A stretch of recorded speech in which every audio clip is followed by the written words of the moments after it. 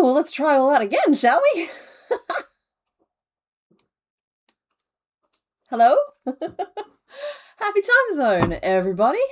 Yeah, I think that about summarizes how the morning's going. There's nothing wrong. It's just we're having a bit of a time. Oh, congrats, Andromeda. Happy birthday to the little nibbling. Yes, successful audio. Yeah, well, that's because I meant to turn it on this time. Oh, thank you. Hydration. Okay, we're going to get straight into it because I am running very late today. I'm sorry to everybody who's been hanging out for 15 minutes, but I appreciate you. Yeah, so today's theme. We've been having so much trouble finding accurate greens for things recently that you might be thinking, oh, she must have gone out and found some new ones that's going to help make these ones today. No.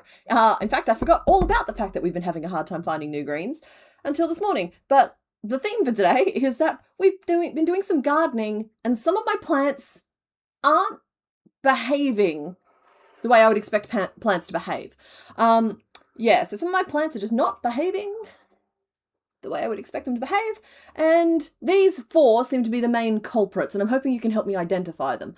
So I'll get that poll started so you can start making some choices, and I did make a small amount of progress on the Peace Pigeon and Ember, who is Kilava.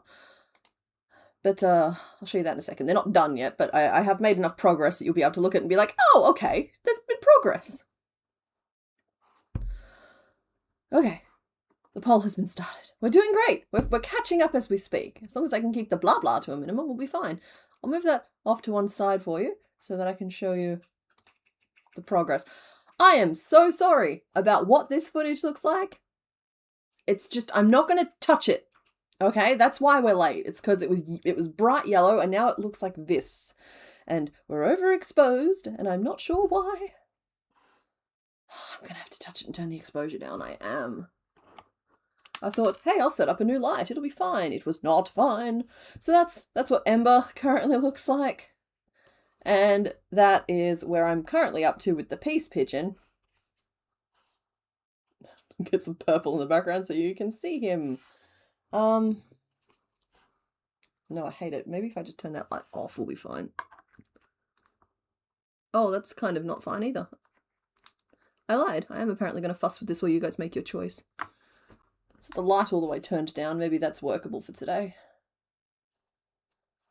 Well, I mean, the good news is that all the ones we're working with today are green, so the colours weren't going to be right anyway.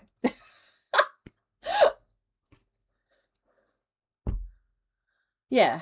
So, Exploud still looks the same, and Roselia also still looks the same. And the Pokemon video that was meant to be up on Thursday got bumped to next Thursday. But we're okay. Everything's fine. We're feeling more dramatic than the situation actually is, which is just that, like, the Jimothy pattern happened and it knocked me 2 days off schedule, and that just caused a cascade failure in what was going really well. It's a little bright, but not too bad. It's you can see my hands. They're relatively flesh tone. Actually, you know what? That's probably the most accurate my flesh has ever looked on camera. Including the fact that I was apparently leaning on my knuckle at some point this morning. Anyway, you guys have been making a choice. Let's just keep that on rolling forward. Let us stop the vote. Thank you to everybody who voted. Sending good camera vibes. Honestly, I meant to come in here yesterday and just like properly play with it, but I saw it was 11 already, and then I was like, oh, I'll start the stream 10 minutes late, and I'll just fix the camera in those 10 minutes. It turns out this is not a 10-minute fix. This is a fussing around with a lot of things fix. Alrighty, so you guys have selected number 1 with 34% of the vote, then came number 3 at 27%, number 4 at 23%, and number 2 at just 16%. So thank you to everybody who voted. Hi, Amethyst Creative World. I'm adjusting. My vibe. Jimothy was such a success though. You've made 2. Oh, I'm glad you like him. He was absolutely worth the interruption. It's just also for someone who has been struggling for the last few years to keep things on track and on schedule so as to not be stressed, because we're working on our stress levels. The royal we, apparently. It wasn't the smartest last minute choice to be making. Alrighty. Oh, right. We picked number 1. Let us show who is behind door number 1. There is nothing nefarious going on here, and I know that's probably the most suspicious thing I could say, but I really mean it. There's a little guy hiding behind door number 1, and his name is Lotad, and he's technically a bug, because look at those 6 little feet. Well, I mean, you can see 3, but you can pretty much assume that it's echoed on the other side. So there is our little Lotad. Oh my goodness, I haven't even changed the... Oh. Do you guys know how close you came to being spoiled for this week? Okay, we're making Lotad anyway. Let's just keep things moving forward, and I'll explain why you were close to being spoiled in a second. No one's close to being focused here. How dare you accuse me of that? I'll turn that down, and we'll get a sprite. And you are in here somewhere. Where is it a Lotad? What number is Lotad? No, he's just a little guy. Oh, of course, he's 2 before Ludicolo.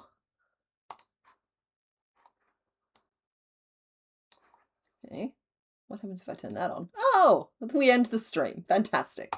No, I'm still here.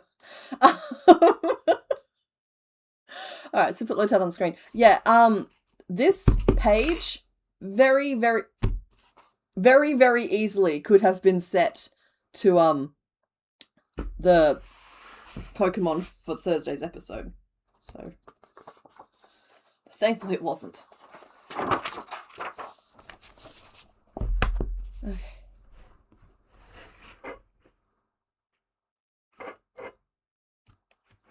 Okay. I'm doing fine. This is great. This is fine and great and good. Alright, we're gonna draw a little Lotad and calm down a little bit. My energy feels like it's all kiki, and I'd rather it be a little bit more boba.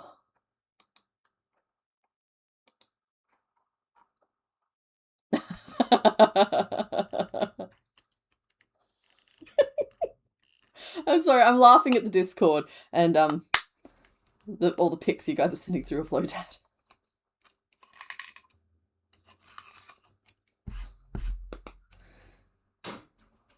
He's kind of just a little biscuit. This sprite here doesn't really help us much regarding what he actually looks like, because it shows us his disc, which he might think is his best side.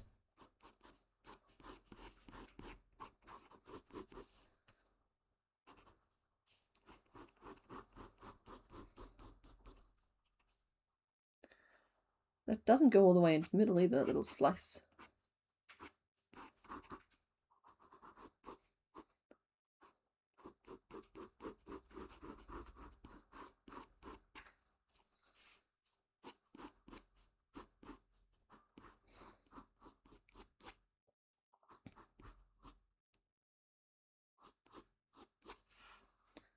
Yeah, 6 little eggs on this little guy, so I'm pretty sure that makes him count as a bug. And he is a beloved. He's just like a cute little dude, and I actually really... I like the dancing cactus duck, okay? I feel like he might be a little bit more contentious, or maybe that's changed. Like, last time I was having these thoughts, Ludicolo, his fully evolved form, was a little bit more hated, I think, in general. I'm hoping that's shifted, because he's just a little guy. And this is basically his little seed nub form. Trying to get him the right proportion under that leaf is kind of hard at this angle. And he's already got his little baby duck bill, and then he turns into the giant cactus duck. Somehow he goes from water lily to cactus.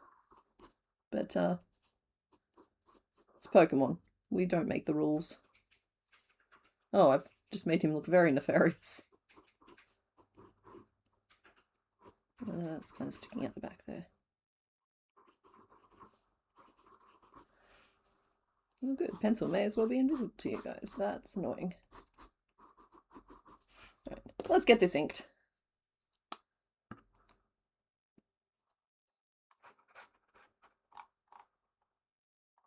Perry is a cute little name for him. I like that.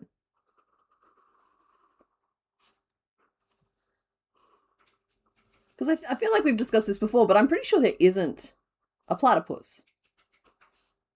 Right? There's no platypus Pokemon. Who am I forgetting that's really obvious?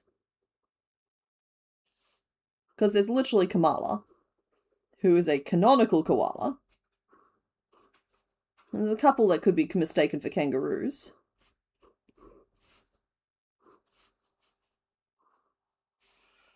Thank you, Loot. We missed you last week, though I'm glad you got a good sleep. And also never any pressure to show up. I would hate for this to feel like work. But yeah. I think sometimes it's nice to know if you've been missed. There we go.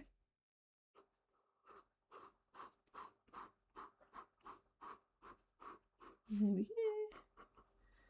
And around and around and around and around we go. Okay, so the next real sort of hassle with this fellow is that I'm going to draw him like 6 more times to work out what he actually looks like. I think he's just a nub with a disc for a head. So I feel like we should be able to like bang this one out pretty quick.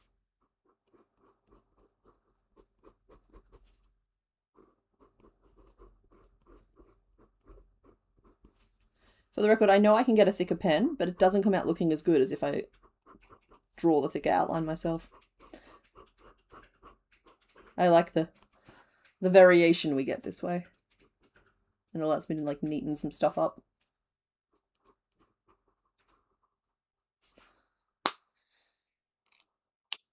Is it a 3rd leg or a tail? Looking at all the other reference images, it's definitely 6 legs. I'm going to push hard with my pencil so that y'all can actually see. Because this is him from below. Okay, I don't actually have a reference of him from below, but his legs are like this. And then he's got his duck bill at the top. Not visible at all. We might be actually just sketching in our black pen today.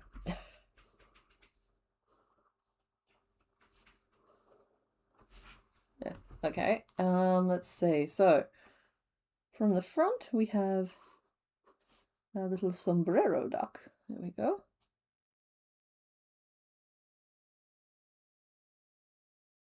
And his little legs. He's never had a single thought. How dare you accuse him of it? And a duck bill. That's really all there is to him.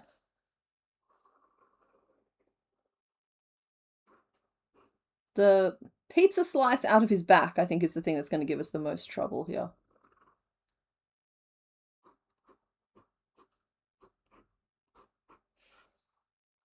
Okay.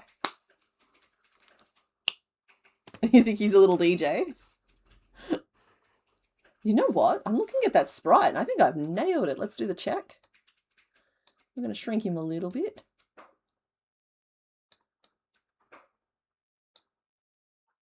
Maybe adjust the angle. That's pretty close. Okay, I lose it a little bit at the back and a little bit on that back leg, but that is pretty accurate. Oh, I'm pleased with that. Okay, okay, well now we need greens. And of course my yarn bin is behind me. This is fine. I'm fine. This might be one of those days when we just have to take my word for what colour it is. Let's just pull out as many greens as I can and then I'll winnow them down a little bit. So those are the 2 that we used for Roselia. I have an army green, which is... Hi. Hello. Are you here to monitor the greens? No, come in here with a petition to make him another work Pokemon. Or work project. I don't understand. You know how you have the hardest working tortoise? Oh, okay. Well, like, this is, he's like a coaster shape with a large coaster shaped hat. You could use him to, like, hold the eyeballs or hold a little pile of... Holding the eyeballs would be really cute. Yeah, you get like he's a little transporty Pokemon. You could, fill his back with eyeballs. Yeah. It'd be the hardest working platypus. He'll be the biblically accurate platypus. Right. We have nearly exhausted the depths of my yarn bin in terms of greens. I feel like we're missing an obvious one. Oh, right, that colour green that they don't make. Okay. Did I have a hair tie here? I did. All right. Oh, please don't speak ill of olive drab. You know not what you do.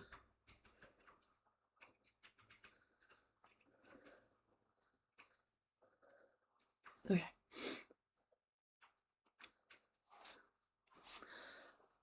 The light sage green at the top is pretty good for his hat.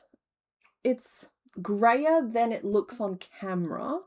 But I see, I'm flipping what you're frying there a little bit. Sorry, I'm also just checking my wall. Make sure I'm not missing anything. I was thinking about leaning slightly more blue with it. But, yeah, the greens are disappointing. I know I set myself up for this. Because I already knew that we didn't have the greens that we would need. So I'm thinking that for the body. Just FYI, that's accurate there. That's a little brighter than it is. That's accurate there with its pale yellow. I think that's set. Yellow works for the beak. Yeah, absolutely. That's just yellow. The green for his, what looks lily paddy here? I'm actually thinking I'm going to just go with this, which I know isn't quite matching the color on his back there, but I think will end up looking the nicest in general. The other option here is I'm thinking about a combo of like mallard and sea green. They're darker in the real world. Yeah. Everything's overexposed. I refuse to keep playing with it because we'll lose hours of time of the stream if I do. Little ball? I like the little ball. This one or this one? The one in your right hand. That one? Yes, that one's very nice. Oh, goodness. I am mucking this up because I don't remember which one. Oh, that's fine. I've already started all the pieces for Roselia. So yeah, that was one of the ones we used for Roselia. But I think we'll swap this sagier green for this darker green for it. What if you I think that's good. I'm doing that. Don't confuse me. What if you use the little ball for those leafy bits that point inwards? Yeah, that's what I'm going to do, honey. Excellent. Yeah. The die is cast. We've made a choice. We're a little bit stressed. It's funny. We called you the peace pigeon. You were bringing me no peace. Oh, Larry the Lotad. What about turquoise for the body? Okay, I will see that request. What have I got for you? Gotta stop twisting that way. Threw my turquoise away under the desk. I saw it fly past. That's a very dark turquoise. Let's see if I've got just something a bit brighter. That was a fair request. Oh, hello. No. Stop distracting yourself with more yarn. That's too blue.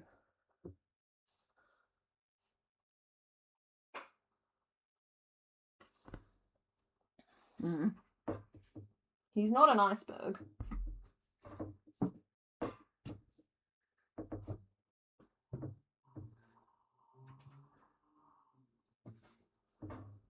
Nope. Okay, we're going with what we got. There is potentially a brighter blue somewhere.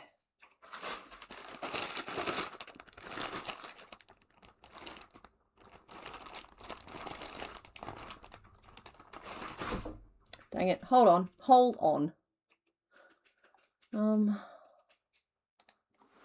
I'm untethering myself and I'm just making a mess is what I'm doing.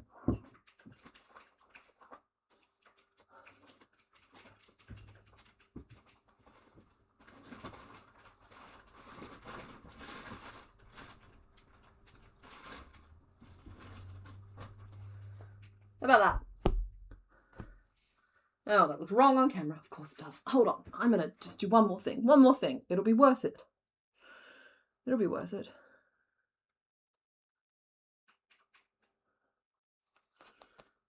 the expose. No, it just makes my skin look bad.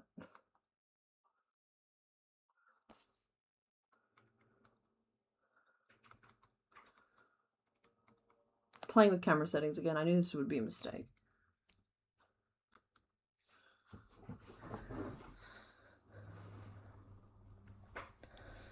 All right.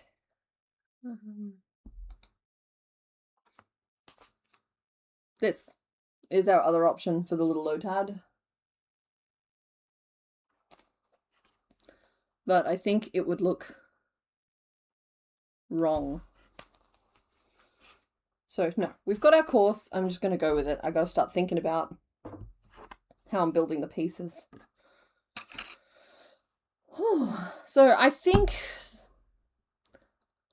honestly, we could probably just build this all in one piece if we're careful about it.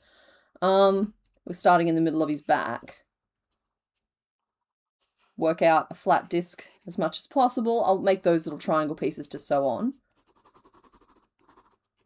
Then front post up to form a little ridge, across and down, and then in. And then when we reach like an in enough, we can front post again to transition into his body colour.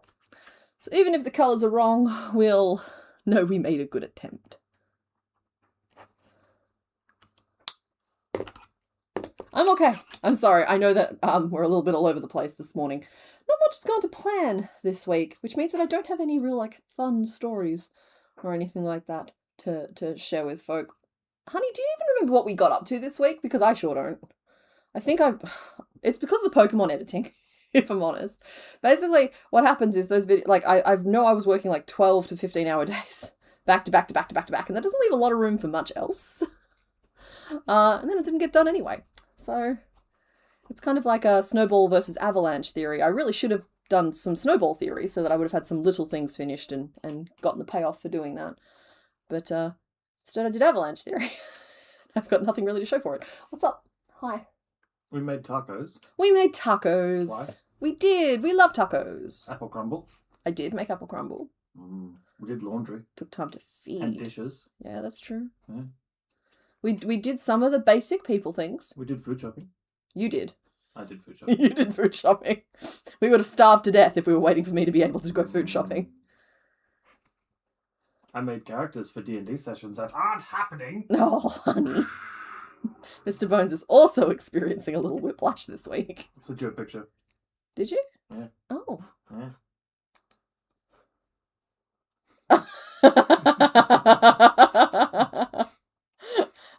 Can I tell the people? Yeah, you can tell the people if you like. It's just a picture of Lotad looking point blank down the camera, and it says, "I love you a Lotad."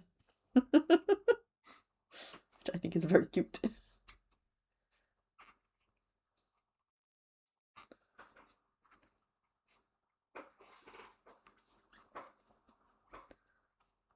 Lotad is the water weed Pokemon, but his evolution are the jolly Pokemon and the carefree Pokemon. Well, see, that's good.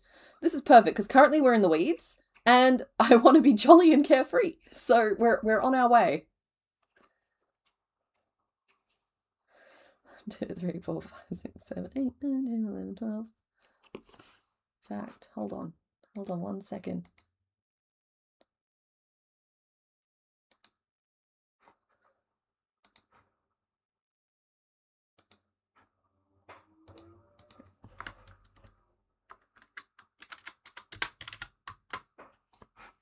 I'm going to update our sprite. Oh no, I have a second sprite I can use for it. Excellent.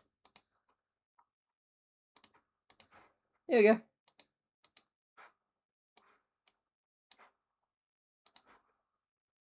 That is our reference image for today.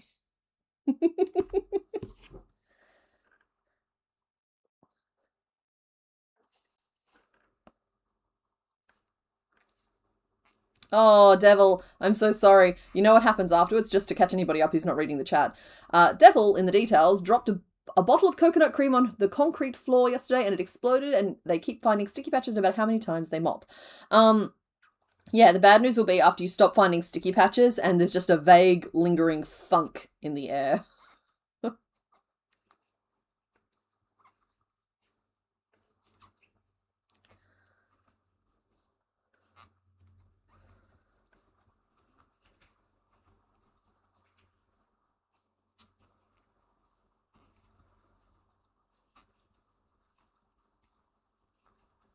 Oh, thank you, Claw and Crochet. I'm glad you like it.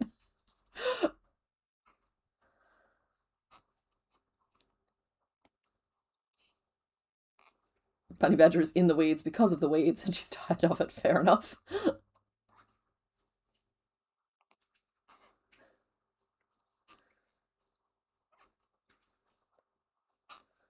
Oh, Andromeda Potter, you cuddle that little girl, you soak it all in. 1, 2, 3, 4, 5, 6, 7, 8. Yeah. 1, 15, 16, 17. Because they're gonna get bigger. And then hopefully they'll be on our side, but we can't really make that call. I've forgotten about the slice. Oops. How am I doing a slice? Well, maybe we just knock it back one layer. One repeat, I mean. If that's the middle, and then we do the little slice out here. Okay. You might be a little big.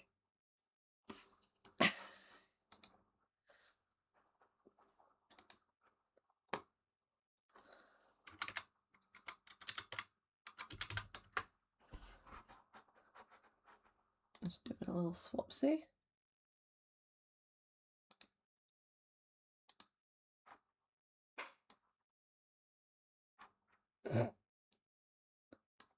Yes, hello. Hello, fellow humans. I don't know if it works as effectively without the background.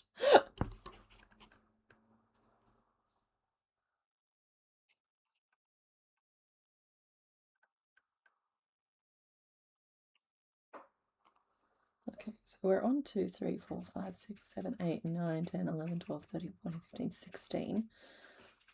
And we haven't written down a single row of this pattern yet, but we'll fix that now. You know what? I should have just done this. And this.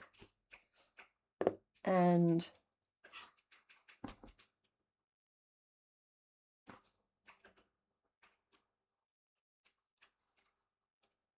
I'm having regrets. Because that matches the picture on the screen really nicely.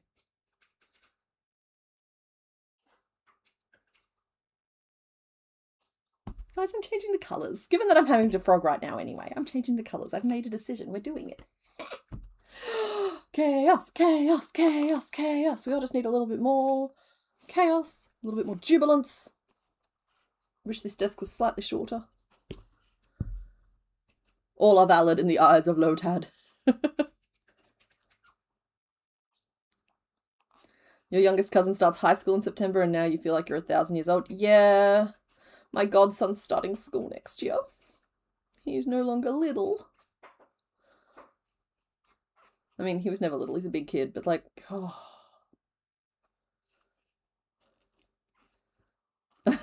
Current votes, Megapod 4, Pidgeot 0, normal sized 0. What? The chat's not showing a level of self-moderation.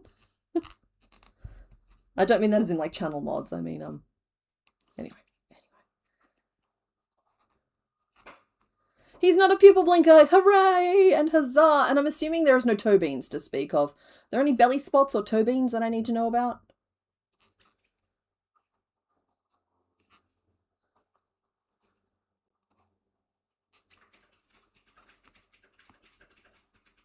Because I'm still trying to decide if I'm using safety eyes or not. It's been a little bit since I've used safety eyes.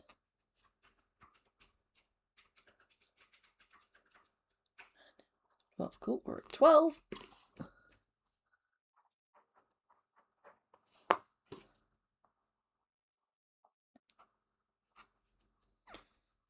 One.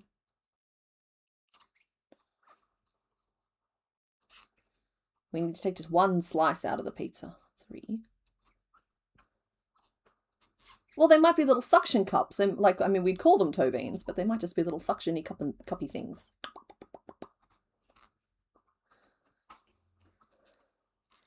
If there were little suction cups when he's running.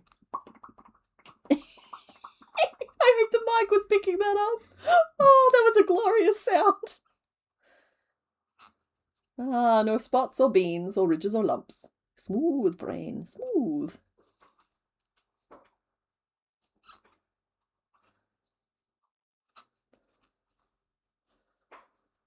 One. Bunny Badger is playing Minecraft and talking to it. Should I transcribe her one-sided conversation here for comedic content? I mean, feel free to drop bits in. One of my favourite things to happen recently was I introduced one of my friends to Stardew Valley, and by that I mean we've been playing solidly for 6 months. But, my goodness, she used to swear at the fish whenever she was trying to fish. It was, oh, just like a pure source of dopamine, I swear. 8, 9, 10, 11, 12, 13, 14, 15, 16, 17. Of course, she eventually got really good at fishing and now no longer swears at the fish. So I'm going to have to introduce her to Don't Starve next.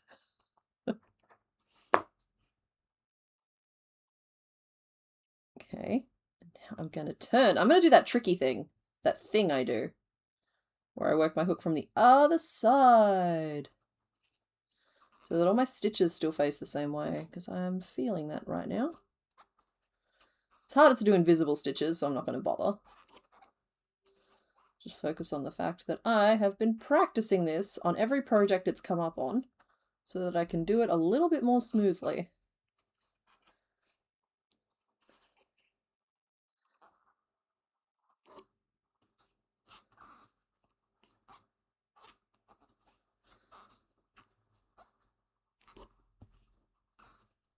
Now see, I'm basically almost now the same speed as I am with my regular stitch direction.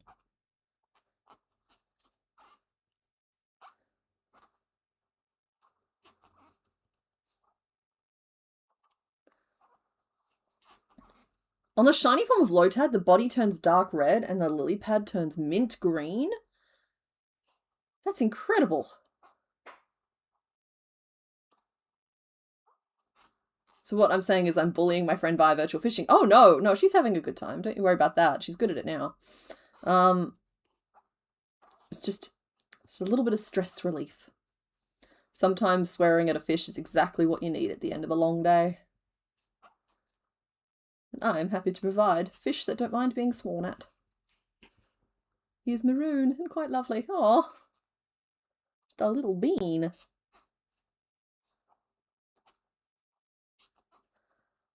Now, are my plans working? That's the real question here. Did I really think this through? I mean, there'll be an opening at the back, but I can sew it shut. The hook squeak is iconic. Thank you very much. The answer is no. No, I did not think it through.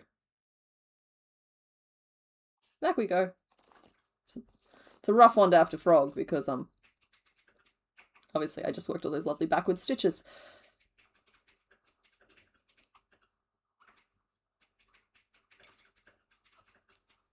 Finish the rotation.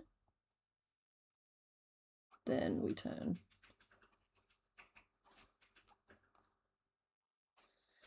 And we do it all again.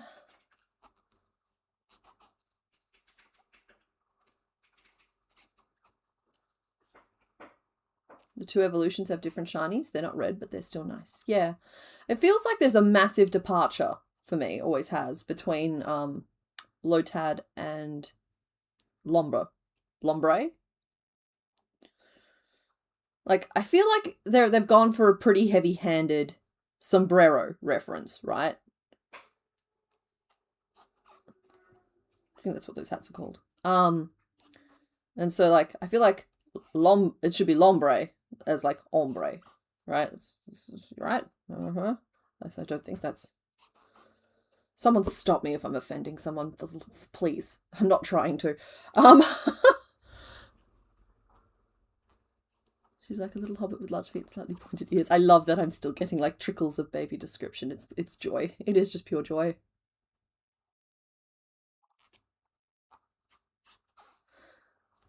Hook squeak is a feature, not a bug. Embrace the tiny mice who sought yarn outside of camera view.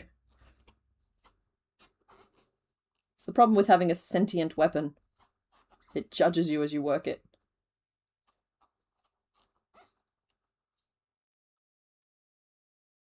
Lombre is the jolly Pokemon. He looks... Yeah, no, Lombre looks incredibly intense.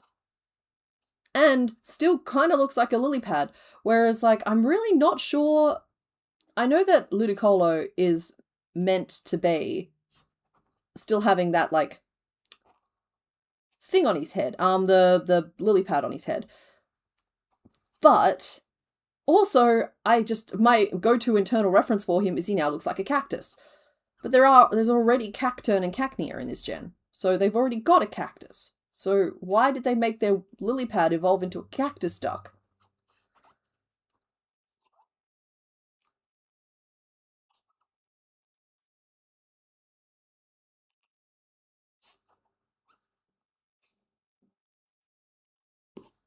Okay. The start of a slice appears. We have a ways to go. Should stop and write some down. That's a turn at the end of that. And then we did 3, 4, 5, 6, 7, 8.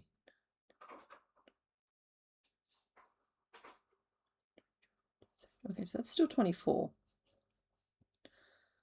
The next one I need to like...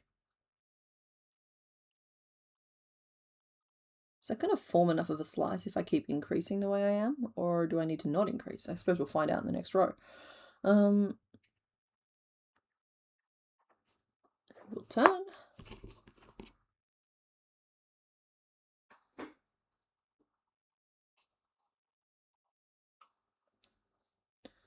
You definitely like them in order of most to least. Lotad, Ludicolo, Lombre.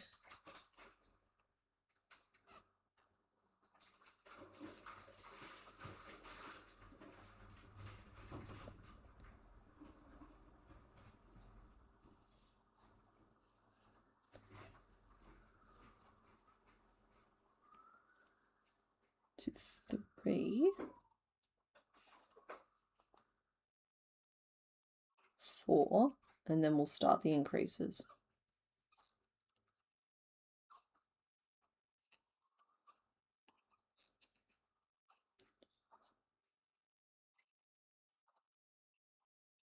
One,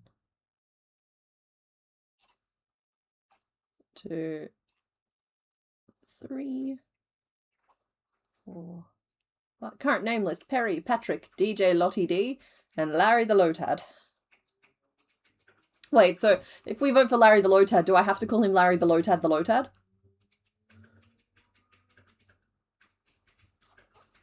It's important for us to decide these things early.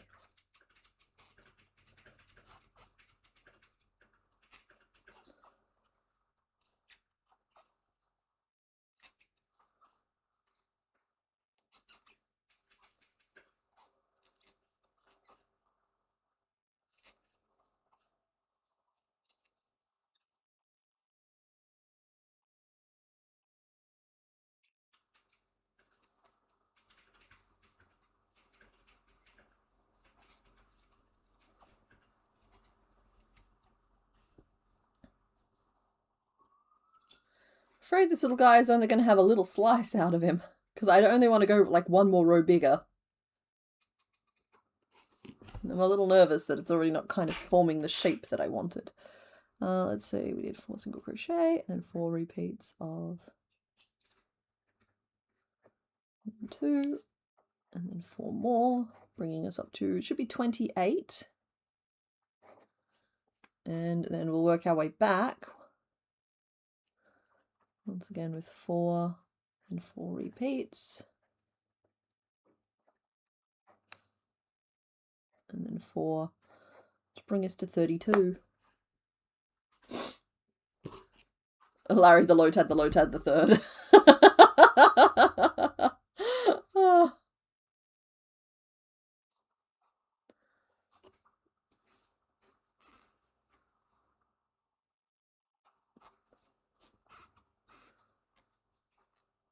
Then we have to name Lombre just like Steve, for he's just a guy. Just an absolute dude.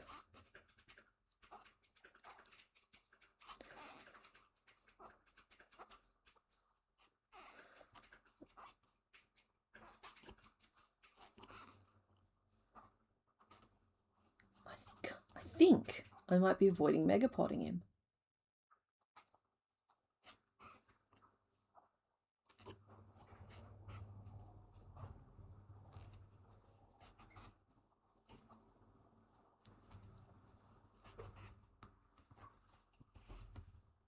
If he's the third, he would just be Larry the Lotad, the Lotad, the Lotad. You know, if you megapod him, then those sew-on parts would be much easier to sew on. And so if you think about it, it's actually easier and better if you megapod him.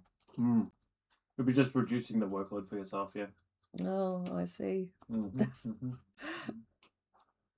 I might need to stop and blow my nose for a second. Hold on, guys. I'm going to I have a scrunched up tissue in my pocket. I'm going to be... Gross. I'm going to be right back. Right back, okay? I'm even going to leave the mic on so you can hear me as I walk away.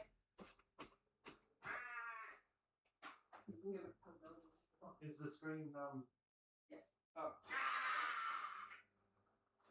Panic skeleton. Yeah, yeah. Oh, that's much better. Should we fill the chart? Cool. We're back. The skeletons are panicking. The yarns are squeaking. And we're back. And front and both here. Okay. And my hook was all tangled.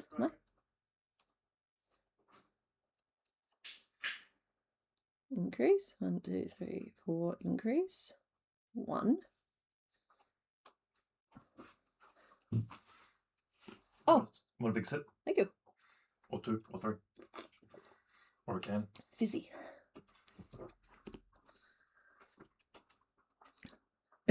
It's a sign of the apocalypse. Panic, it's a sign of whatever you want it to be.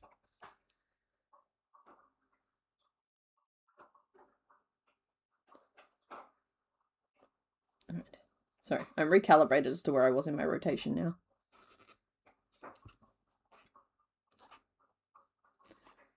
Mega him just a tad. just a tad. Just a little. He's just an itty bitty little guy.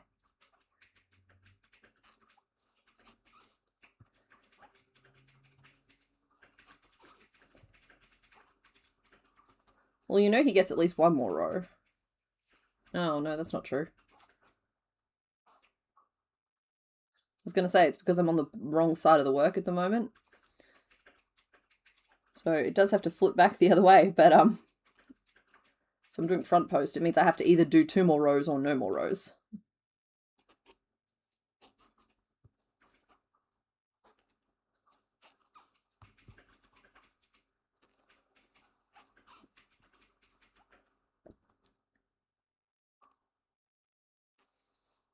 To shreds. Right, there's still sticky spots on your floor. Ah! Are you using a strong enough detergent? Or, conversely, are you using too strong of a detergent and those sticky spots are actually just sticky spots of floor now?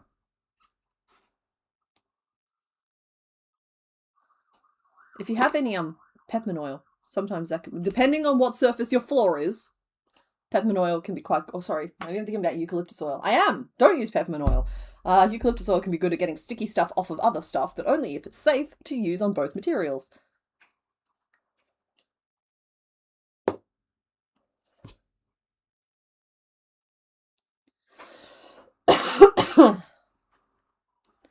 It's like, that could be a really cute little guy. He could be a little bean under here. He doesn't have a very big pizza slice, but he's growing into it. Or I could go around 2 more times and we could really do this thing. But then that means l'ombre is going to look really small in comparison, and I don't like that. So this might be the size of the lily pad we're doing. I have made a determination. All right, so now I need to go 32 front post single crochet to give it a ridge. Ooh, or I don't have to do front post single crochet and I could do something else instead. Love that for us. Let's use the loops. Let's use the 2 sets of loops we have available. Now, where are my bobby pins? There they are. I'll just mark this one so I can locate it again later. We have 2 sets of loops. We should use them. 1,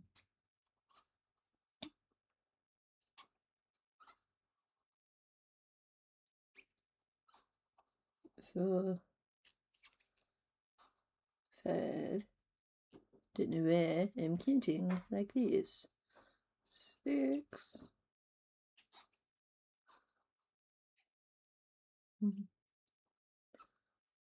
We're not making a life-size Lotad. Oh, that's a different thing altogether. Like, don't get me wrong. At a certain point, it'd be like, it'd be really fun to have certain ones of a life size, but we do not have the room. If I had a gymnasium filled with beautiful display shelves that other people could come in and enjoy, I would be inclined to make all life-size Pokemon and let people walk around amongst the beasties. However, that is very far from my reality, and honestly, I'm looking forward to working on some non-Pokemon type stuff. It just gets that way after I've been staring at nothing but Pokemon for a week. Like, it's a completely normal impulse. It's like eating the same rice every day for a month. It's just like, yeah, okay, I still like that rice, but let's have some tacos.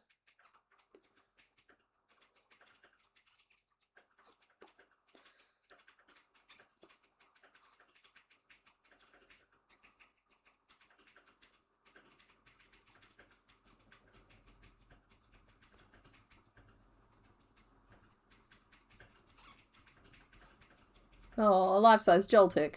I saw somebody do a life-size Wailmer. That was cool.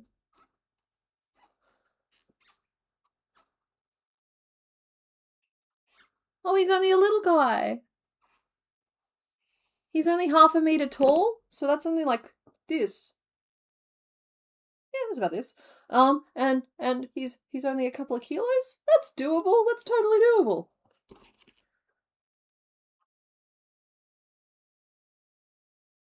Mr. Bones. Does Lotad hide in ponds? If you dunked your head under the surface of a pond covered in lily pads, might you see 500 eyes looking at you like the reference pic? Yes, but then the mouth would open and it would be all teeth inside. Even if the piranha thing has been disproven. Sorry, folks. It's kind of like the quicksand myths of our youths. Turns out piranhas aren't as big of a threat to our survival as we all thought they might be. Okay, that's a good little ridgy ditch. I should amend my notes because it still says front post single crochet and we eschewed that in favour of something far more fun. Front loop. Single crochet. Way easier. And then I chained one and we're going to go back to working into those back loops. Chaining one is just so that I don't pull the edge down with me. Bloodlonk.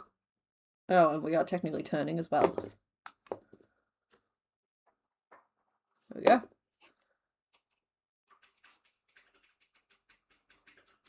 Now we're under here. And I need to decrease the same way I increased.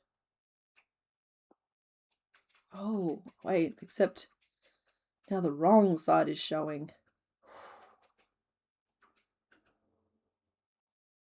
No, it's fine. It's fine. We're good. We're fine and good and fun and great. 2, 3, and then 4.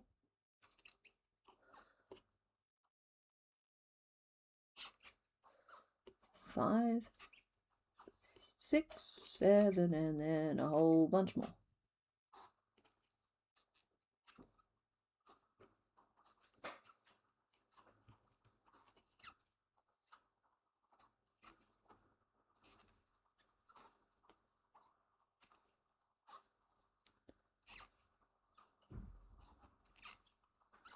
If there was a waterproof yarn, we could make a life-size whale lord and send it in the ocean. I don't know how I feel about that from a number of different perspectives.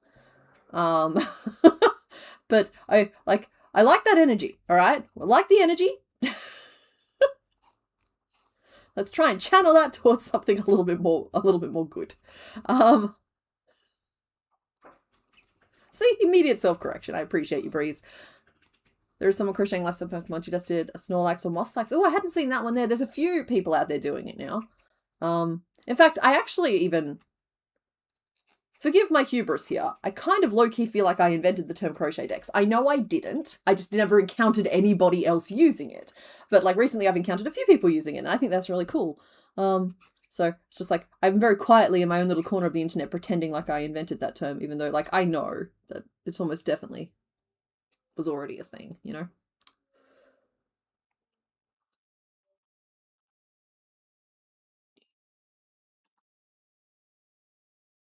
Oh no, we lost count. 1, 2, 3, 4, and then we did 1, 2, decrease 1, 1, 2, decrease 1, 1, 2, decrease 1, 2. That should be a decrease. Decrease 1, 1, 2,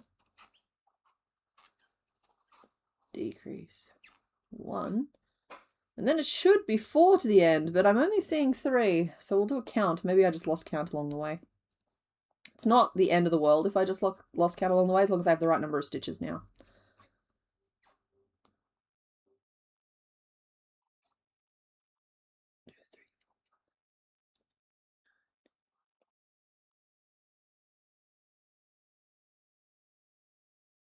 I don't have the right number of stitches now.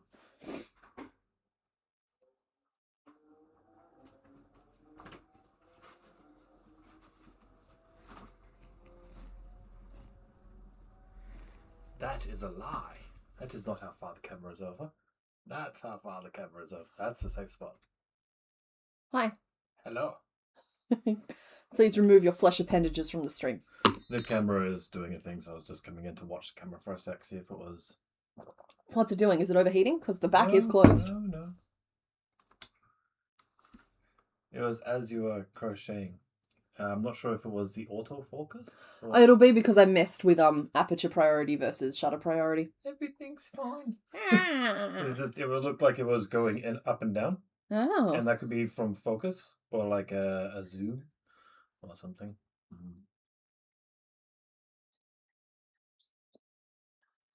Okay, I have 32 stitches when I start. So that's important.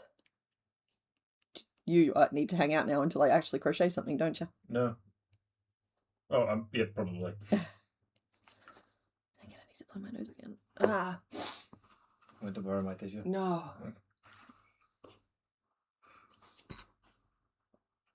I need to do something about the dust in this room. I thought I had done something about the dust in this room. Are you sucking up the dust in the room? Yeah.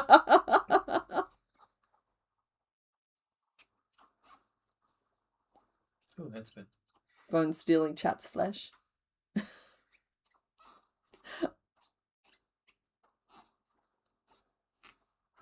I'm sorry, the chirping from your headphones is bothering me. Oh, yeah. Yeah. Am I going to start coming out of the speakers?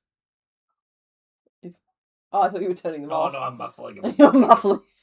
You're holding a pillow over them until they shush. Okay, there we go. Oh, that's crazy. Like I did. How tall is Tropius? Tropius is only a little over 6 feet tall. Mr. Bones, you're taller than Tropius. Ah. Tropius is a big dinosaur. Oh, hey, I can read chat while I'm here. That's convenient. Is it? Because then I can run out and be like, no, you're banned. No. You said something I don't like. Brr. Tropius got a dumb animation for his 3D model. He's doing the same thing as Swallow, flying straight into wind rather than flapping. Oh, a noble steed such as Tropius hath no need for flapping. Thank you for taking that away.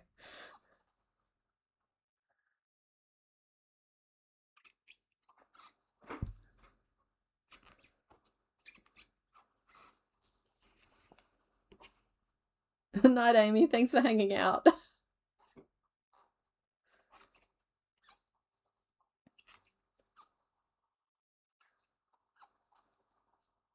Hopefully that was the right number of stitches this time. I'm supposed to end up with 28. 1, 2, 3.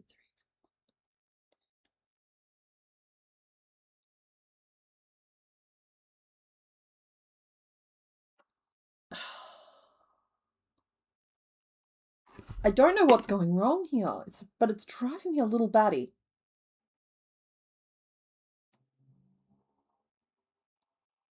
I'm going to decrease. I'm going to decrease. 1 and 2, 3 and 4, and then a decrease. 1 and 2 and 3 and 4, and a decrease. It should be 1 and 2 and 3 and 4.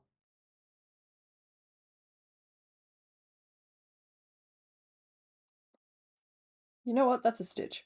That's a stitch. I don't care what anybody says, that's a stitch. For the purposes of what we're doing right now, that's a stitch.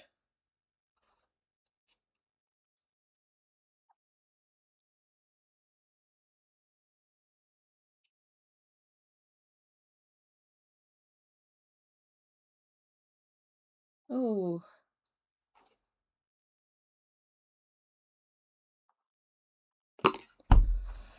Give me a minute, folks. I've got a few sensory things going on that I have to correct or I'm going to go nuts. This won't be 10 minutes. This is going to be like 30 seconds.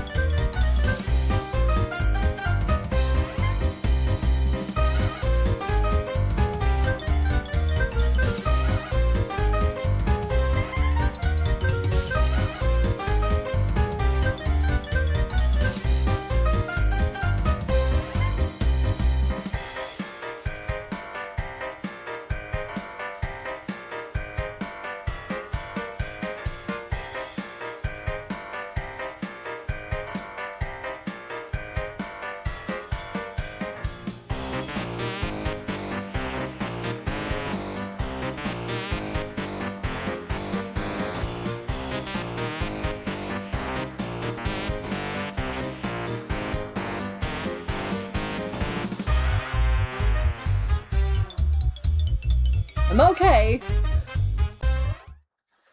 I'm back-ish. Apparently I turned off 3 layers of defenses. Now I am going to frog this row again. And it is going to make me really unhappy to do so. But sometimes we suffer for the love of our craft. And I'd rather get it right. Okay, so now 2, 3, 4, 5, 6, 7, 8, 9, 30, 31, 32. Yeah, see, my issue, I don't know if anyone can relate to this, is I feel like too much of my skin is touching me right now. And that's not helpful. That's not a helpful or fixable thing.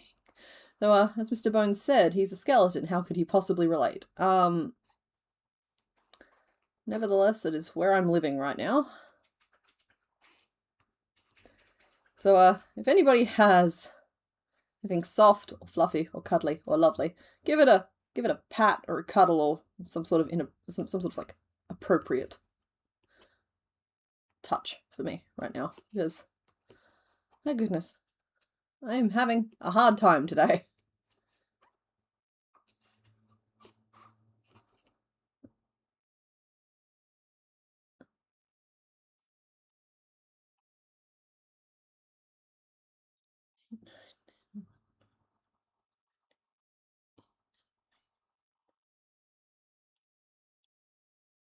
Okay.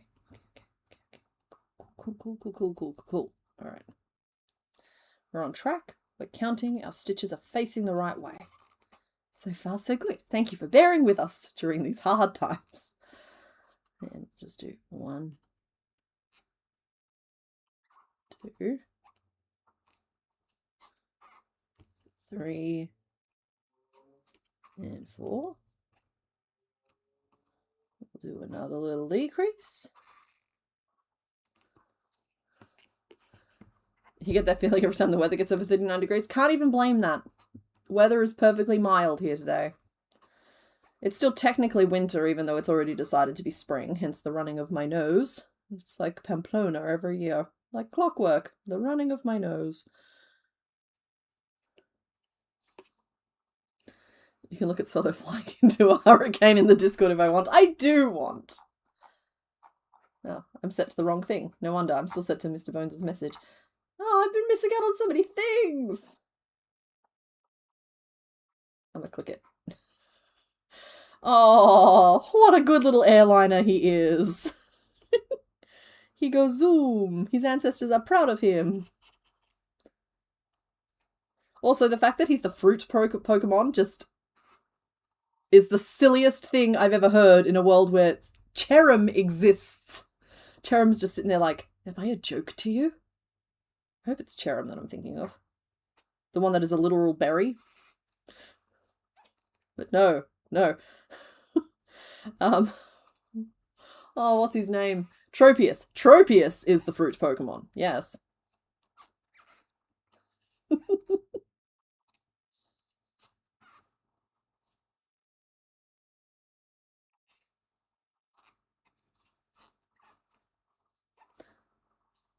Yeah, Cherubi and Cherim. Literal fruit. Though I suppose I understand that there is a distinction scientifically between fruit and berry. Honestly though, it's all the same. It's like peppercorn is a fruit, or is it a berry? It's let's just stop. Let's just agree mutually that this line of questioning doesn't need to be pursued. We all know not to chow down on a bunch of raw peppercorn. Hey! I think the stitch count's actually correct. Go team!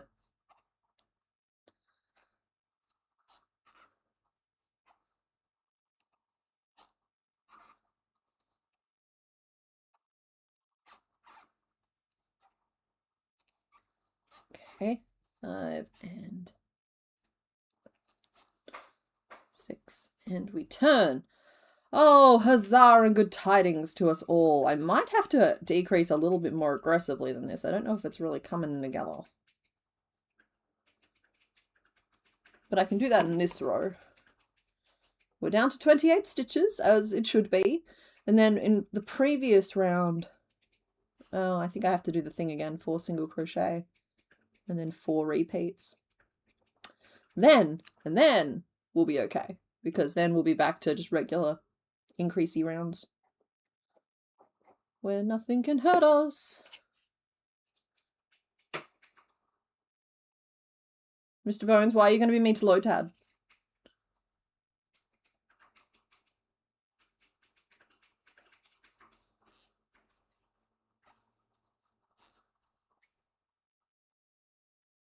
Oh, that's so mean to little Lotad. Sorry. How would you feel if I was like, we have skeletons at home, and the skeleton I have at home is the one in the mirror? Yeah, but it would... I didn't catch the last word. I can't reply. And what if I was referring to my skeleton? Your skeleton's wonderful. What's wrong with that? Nothing's wrong with my skeleton. You have a wonderful skeleton. Yes, I do. Yeah. What if I said it was superior to yours? I would agree. Oh. Yeah. This is not at all the way I thought this was going to go. Yeah, you feel bad. I do. You should too.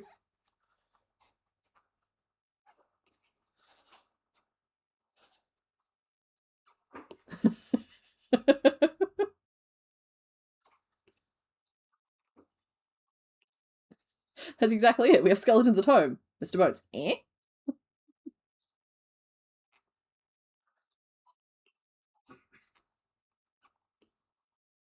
I need to do a little better. I need to be better than this.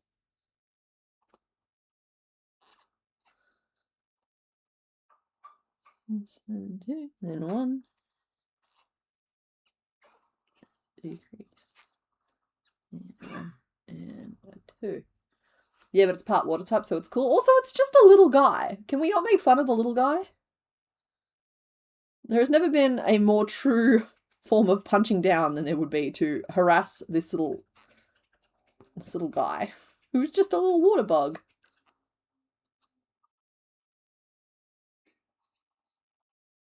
Speaking of being loved by a skeleton, has anybody else seen the trailer for that new Wicca film coming out?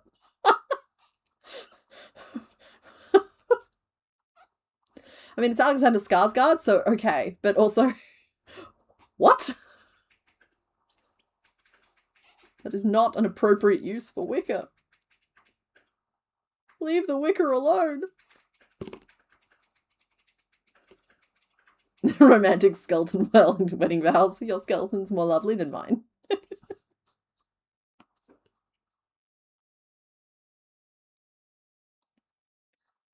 It's not weird that you recognized him from Murderbot. He's in both.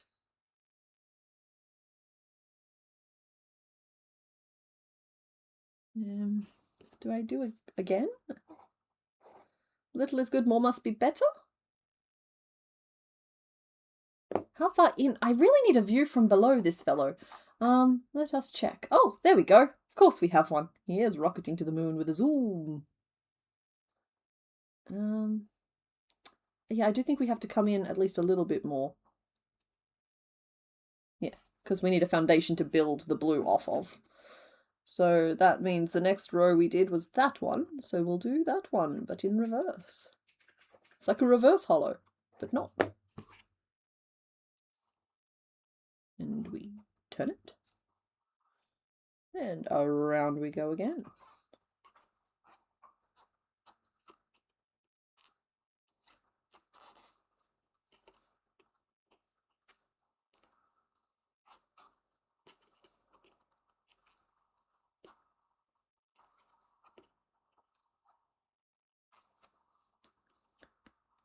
It is not at all related to Wicker Man.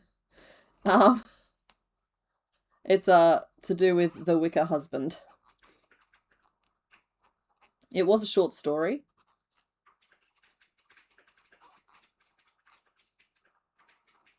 And they turned it into a film with Olivia Colman and Alexander Skarsgård.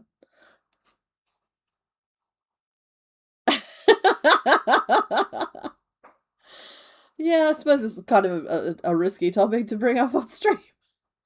There is just some stuff you just should not be doing with Wicca.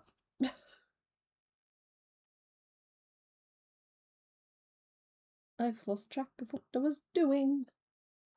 That's 1, decrease 1, 1, decrease 1, 1. That was meant to be a decrease, was it? No.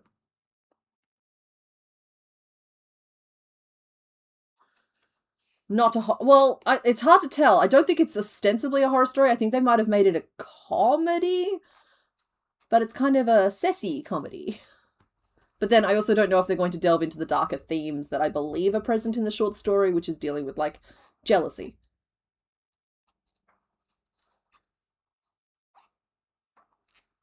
Yeah, it's not, but it's not like a, yeah, it's not what I would call a horror film just on the ticket. They're not pitching it as a horror film.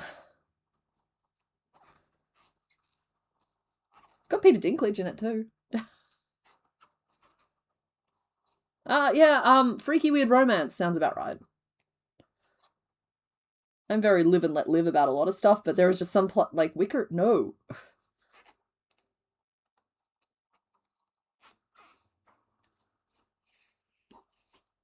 For the record, this is not me saying people should go out and watch this film. I have not seen anything but the trailer, but it left its impression on me.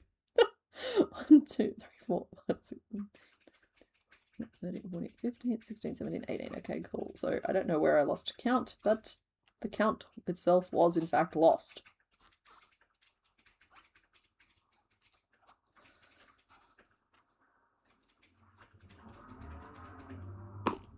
I can just sew the lily pad to a little blue 6-legged potato. That is true.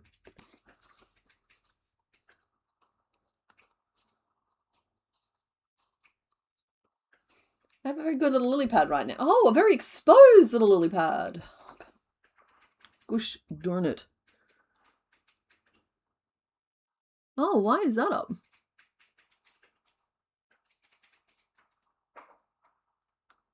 Oh, one of my settings is no longer available. When did that happen? Sorry, the camera, when it did something weird, something went weird with it.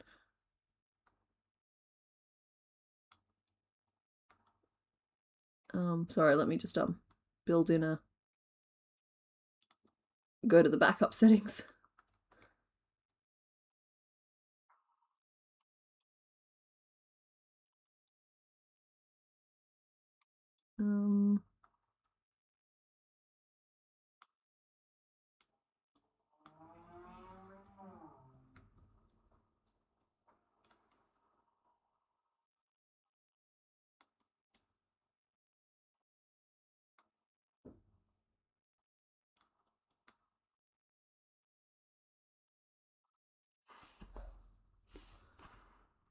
Hopefully this will help us just a little bit. Sorry, everybody. I'm still learning a lot about this camera.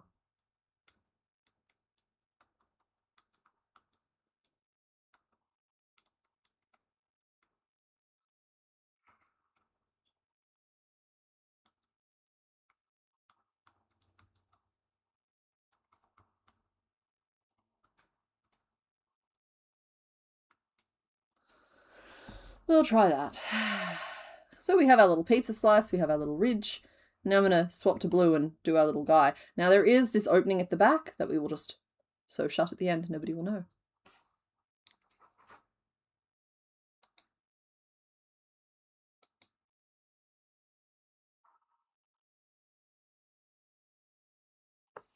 It's prosthetics and costume, which does make it interesting to me as well.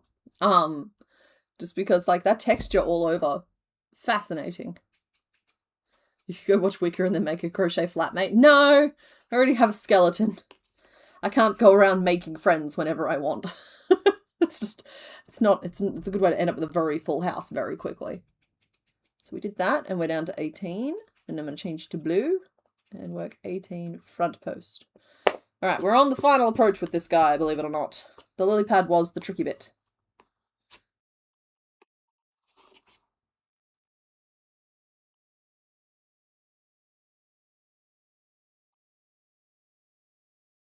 Was that an innie or an outie? It was an innie.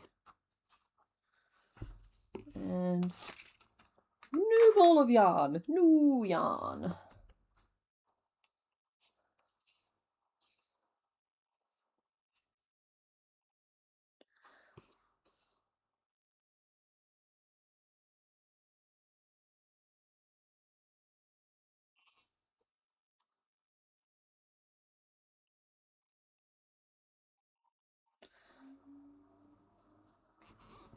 And we still turned. Oh, I do not like 18 front post like this. I'll do 18 regular single crochet to reform my round. Then we'll do our front post to make sure that it has the right dimension.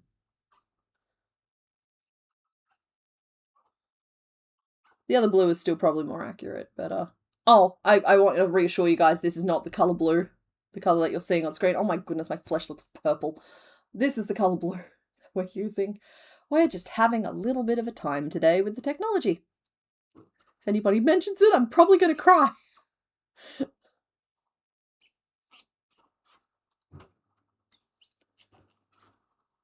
I probably need to download a piece of software or something.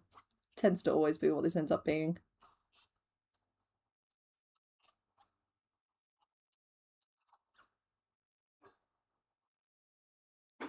Night Breeze, thank you for hanging out.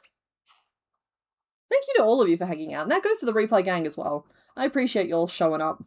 I appreciate that we're a little bit in the thick of this challenge where we've kind of like, we've made all of the Pokemon people know that are the older ones. And not to speak ill of our aging population, but you got to admit that oh no, thank you. They were talking of grated cheese. I thought they were talking of shredded cheese, and I appreciate you, but no, thank you. What was I saying? Yeah, we're kind of in the like we're slowly approaching that like middle ground of Pokemon where nobody really knows who they are. Older people.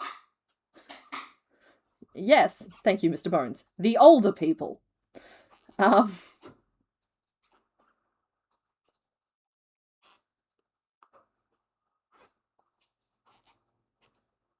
If you have it, mac and cheese. Ooh, Yellow Fan, watch it and report back. Because I'm curious enough, but not enough to pay like $80 to see it in cinemas.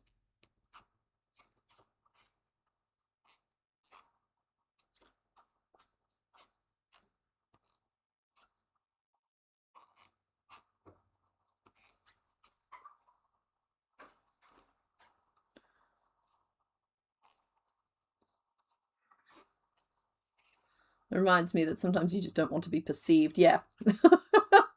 Admittedly, honestly, if this wasn't a stream day, it would probably be like, please don't look at me kind of day. But we're making it work. We're all friends here. This is a safe place to be. And it's fine. Devil in the details, I'm going to guess yes, that's what happened. I sent the cheese away, which I don't know how I feel about that decision now, but I don't want the cheese to come back. Let's just be clear on that. You're so little. Oh, I might have to make you a row bigger because you're so little. He's just a little guy.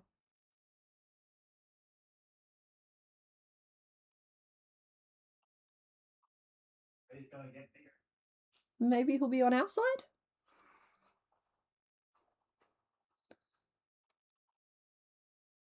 I'm going to make him bigger.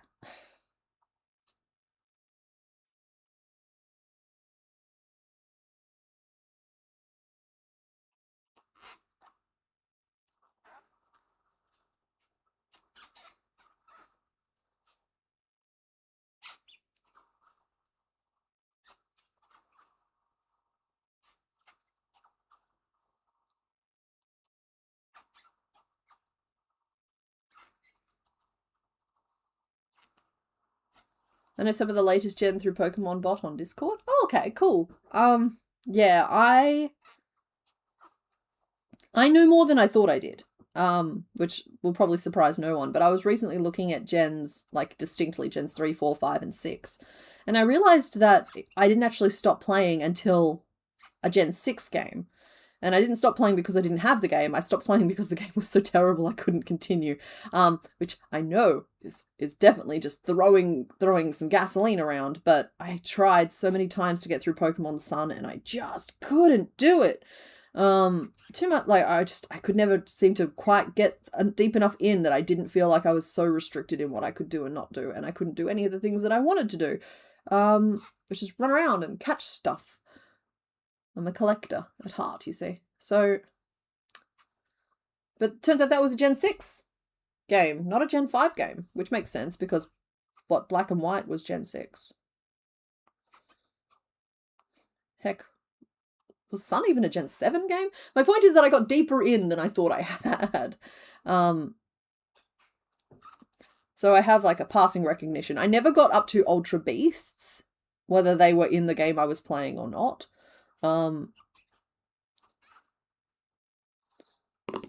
Wasn't a thing. Never got there. And then the next game I played after that was, I suppose technically Pokemon Go, but that doesn't count because it was still just Gen 1 when I was playing it. But Scarvi was the next one I played. Black White was 5, XY was 6th, yeah? Okay, well then I definitely played 6 as well. I remembered playing with a Rowlet, but I couldn't quite work out how that worked in the timeline. I even played Omega Ruby and Alpha Sapphire, but I don't know what gens they were anymore. Because I remember when the demo came out, I had signed up to like go into like a lottery type of thing to get to play the demo, and then I got a code on like the first day it was released, and I immediately got the email at work. I was just like, oh no, I have a migraine coming on, bye. 1, 2, 3, 4. And I left for the day, and I went home and I played the I think, yeah, whatever that demo was on the 3DS.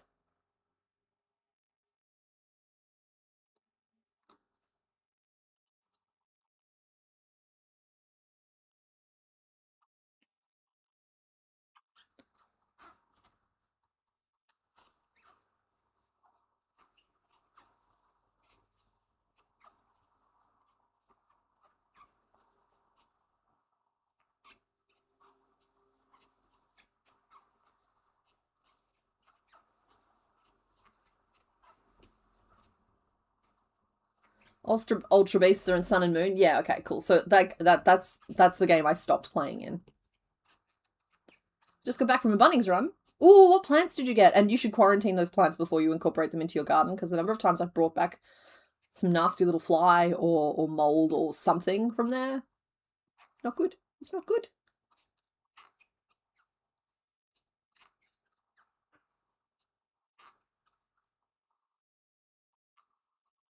Sun Moon, you tried to constantly change your team so it wouldn't be so easy, but it was still so easy, and I just wanted to you just wanted typing to matter a little and for them to level a little less fast.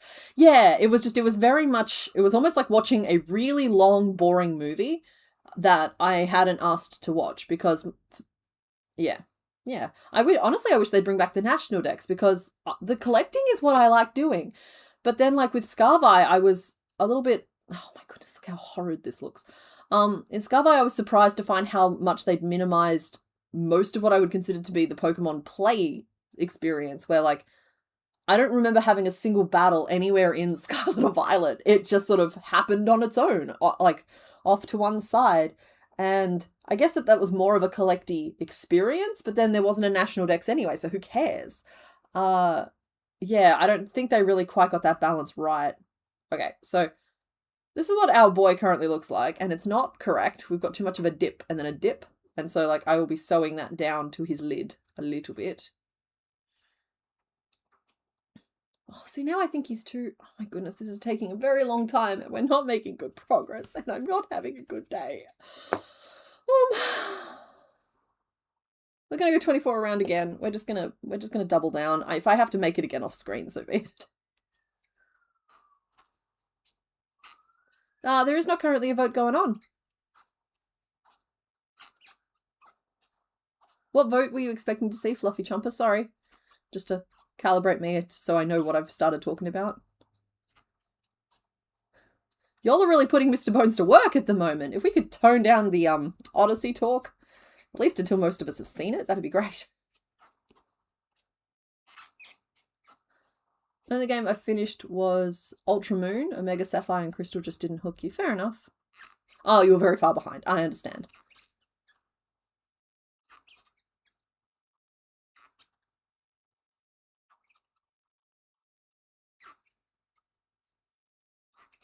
Want them to make a lower intensity experience share or something. Yeah.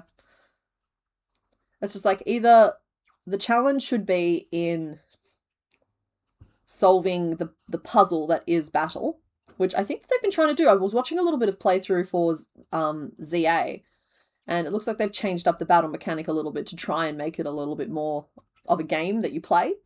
And so like, okay, cool, they're trying something there. But like, either you're playing for that, or you're playing to collect the little guys, and I don't think Scarvi very successfully kind of did either. They did the whole walking around in a world submersed in Pokemon thing really well. Like, I liked that. And I think that they're going the right way. But honestly, Pal World has spoiled me a little bit recently. Yeah. I can play that from my Steam Deck or my PC.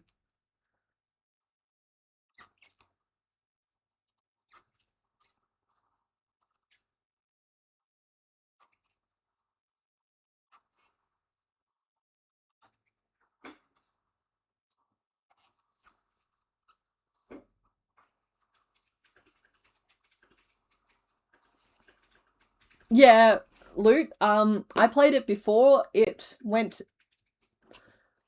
fell out of beta or whatever. Like, they had like one of those like I can't remember the word around it, but you know how they do like the release of the unfinished game so you can play it for a little bit. And I played, I think, everything there was to play in that, and it was great. It was already huge, and so like we thought the proper release of it was just going to be like maybe like a small bump of quality of life, but no, they like doubled everything, and yeah, I'm really enjoying it at the moment. Whereas like at first I bounced off the idea of it just on the basis of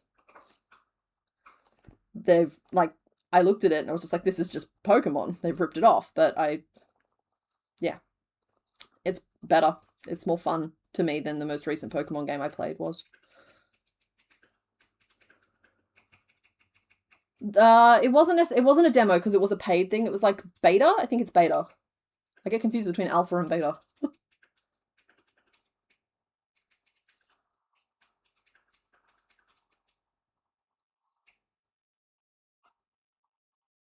Early access. Thank you. That's what I'm thinking of. 1, 2, 3, 4, 5, 6, 8.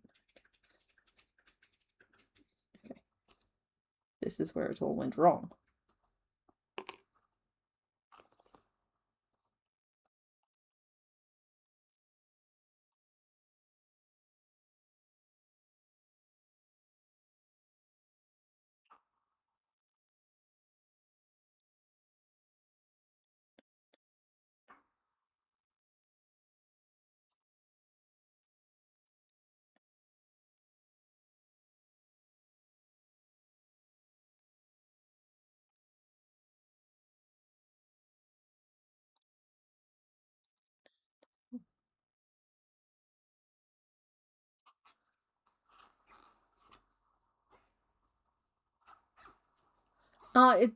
Anything that lets you collect pets is instantly some degree of interest in you. Yeah, I've heard Coromon's really good as well. I've also got that one, but I've never played it.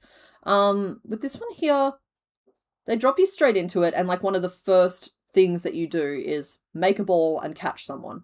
But then like, from having started like 4 or 5 different worlds with 4 or 5, honestly, it's the same three people, but different combinations of the same 3 people, including one just for myself. I can tell you that like, you can kind of choose, do you want to get bogged down building a base, or do you want to just like go free range and nomad mode and just explore the world?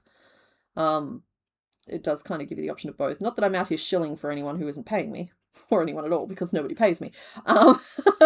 But I did find I enjoyed Power World. And I gotta say, that Supermarket Chaos game, I know I was in here a couple of weeks ago talking about the Arcane Library and how filing books was great, but I found a supermarket one. I think I talked about it last week.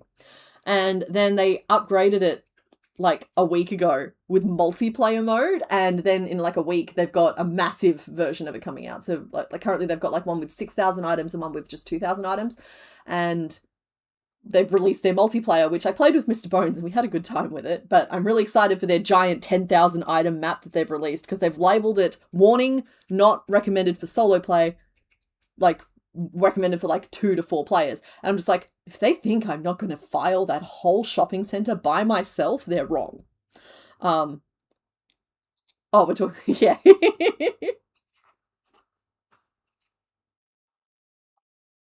Yeah, it is Arc with Pokemon.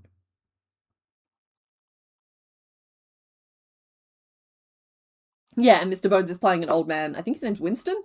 who only collects grass types on our multiplayer server in Power World. Yeah, the supermarket one is great. I was wrong. I never needed to increase before. The urge to always go bigger is not always a correct one.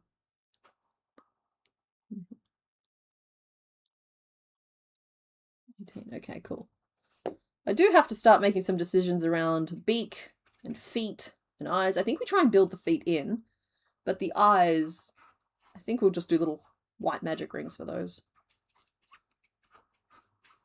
You're playing right now? Excellent. I wish I was. I'll be playing that after stream. 3, 4. Stream afternoons is the one afternoon I give myself permission to not do any work. It's like, we streamed this morning, you're allowed to not work this afternoon.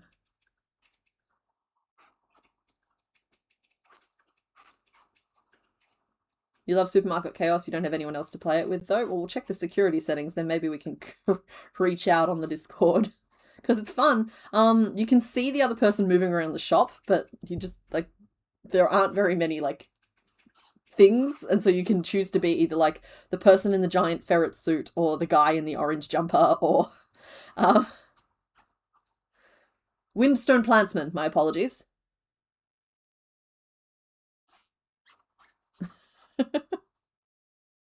But yeah, the clicky sound that Supermarket Chaos makes when it goes at the end of filing a shelf, it's just like, oh yeah, more of that, thank you. That's great. It's more of like a mascot suit. I think it's a ferret.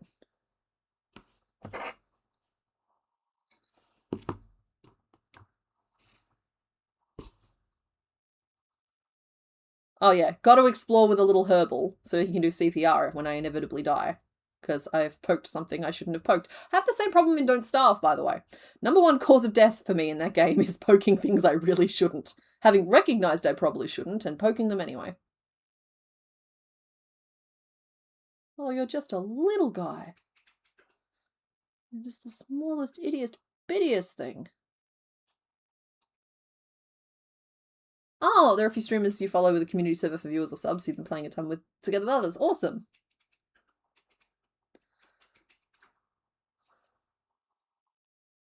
Yeah, you gotta be your own guild. Do I start closing this off now? Is that just you? Is that just all you are? I think that might be just all you are. Better build you some leggies, though.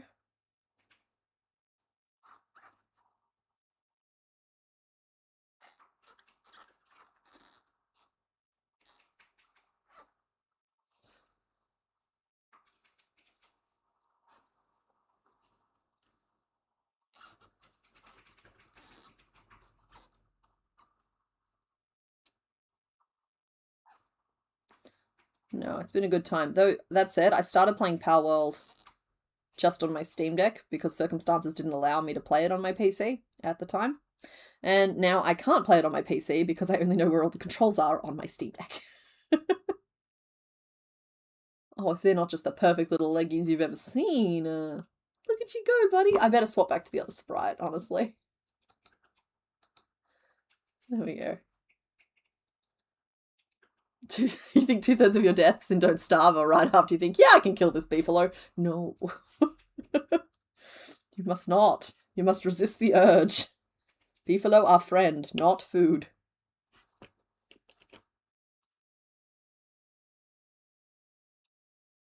Okay, I wished I pushed that around by a couple of stitches. I like the shape of the legs, but they're in the wrong spot.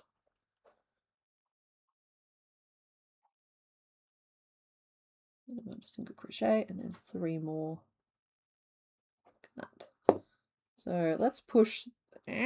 That's the face. We can push this whole thing around by what? 1 stitch. It's literally just 1 stitch.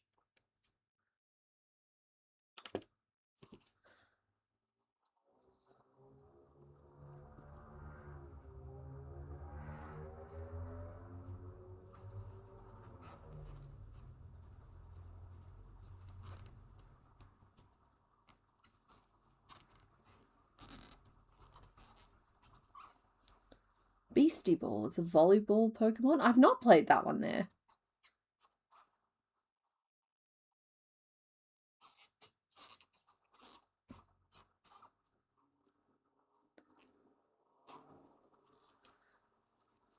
Oh, see, I love Rift of the Necrodancer. I've not actually tried to play it on my Steam Deck yet. I'm wondering if I'd have more fun with it that way, because like I got to a certain point with it, but unfortunately the only time I feel the urge to play that game is when I have a migraine coming on, and as you can well imagine, Rift of the Necrodancer is, if it's the game I'm thinking of, I'm pretty sure it is, you have to move in time with the song. And so like audio is a big component, so is flashing lights. So it's not the ideal experience to have when you feel a migraine coming on. Somehow though I forget the game exists whenever I'm not in that very specific situation. I want one at the end there. So then the leg will be there, there, and there. So we need 3 more there. Just like that, I've got the stuck in my head. Light sensitive headache, time for a flashy rave. Exactly. That and I'm trying to remember all my games. I might have to open my Steam up so I can have a look.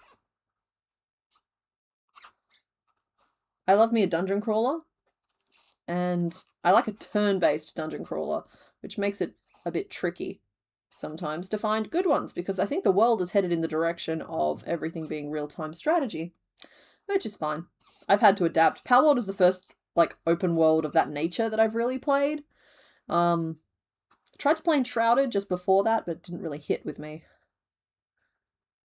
Yeah, you chubby little bean. Let's close off your belly.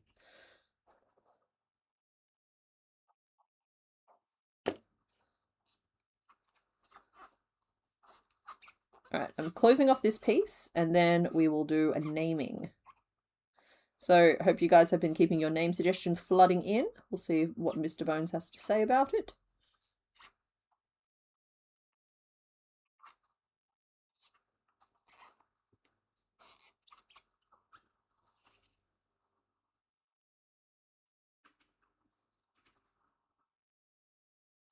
Oh. Rift is a rhythm game. Crypt is the first game, the one I'm meaning. Oh, okay. Yeah, sorry. I was talking about Crypt of the Necrodancer, which is where it's like a dungeon crawler plus rhythm game thing.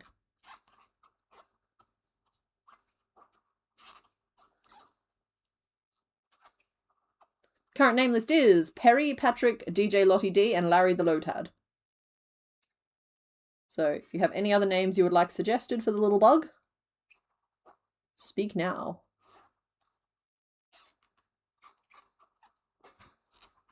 Before the stuffing is over.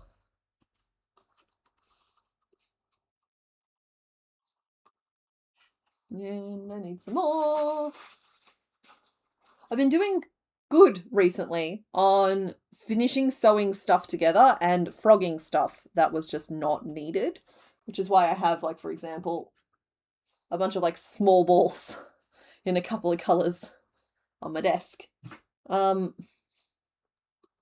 So I'm pleased with that, because I'm getting those done in like little 10-minute breaks as I stand up and don't like spend hours at a time crunched over my desk. Every 50 minutes I've been standing up and going for a little walk and using that time to like frog and finish sewing together some projects, because like I don't think you guys are aware of this, but Sprinkles the Bakery Dragon's tail hadn't been, like, it has 2 little fins on the back of its tail that I still hadn't sewn on years later, but I fixed that now and they're sewn on. And I've reclaimed the pins.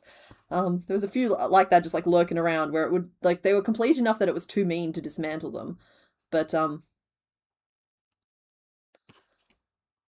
yeah. I hadn't quite gotten around to sewing them together.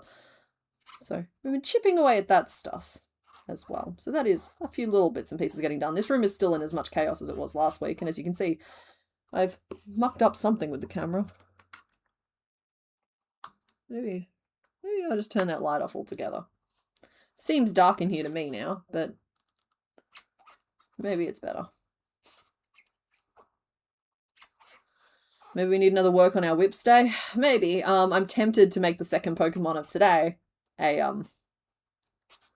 either Loudred or Roselia from last week, but I don't know where we got to them. Loudred, I think we could easily put another hour into. 1, 2, 3, 4, 5, 6.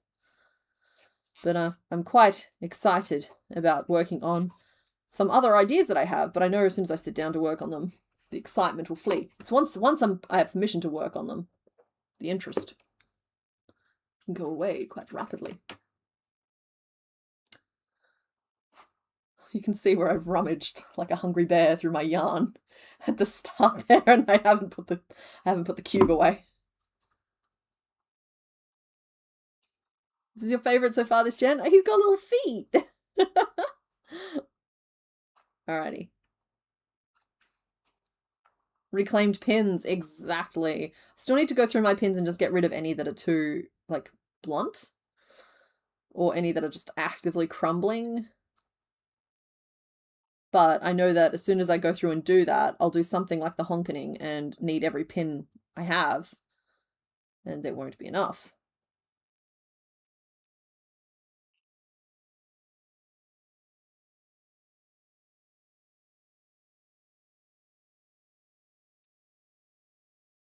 Yeah, Whip Day's coming up. Oh! I forgot about Whip Day! 23rd of August! Absolutely! How did we get to August already? What day does it fall on this year? I'd forgotten completely about Whip Day. It falls on a Sunday! The 23rd of August! Glorious be. Glorious, glorious.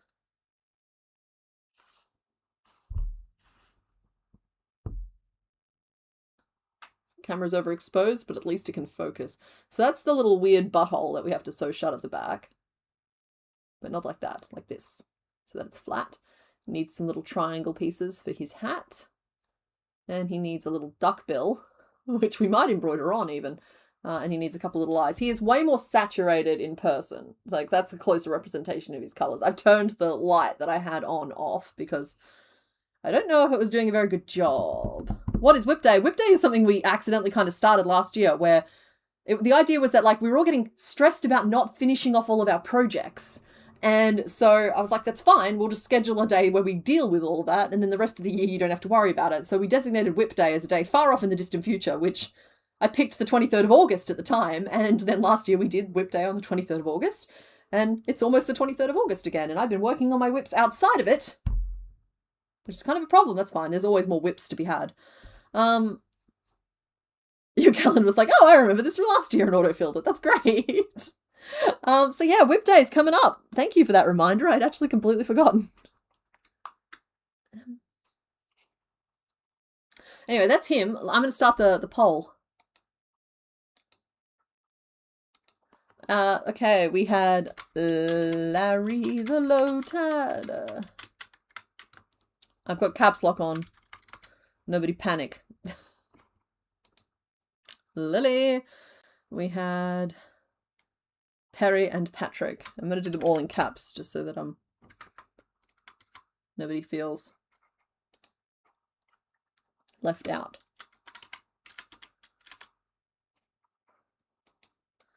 All right.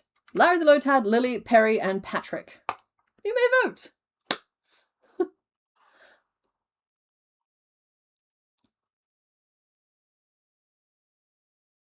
All right. I'm going to try and make you a little eyeball.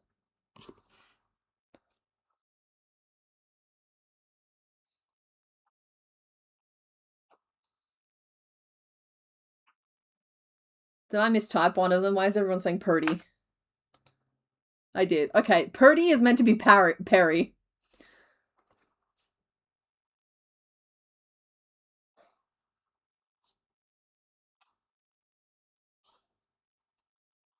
We love our whips, our chains, and our magic circles. We can do we can do both.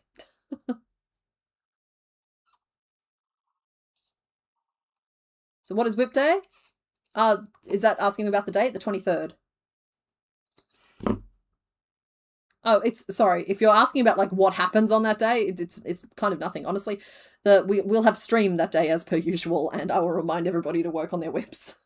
It's not that deep. It's not like a big event. It's just more of a mental placeholder to stop us stressing for the rest of the week or the rest of the year.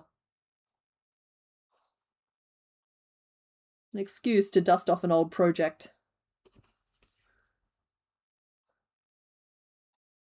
He's a very small bean.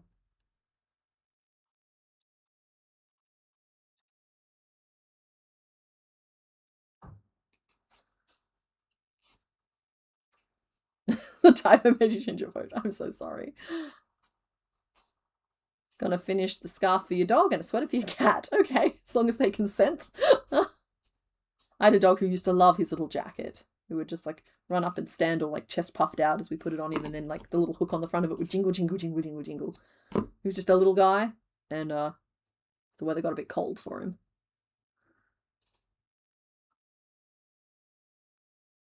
What am I doing to you, buddy? Where is your mother? Why isn't she here stopping this?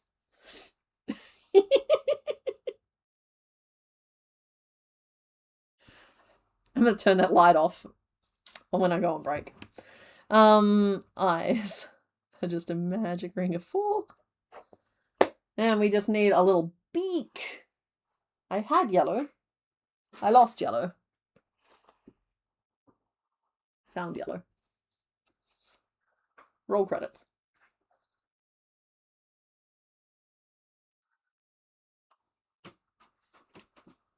Can I try something very silly that might annoy you? What is it? Yeah, that didn't work. Nope. Yeah, it's that light there that's currently overstimulating. But I also need to turn the exposure down on the camera. When I go on break, I'm just going to spend the 10 minutes fucking sing with it. Sing with it. Fussing with it.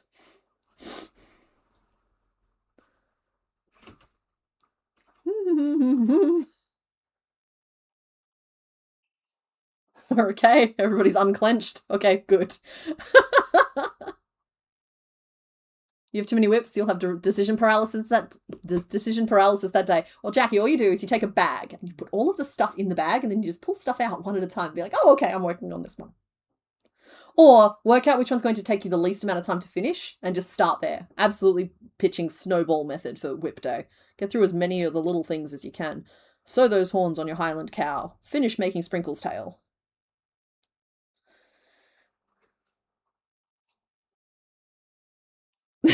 Gasp. The Aussie leaks out. No! Stuff that Aussie back in there.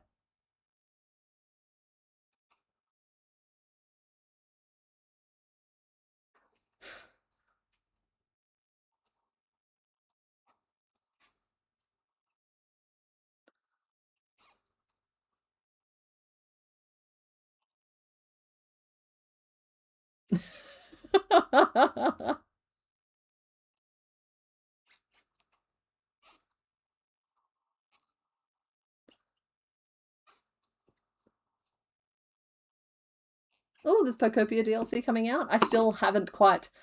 I know earlier in the year I was flip-flopping on Switch 2 or no Switch 2. I'm currently in a no Switch 2 mode, but I also saw that there is a sale form coming out soon. So I don't know. Maybe we'll flip back into the yes position. While I have Power World keeping me distracted on the deck. It's keeping me distracted on the deck. Stitch, single crochet, double crochet, crochet, slip, stitch.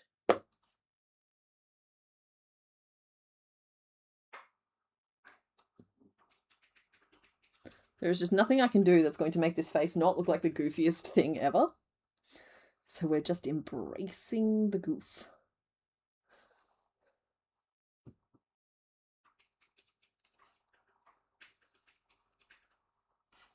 Hold on 1 second.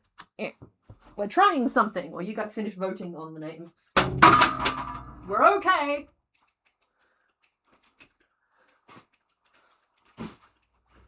I turned up that other light. That was bothering me.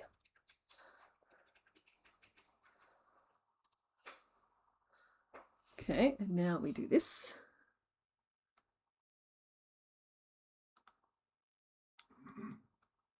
Said I wasn't going to fuss with it, and then proceeded to fuss with it the whole day.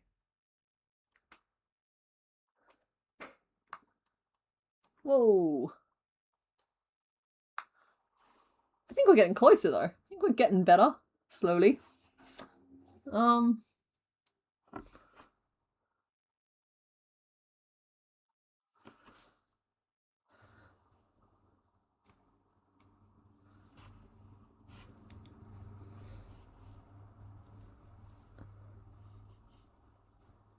think the eyes might need to just be a little bit smaller as well.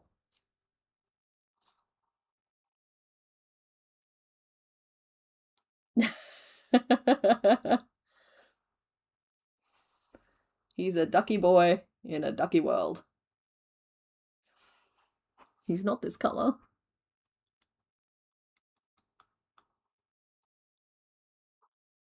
Maybe if I just change this back to auto. We're going dark for a second, we're okay.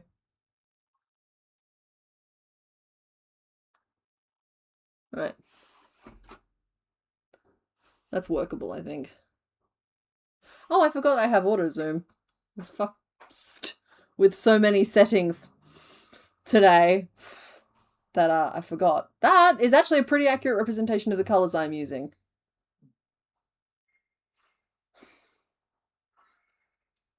Okay. We are naming him. What is his name?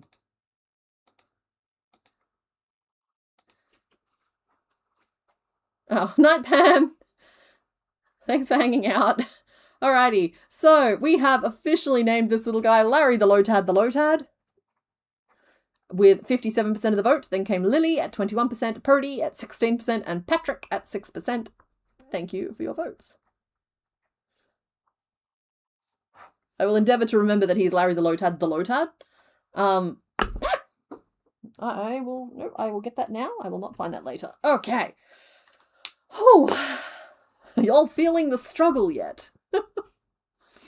See, now I need a light for my face because this one's no longer doing double duty. So, oh, that's in. Back out we go. Okay. We have accomplished one. He's a silly little guy with 6 cutie little feet. He's actually turned out really good. I'm a fan. I'm so happy I changed his colours. I know that they don't match this. And I know he still needs little triangles for his back. But, oh, hey, you know what? We are still at 1 minute 50, an hour 50. I'm going to make one of the little triangles for his back. We're just going to make one of the little triangles for his back. Look, easy there, Icarus. You've just gotten him to a point where you're happy with him. You sure you want to endeavour on another path of pain? It's like, no, there's a sun. Let's fly straight into it. He's Larry, Larry the Lotad. Is that the right tune? Oh, no, you're doing, he's Larry, Larry the Lotad. Like Perry the Platypus, right? Why did I start with magic ring? All right, to give my stitch a pointy end. Chains don't give pointy ends. Magic rings give pointy ends.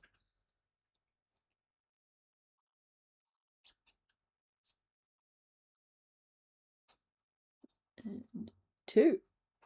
And we turn.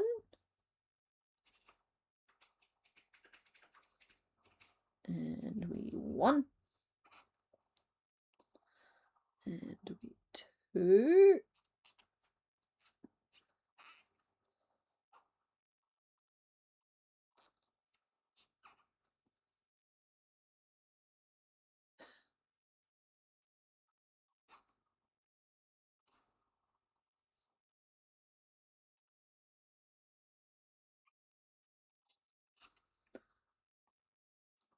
We might frog this final row.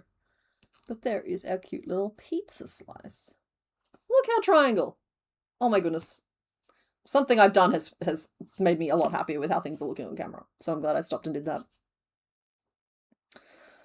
Be prepared for this to look different every week. And then that'll just go in there. Like that. Like a cutie little pizza slice. And we'll get another one there, another one there, another one there. And as mentioned, I might frog the final row of the slice, but I won't know until I make a whole bunch of them, and there's no need for me to make all 4 on camera right now. We're going to magic ring a single crochet, and then we're going to turn. And then we did an increase, and we turned, and then we did a single and an increase, and then we turned, and then we did 2. And an increase. And we will possibly frog. Speaking of possibly frog, there is our finished Lotad. He is a little pizza delivery friend. He's like one of those little robots. You put the pizza in the dish at the back, and then he just trundles along the street, hoping everybody's nice to him. And who wouldn't be nice to this little thing? Wait. There. Pin that in place too. There we go. All right. Popping that to one side. Choices. I suppose Roselia was also a good choice for things we found in the garden, but nevertheless. Oh, I've knocked you crooked. How long have you all been that crooked? There we go.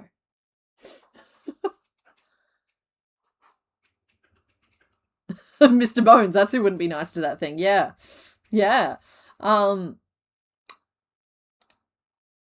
You guys want to pick another one? I will allow it. So, and that's right off. As mentioned at the start of stream, I apparently forgot to pin it. Let's see if I can scroll back up and find it.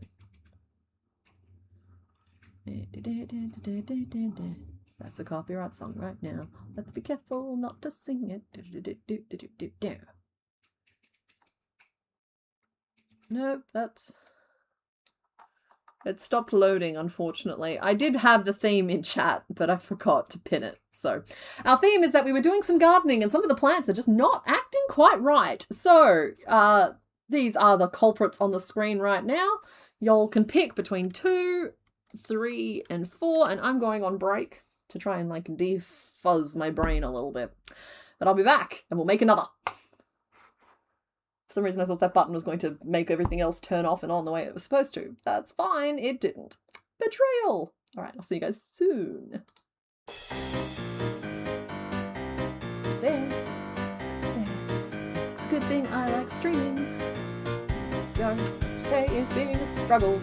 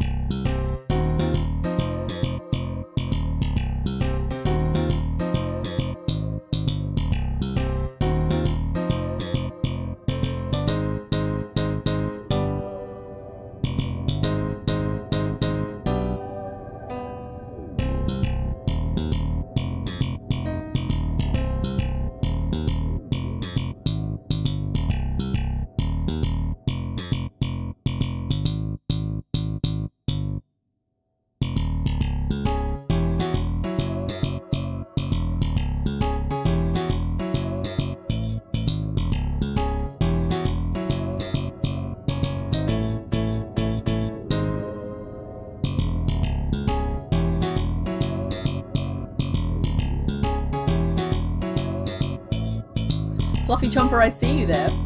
That is very clever. Mr. Bones doesn't get it, but I do. Fluffy Chomper got one over on you there a little bit, Mr. Bones. Alright, I suppose I better close the poll and see who we're making, better I?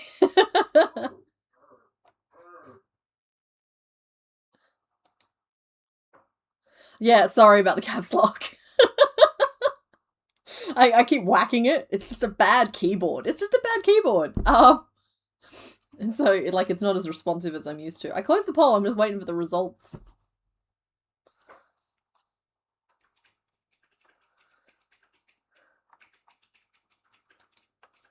Okay, so there wasn't a tie. You guys have picked number 4 at 42% of the vote. Then came number 3 at 37% and number 2 at just 21%. So that's kind of cute in its own way because it's like 4, 42, 3, 37, 2, 21. It is doing its best. We do not speak ill of the keyboard. Now, nope, I'm getting ahead of myself. First, we must reveal who it is you've signed me up to work on. Not finish, but work on. I'm fine. Why wouldn't I be fine? No, it's fine. There was no easier of the ones I have on screen today. The only way out is through. So you guys have picked number 4. Hello.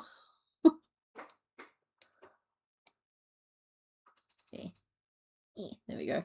You guys picked Breloom. And what's really fun about Breloom is that we made Shroomish this big. So to make Breloom to scale, he'd have to be like this big, which we're not doing. But I was looking around to see if I could spot him, but I know he's in one of the tubs behind me. I love Breloom, I do. He ends up on way more of my teams than you'd think. Keyboard is Aussie. I do not understand. Is it because I'm always going oi, oi, oi at it? That's not where I turn that off. Let's do this. Shrink that down and away.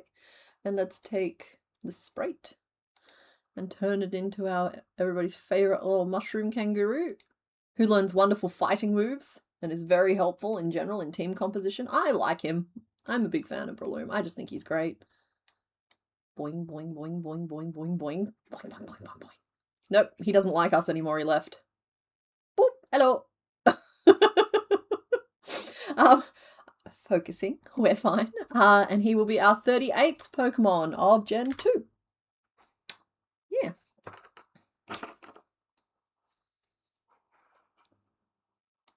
Remember, its arms are technically stretchy. Nope, I'm going to forget that fact as soon as I can. Quickly as possible, we will be forgetting that one.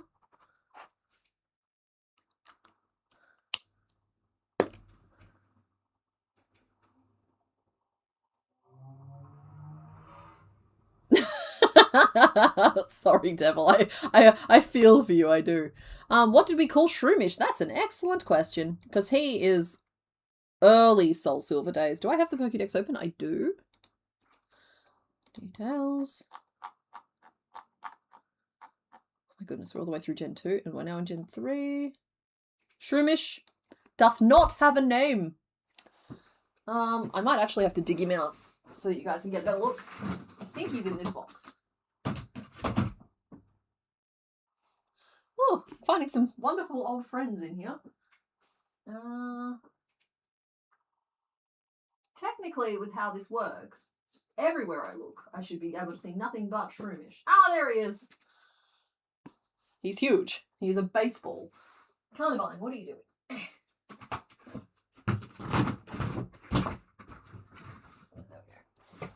See, everything's so much more accessible in the new room layout. Okay, so I love this one. I think that I have really outdone myself on it. Just great. Anyway, this is Shroomish. Shroomish does not have a name. Shroomish cares not for your human constraints and does not need a name. Seriously though, you can name Shroomish if you like. He'll just be down here in the comment section judging you.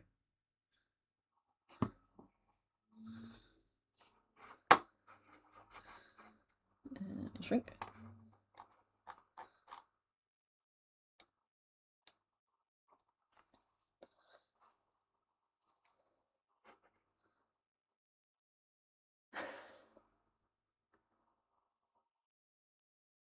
Alright, I need to draw this guy.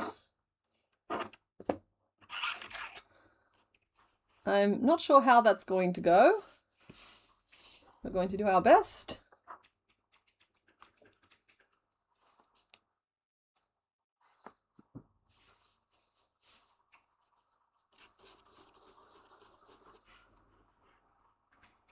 Oh, last week I was zooming in to do the drawing. Maybe we'll do that again today. That's kind of fun. The new setup has to be good for something, you know?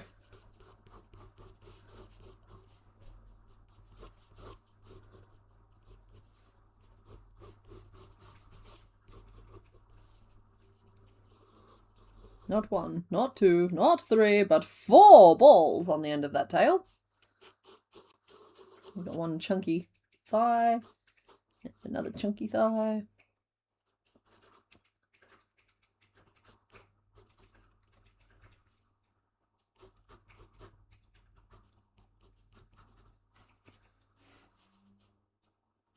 Pencil neck. What a goober. My go-to word at the moment is calling things a goober. I don't know what it is about it, but it's kind of just like cute dork. Little neck frill. Not like that. He's trying for his little hands just poke out the bottom.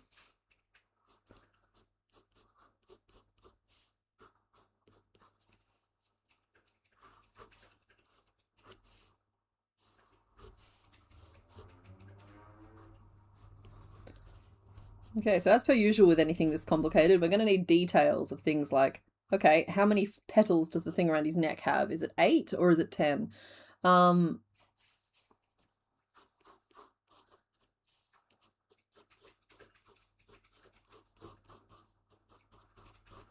Is it 4 balls around the tip of the tail or is it 3? I think it's 4. Any toe beans? All that jazz. I love the name fungi. Keeping in mind there is plenty of actual mushroom. I suppose this is an actual mushroom Pokemon, never mind. Does his hat only have 2 little spots on it? Or is it more than that as well?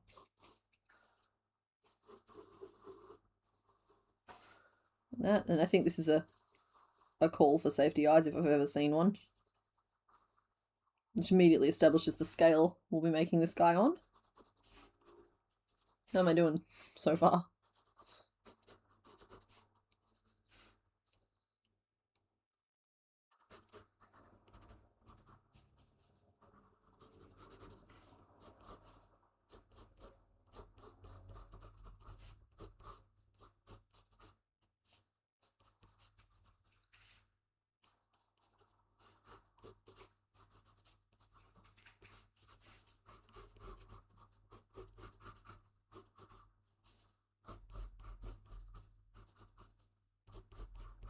There we go. Six neck petals. That is way fewer than I thought there were. Okay, 6 neck petals. So that should be on a slightly different angle then. Okay, so it's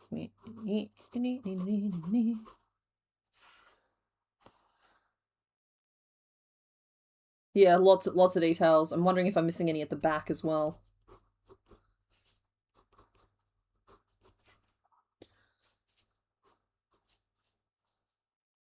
I've drawn his hat on a slightly different angle to the sprite. I've drawn it a little bit more like a bonnet.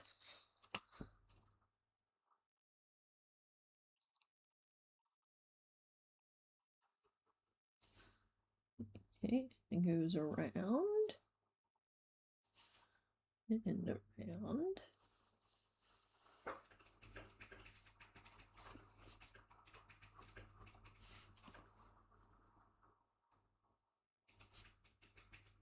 I've accidentally made him look very worried.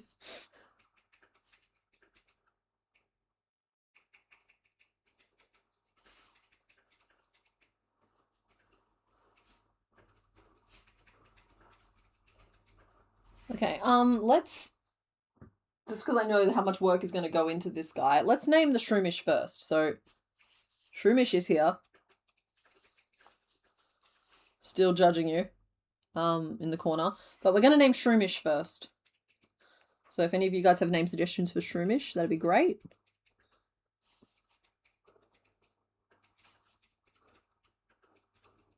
I'm trying to be better as I play through Gen 5 in just naming them as I go, as the names present themselves. Like I named one, I think it was something like Incredible Loaf. And another one, Concertina. So, trying to name a few of them as they go if I start catching myself calling them things.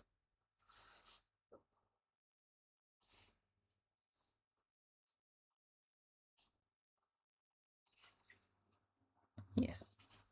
Very good, very good.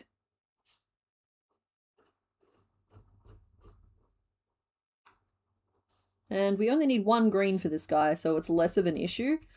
Because with one green you can kind of fake it a little better. It's when you need different shades of green that I find we run into some problems. I feel like he needs like a bobbing little Adam's apple there. He's just so nervous.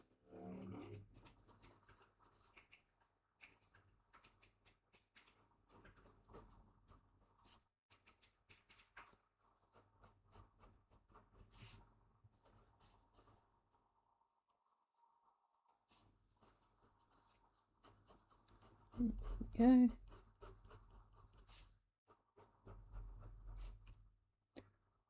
There we are.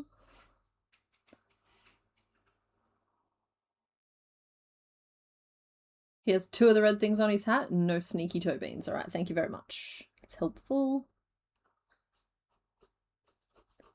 I'm trying to remember who it was that like we turned him around and realized there was like 17 extra spikes that were just hiding on his back. I think it might have been like Feralicator. It's like, sir, put those away.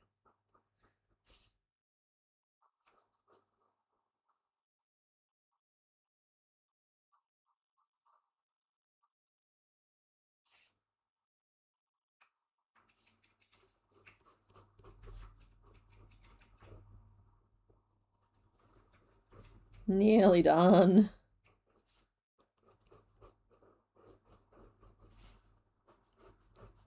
There we go. Alright, I can already tell you it's not going to line up nicely with the sprite, so we won't do that. I think you can see like the pencil okay when we're zoomed in like this, so I'll just shuffle him off to one side a little bit, and I'll do a little bit of a piece breakdown here. So he has this tricky little beak that I could split off and do as a separate piece, or we could start at the top of the head and try and build it in, or we could start at the top of the mushroom. Oh, whistled on my ethers.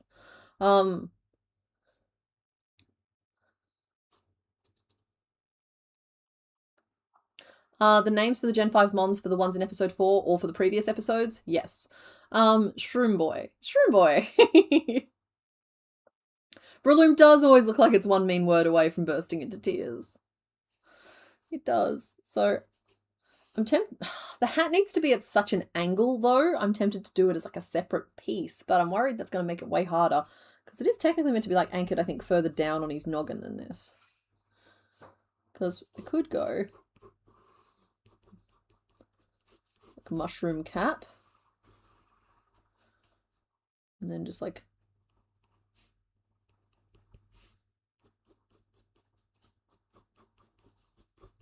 top of head.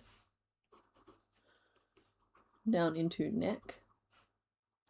I think this petal thing has to be made as a separate piece. Might make, depending on the scale he comes out at as well, they might be 6 individual pieces or just one necky piece. Down into a little bit of a bowling ball skittle, which never exceeds the width of his hat.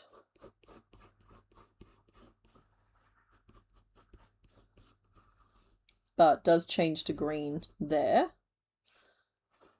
The hands, we'll just do like this. Although again, if depending on the scale, we might do 2 separate claws. We might just do 1 claw with a line in the middle. The leg is pretty easy. It's just a chunky thigh. with something a little bit more distinct going on foot and toe wise that I will work out when we get there. But chunky thigh is easy enough. Tail will probably, you know, tail will definitely do as a separate piece. Just keeping an eye on the camera to make sure I'm on camera the whole time. So we'll do like a long cone, and then we'll do additional balls for that. And for this, we'll do the little mushroom berry cup, because it has to be like black and then red. I think that's everything. And then we might have to do the beak as a separate piece. Now this too might end up being just two separate pieces, separating the hat from the neck, or hat from the head, but that's not a big deal. 4 balls on the tail, not 3. Thank you. Sort of similar to the mushroom dragon? Exactly. Particularly as I think it's mounted on like the back of the head, and then we can just tilt it. Sorry, itchy throat for a second. All right, we need some colors, and I'll zoom us out again. Hold on. There we go. So I'm going to use the same green that we used on Shroomish, is my current plan. So is Shroomish's yellow supposed to be the same yellow as the Breloom, or does Breloom get paler? I want them to match, you see. So it's going to be a little bit of an interesting exercise in working out what should be the same and what should be different.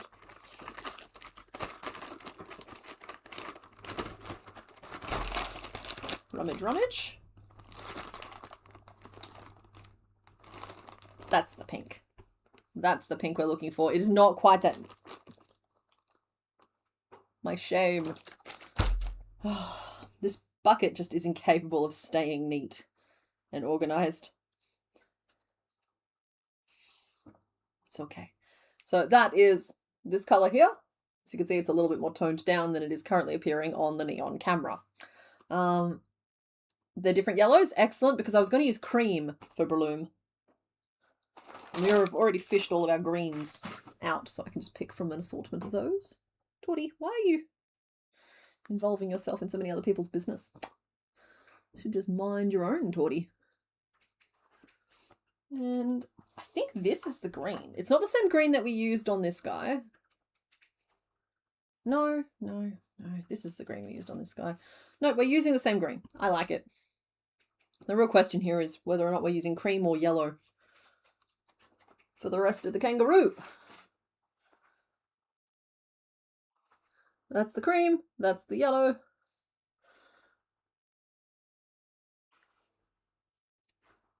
think he'll have more fur in the yellow, but I do think he's meant to be cream.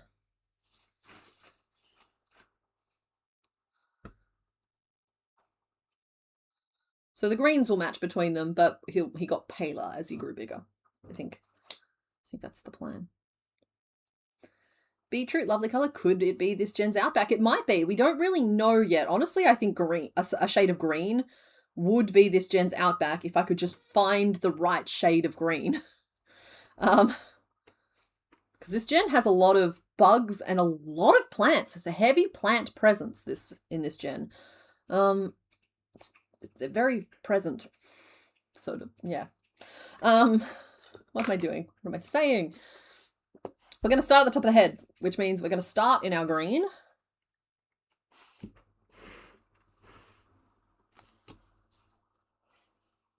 What is Gen 1's Outback? I don't know, but I feel like it might have been purple and beige. It's one of those ones where, like, you guys completely stratified based on the purples and the beiges. So I'm tempted to just say that's what it was. Whereas, like, Gen 2 was definitely Outback and Ice Blue. And for this one here, I don't know, I would have to look at it again. But right now I'm thinking the green, or a green is definitely one of them.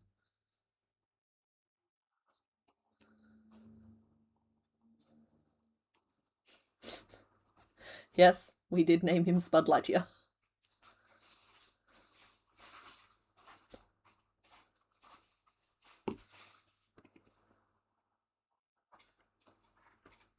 There we go. Hi. I was weak. Oh. Tim Tam? Let me save you from that. So, gonna bother you guys if I eat on camera?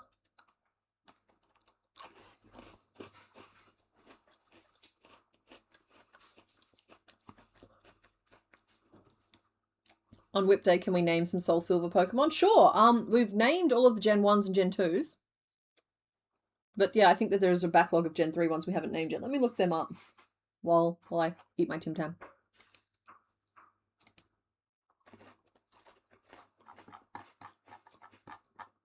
We're so far down the Pokedex list, I have to get some filters going.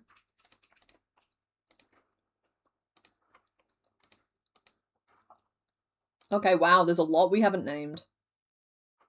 So the ones we have named, we've named Torchic Popcorn, we've named Dustox Dustine, Loudred is Cacophony, Roselia is Camellia the Executioner, we've got Tractor Beam the Kavana, Cabbage the Wailord, Abnumal the Numal, Pinchy the Flygon, Puffy the Swablu, Seasneck the Surviper, Email the Matang, Balloony the Drifloon, nope, that's Gen 4, okay.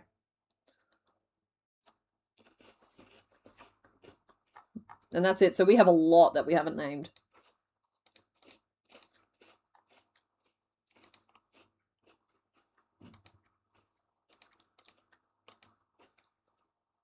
Actually, that's not that many now that I've filtered it. We have 25 that still need names, including the Shroomish that we're naming right now. Oh, I'm sorry. Exploud is still on here without his name entered, and so will be Roselia. No, Roselia's been named. Oh no, Exploud isn't Loudred. For some reason I keep getting Exploud and Loudred confused.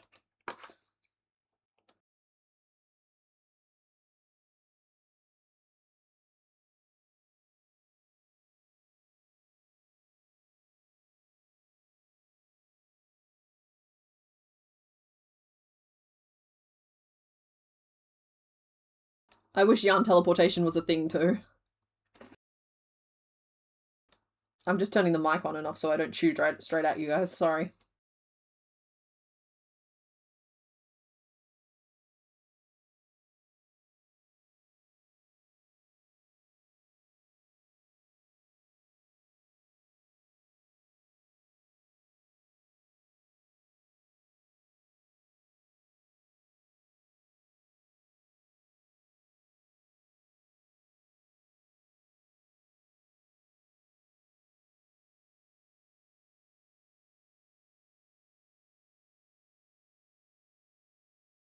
Okay, there we go. Sorry about that.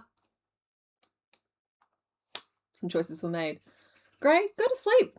I support that. Get a good restorative night's sleep, and everything will look better in the morning. Not that things aren't necessarily great. Everything looks better on a good night's sleep.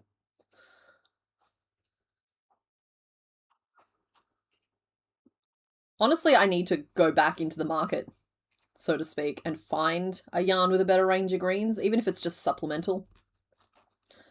Because, like, I do still have, like, I have a whole shelf of the greens. You can kind of see them back here behind where the chameleons are. It's just so many of them have gone blue shades of green and those variations. And I feel like green is one of those colors that kind of, yeah, I don't know.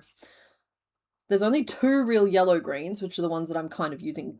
They're on the screen right now. And the rest are all varying shades of blue, and none of them ever are quite right for what I need.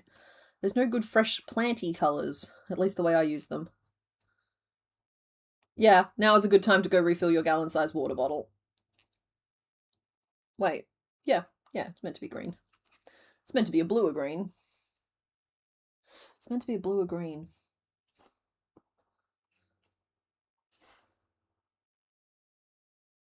That's too dark. Don't get distracted. Don't do it. Don't get distracted. We're using the green that matches the Shroomish. We're using the green that matches the Shroomish. Yeah, but I should explore a little bit more when it comes to yarn. I've been using this yarn now for 6 years without really looking much further out for it, and a lot has changed in the yarn industry in the last 6 years. Like, there's a lot more Australian brands out there now, and even Red Dot seems to have a really nice chenille one, Portercraft I think it's called, that I want to give a go to, because turns out I love giant fluffy things. Who'd have thought? But more than that, I love taking tiny detailed little things and turning them into giant detailed fluffy things. Yeah, it seems to speak to me on a spiritual level. Let's just put it that way.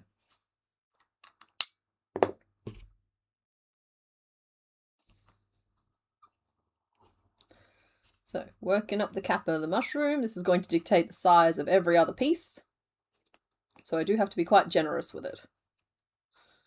That said, nothing will ever be wider than the brim of this guy's hat. A lot of the plants ended up with hats. So Lotad, Lombre, and Ludiculo all have sombrero lily pads.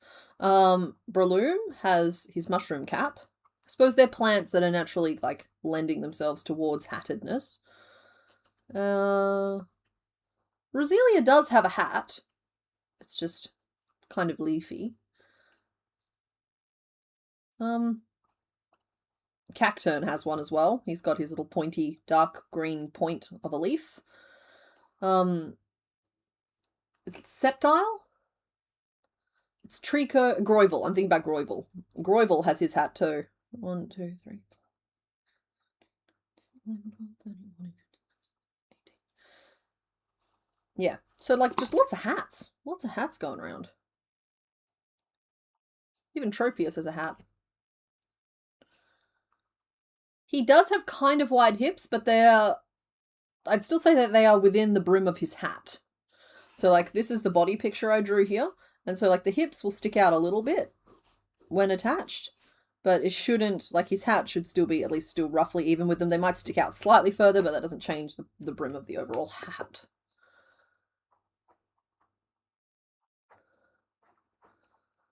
So I'm going to go up to 24, and then we might even do 2 rows of 3 increases just to curve it. So that'll bring us to 30 in total, which I think is a pretty good size for a hat.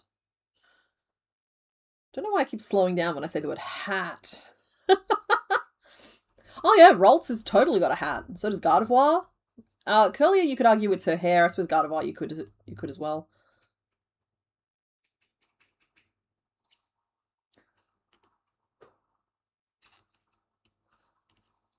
Yes, I agree. Breloom is a great opportunity for safety eyes, and we will be using them that way.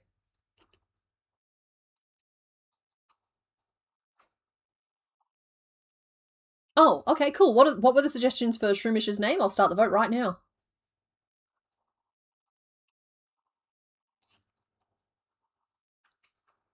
Wait, we have suggestions? Mr. Bones, you might need to scroll back up. Because we're currently making Breloom, or Breloom. We're naming Shroomish, though.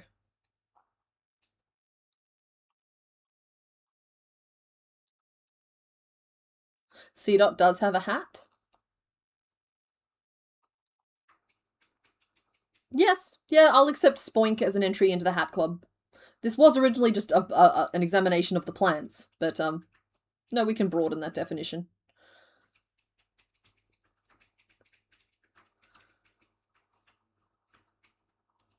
They are absolutely drumstick shaped. I agree. Snowrunt has a hood. I would say Snowrunt has a cape. It's a toppings generation. They all have toppings. Let me have a look. Hold on. Who else we got? Combuskin. That's a hat. C-Dot, yeah, we've already spoken about. Shedinja kind of has the halo in some pictures. I don't know if that really counts, though. Makuhira has his little bow on top of his head. Delcatty has a hat, which could also be ears. Manectric is wearing a full-on balaclava.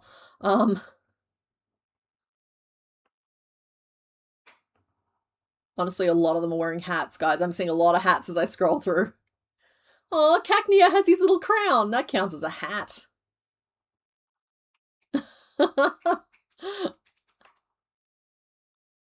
I'm trying to ignore anything that looks a little bit more like their head. But there are a lot of hats. Just a lot of hats.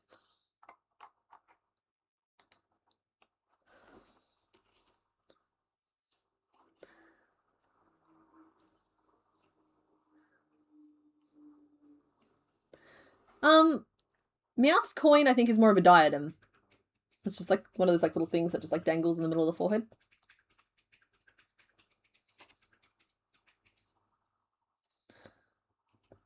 Okay, and now we go. This is 24, so it's 1, 2, 3, That's fun. Moshi moshi. It's hello on the telephone in Japan, but it also sounds like mushy mushy.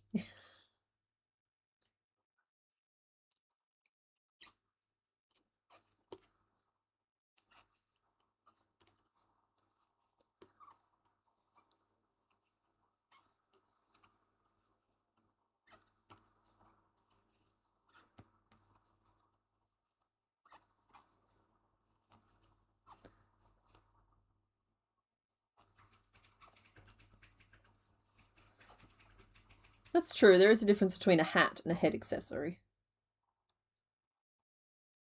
Because, like, Young Goose is wearing a toupee. That's not a hat. That's a head accessory.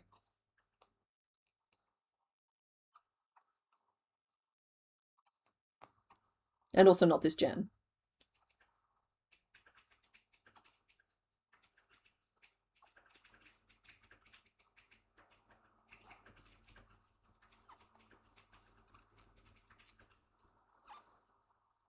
Okay, and one more row around, adding just a little bit more width to this brim. Honestly, he's coming out a little smaller than I thought he would.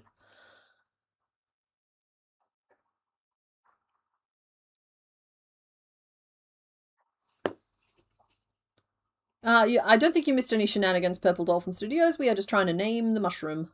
Not this mushroom, this mushroom.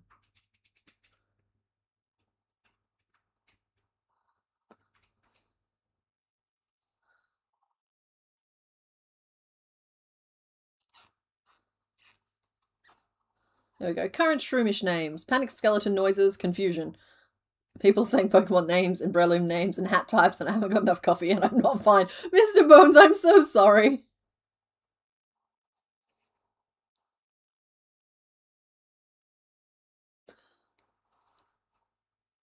I thought we were all on the same page and we've left a poor skeleton behind.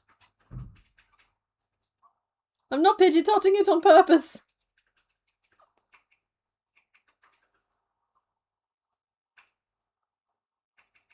I am trying to make a return to more reasonable sized Pokemon, but there's a difference between that and a Pidgeotting.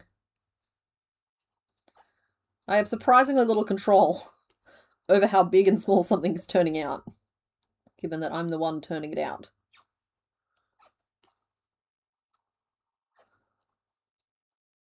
Okay, there we go. Name list. Shroomba, Merv, Moshi Moshi, and Panic Skeleton Noises. I like that list. Any objections?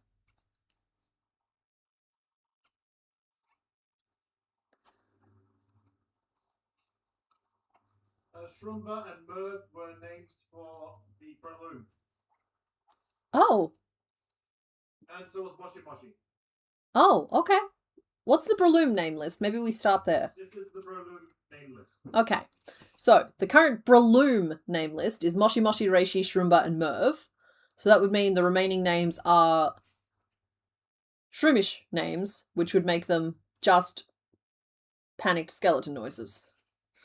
I liked Shroomba for the little guy, because, like, it's a little Shroomba that, like, trucks around, you know? That's what I've been pasting.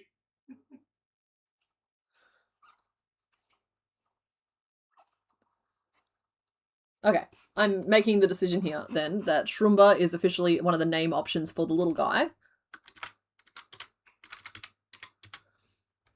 Oh, God. I'm leaving the typos, you know what I mean. I do have a caps lock issue. Sorry, it's bad. It's a really bad one.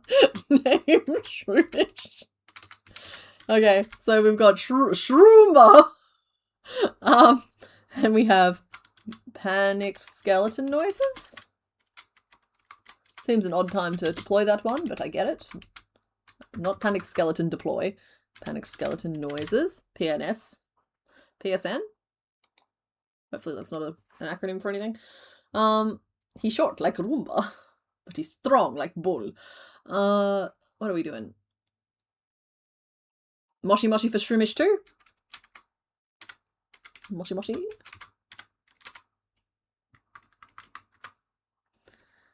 And do we want fungi for the big guy or the little guy?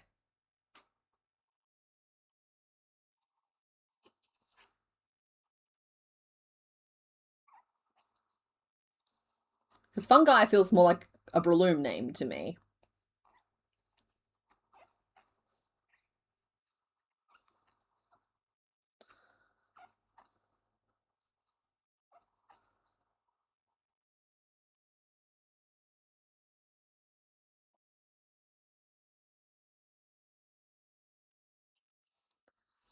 He also does have the expression of a Goomba. Happy time zone, Daiquiri! Welcome home from work. Or welcome to your break, I suppose. That's exciting. 9 single, increase. It's just a 33. Yeah, I think Fungi is more a Breloom name.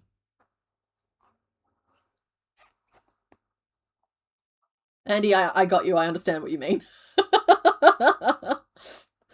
Yes, we like Fungi for the big guy. But I see I'm not the only person encountering just a lot of typos today. Alright, so we have 3 names for Shroomish. I'm happy to hit go on this.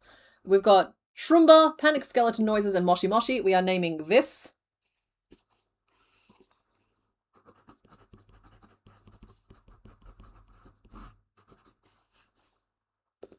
Nope, it needs... Cannot see that. Let's try that some more. Name this. I'm going. Yes. So to be clear to anybody who's not super up on Pokemon, we are currently making Breloom, but we are naming Shroomish.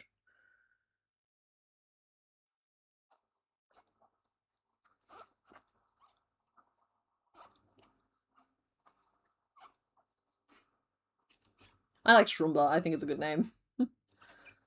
That said, honestly, any of the options there are good. It's just, like I said, the typos on Shroomba got bad. You know what I mean. Oh, shout out to Mitch for having the stream going already. Hopefully he's bringing you a nice beverage as we speak. Exactly. If Moshi Moshi fails, I'm happy to roll that into a Breloom name. 7, 8, 9.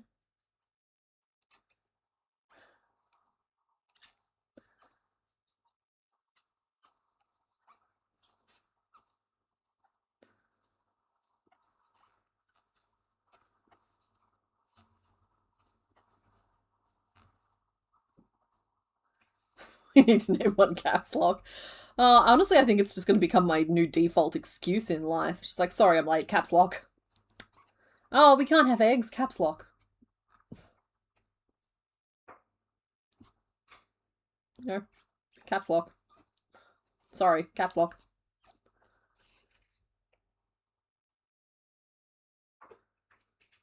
Okay. So I've gone up to 33 stitches, and that is where I'm going to try and have the restraint to stay.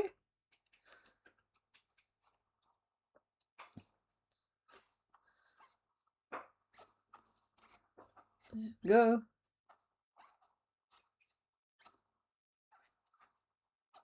Mushroom caps lock. Can't. Stars aren't right. Caps lock. It's just like, I feel like it's one of those explanations where people just wouldn't question it. They'd kind of like nod, slightly confused, and just kind of carry on. Night, Naked Nora, thanks for hanging out. I'm sorry you can't teleport your greens to me.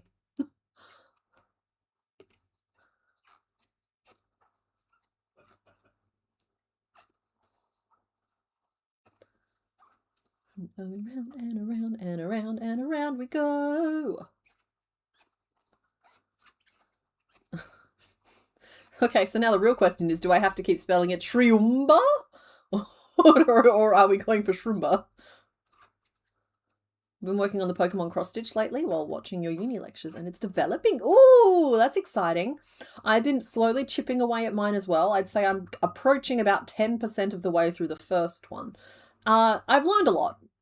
Next time, I'm going to pick a cross-stitch that doesn't require so much color blending and so many, like, it's given me like 20 odd colors, right? But like so many of them, like 2 strands of this one and 1 strand of that one, 1 strand of this one way, and then 2 strands of a different one another way. So I feel like I'm doing every single stitch multiple times instead of just being able to like zone out and fill in blocks of color. So I've learned from that, and I know what I'd get differently next time. Though honestly, after doing even just a little bit of this one kit, I understand it, and I'm happy to go rogue next time and just find a pattern that I like and get the supplies. But I did want a kit to start me off, so yeah. It's like how you can explain any outfit by just saying laundry day. Exactly. It's a lot of green, Loot. It's just a lot of green. It's a forest scene. I posted it in the Discord a while back when I got them. I got one with like a fox and one with a deer. I'm working on the fox one first, and I'm stuck in the trees because like every leaf needs a different combination of threads. Oh, I'm happy to share. I'll get Mr. Bones to bring it in if you like. Honey, would you mind bringing me my cross-stitch bucket?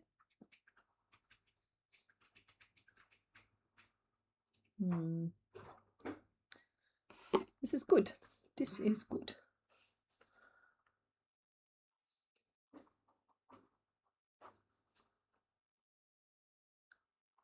We'll change to cream.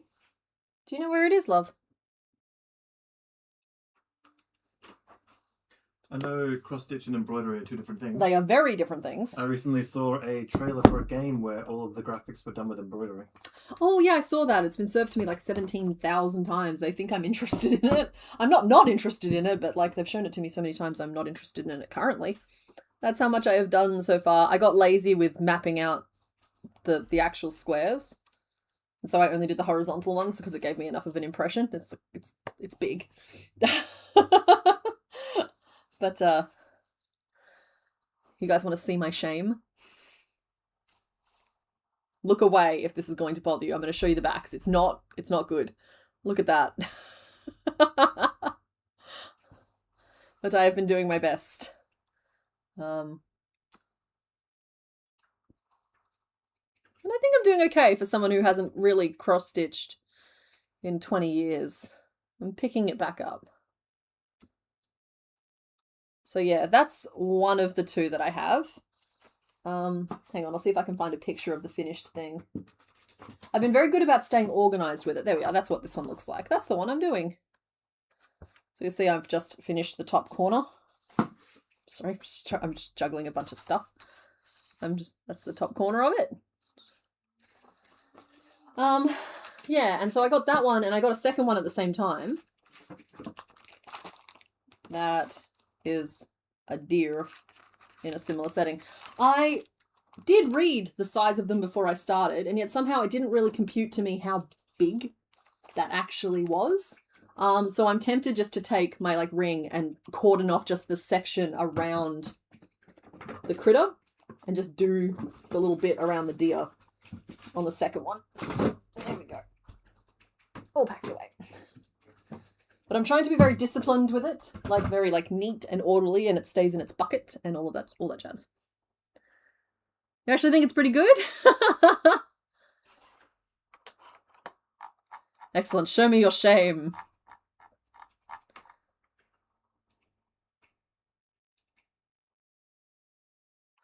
Oh, yeah, my hook is not really blue anymore.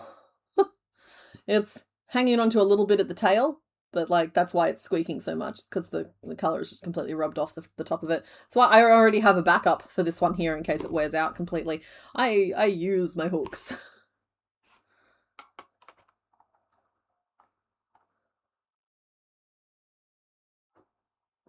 Gonna casually Google them because you need that deer. I think I got... Yeah. I got them from, I think it was JKS. But yeah. I linked them in the Discord. Let me know if you can't find them and I'll dig up a link to them. Or send you the numbers of the kits.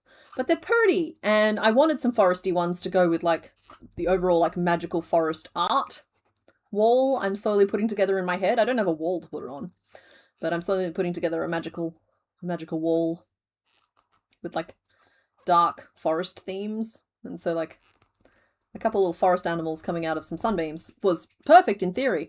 I did not quite compute that they were going to be as big as they are, and so now they're quite dominant pieces on my magical art wall, and I'm going to need to find some like smaller filler bits to go in between, maybe some cool jewel-toned bugs or something.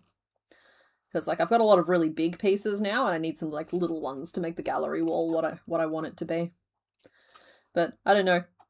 There's been a shift in me in the last 12 months, and suddenly I'm just super into just like everything being handmade and hand stitched and all that jazz. Not that I wasn't before then, but like with my home decor, I was always very minimalist, and now I want to cover every surface of my house in tapestries. Oh, excellent. Thank you, Daiquiri. I am now checking it out. This does not look like shame at all. This looks neat and orderly. You look like you've done this before.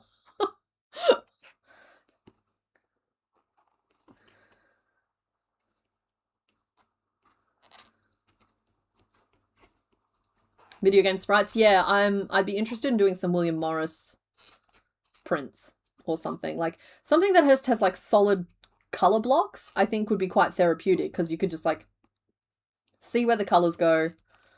I mean, still keep the little chart with you. I've had to digitize my chart so that I can like block out each stitch, because I have to tick each one off twice. Oh, and thank you, Fluffy Chomper. I am feeling so much better about the back of mine, having seen that like this is kind of just what they look like. Yeah. I appreciate you. What was I saying? Yeah, I would pick one that's a little bit less blendy, as you saw there. It was just, everything is just a slightly different shade. There's a lot of color blending to it. But color blocks sound nice, and there's some really cool shops out there. You kind of have to dodge the AI a little bit, but there are some really cool ones out there that come recommended by folk, where you can find some really interesting, fun apothecary type stuff, which I think is kind of cool.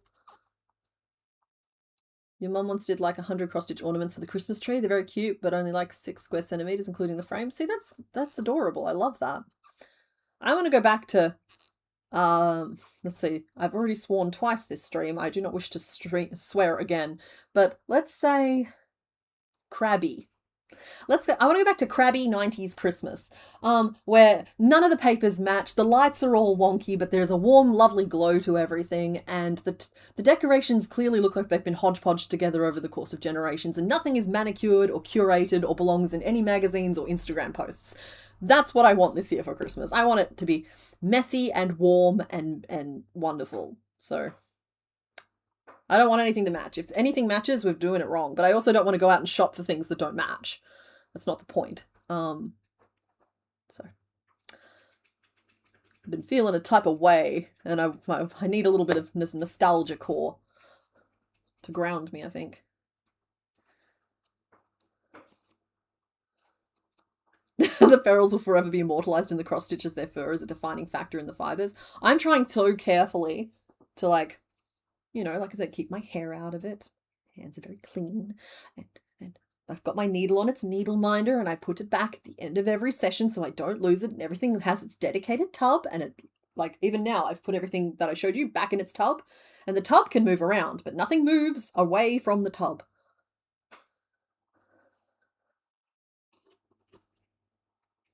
So yeah. This is going to sound so funny coming from somebody who literally works with fiber crafts for a living. I wish I had more time to do fiber crafts. Because, like, oh man, I would love to do like some big wall tapestries of various things, and I would adore all kinds of stuff like that. Like 1, 2, 3. Sorry, I've got distracted counting now. 4, and you're going to have to wait a second. 5 for me to get back to my original thought. 6, 7? Yeah. I saw some like hand-stitched, really interesting embroidery Christmas stockings that some people were doing, but then I've also seen bugs done that way, where they're like put a bunch, like they stitch over the top of the bugs in these little frames. I'm just like, oh, I want to try that. I want to do that. I love bugs. But the actual taxidermy bugs creep me out a little bit, because I just get sad for the little life that used to be there. But some embroidered ones are right up my alley. Like, we'll do that. All right, go study, Daiquiri. Good luck. We believe. 3, 4, 5, 6, and you've got this. You've got this. Thanks for stopping by and saying hi, though.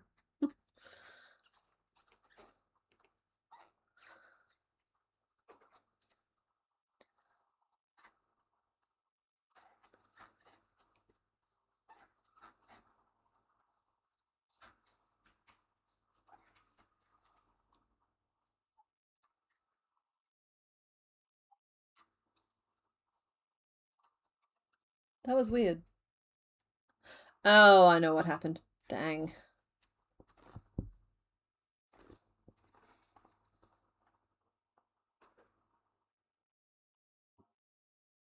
That's it. I'm also perfectly happy to create my own grid artwork. Have for years. And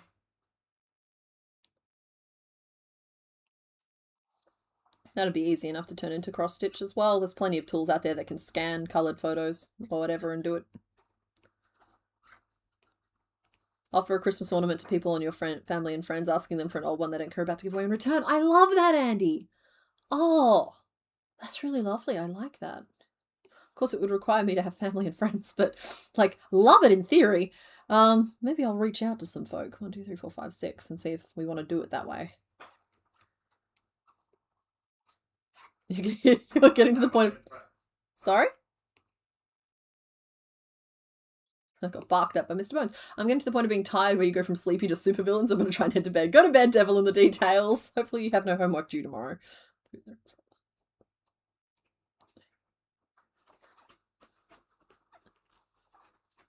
You have family and friends. I'm behaving myself. Don't you worry about that. Check that negative self-talk.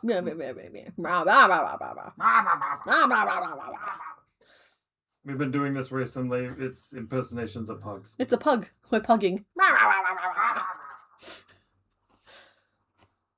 You have 2 modes. Open swearing mode or full throttle censorship mode. I cannot do anything between the two. Oh, are we allowed to say crap? I've been avoiding that one there. I thought that I considered that a swear word. Yeah, I try to stay in golly, gee whiz, gosh, jeepers, crud mode on the internet, and I struggle to do that. I'm struggling a little harder today to do it than most, as a few fusses got through. Whoops. But normally I'm very good.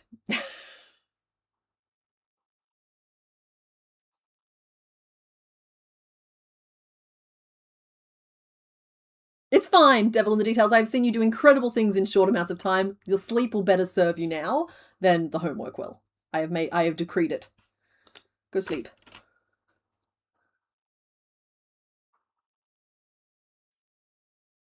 And we worked 3 rows of 8 single crochet and a single crochet 3 together, and I thought it was 7, not 8, and that's why my count was going wrong. Which does leave us with 27 stitches around. And I might have to go in and do that little line technique to give it the... I used to know the word for the things under the hood of the mushroom.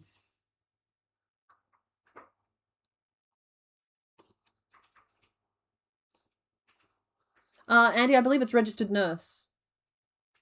Might be residential nurse. It's something to do with nursing. Registered nurse. Registered nurse? Yeah, okay, cool. I knew it was something to do with nursing.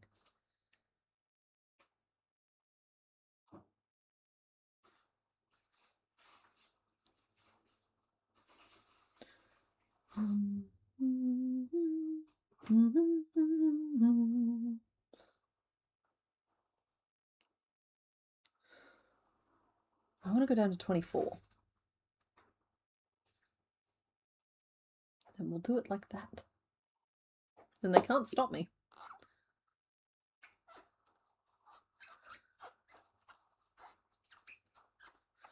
Pugging is an adorable term. I used to call it being noise-making buddies, but we're making such a distinctive noise at each other these days that it has to be called pugging. And as far as I know, that's not anybody's... No one's using that word for anything else, let's put it that way. So far the word has been safe and acceptable use. Oh, name vote, thank you! We have named Shroomish. We're not spelling it that way, but you've named him Shroomba, which is a very good name indeed. And he doesn't look it, but he's well pleased. And so now he must go off to get caught on a ledge somewhere. Thank you, Shroomba. How do I plonk you in here somewhere to judge? Always judging, Wazowski. Always judging.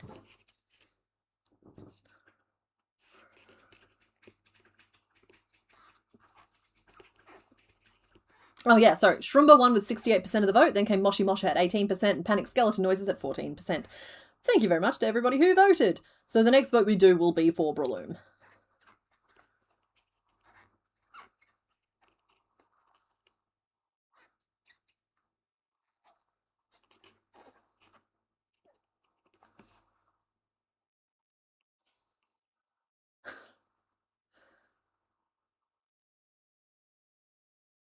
It was literally the word stupid. Hey, I grew up in a household where stupid and shut up were both considered just as bad as anything else.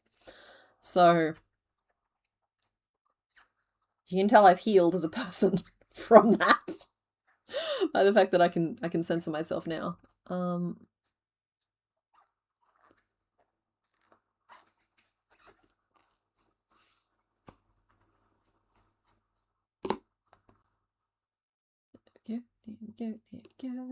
Okay, current nameless for Breloom is Moshi Moshi, Reishi, and Merv.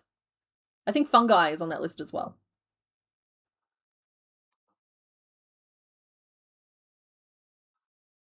Very good little mushroom cap. Some pressure for me to get a wriggle on, though, because, I mean, can you imagine if I was just like, and we're going to call it there for the day? I'm just like, there would be a revolt. This is not an acceptable place to leave it. Do I want to go down as small as 18? No. Don't get me wrong, it's got a tight fit on his head, but I don't think it's quite that tight. Is it that tight? I think maybe down 3, and then his head is 21 around, which is odd, but not insurmountable, so maybe we do that.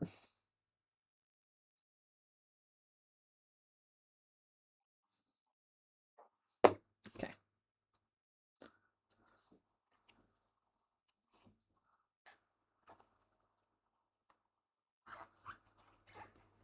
I'm going to spell fungi however I want to spell fungi, and y'all can't stop me. I'm seeing a lot of back and forth right now.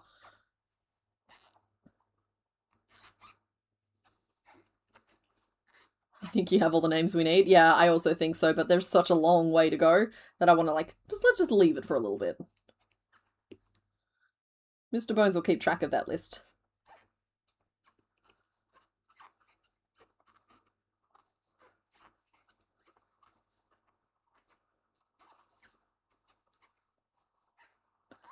Oh, wow. Jet Golo, I'm not sure if you're, I mean, you'd have to be. You'd have to be here in the chat, but I've not seen that name here in chat, so you're obviously someone else over here on YouTube. But those are pretty. Like, the Pikachu one is adorable. I love the little Rowlet. I honestly love some of the card art. I've been watching a lot more Purple Cliff, funnily enough. He normally yells so much in his content that it's not really for me, but his card opening, like, seeing him talk about Pokemon cards, I don't know, it just reaches into the child within me and makes them cry. That's not what I meant. But I like the stuff where he's talking about Pokemon cards and his experience with it, right? And that means I'm seeing a lot more card art, and like PM7's getting into it as well, and I watch a lot of him. So I'm not ever going to be a card collector because I will not let myself engage with a hobby that is just there to throw money at cardboard. I can't do it. I throw money at yarn. I've made my decision. But I love looking at the little card art. I love the card art, and those embroideries remind me of the card art.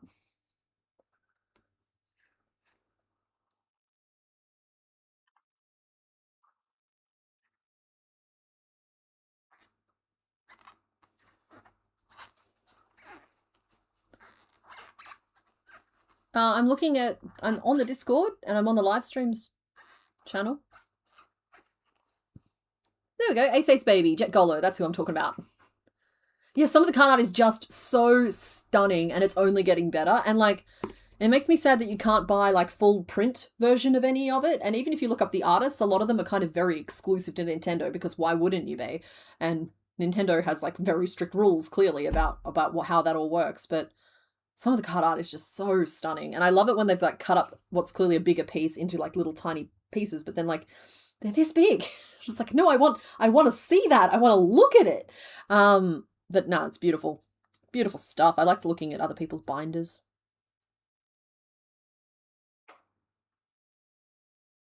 Real Breaking Nate. Oh, I also watched Deep Pocket Monster, but I feel like you can't watch Pokemon card content without encountering Deep Pocket Monster.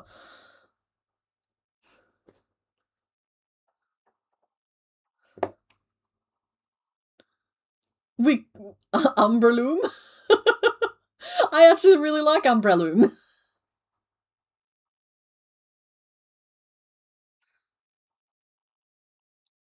You know, I get it. It's Umbrella and Breloom.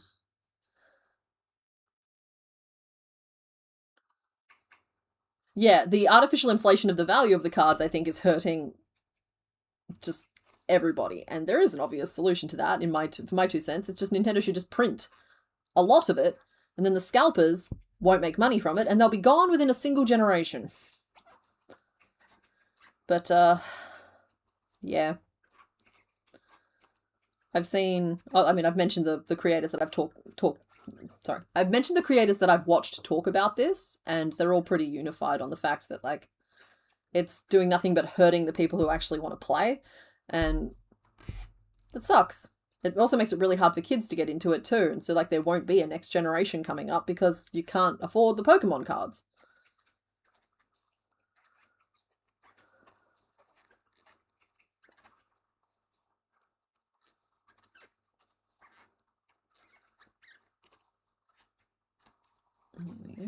And around and around, and we've moved into the head now, so I guess I've made my decision about making a separate mushroom piece. I'll give one attempt to forming this head. If I don't like the angle it's coming out, we'll frog back and I'll make it a separate piece. I like Moshi Moshi better than Merv. I do. I like Moshi Moshi, Fungi, Umbraloom, and I don't know what Reishi means. I don't know where that one's coming from, but I feel like I could like it. It's fun to say.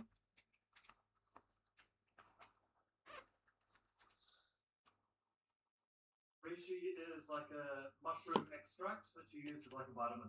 Oh, okay. Okay. It's alright, Breloom. I won't let them extract your juices. You're safe with me. They won't get you. You can stand under my Breloom, Breloom, Breloom.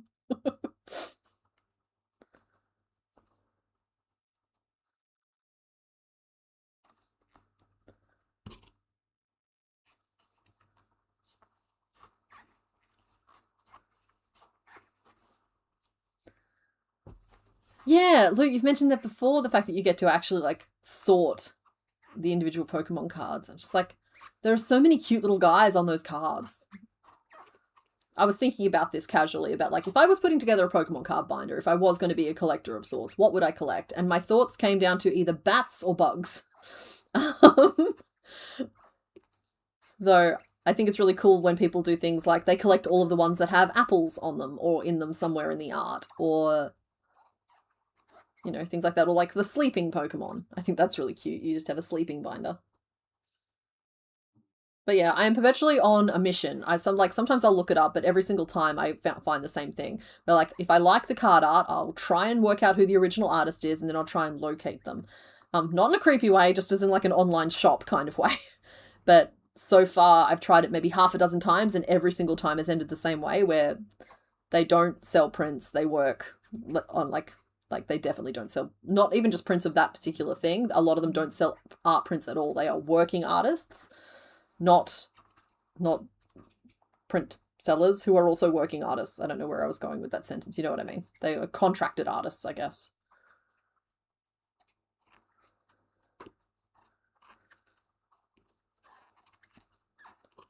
Sorting through the bulk does sound super fun, though.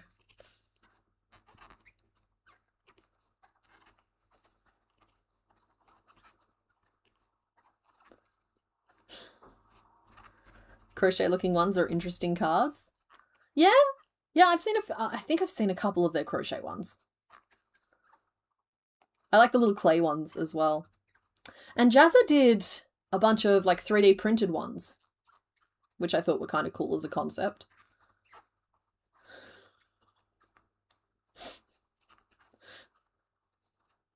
Sorry, I'm laughing. Andy, your photo of the person in the umbrella hat is making me laugh.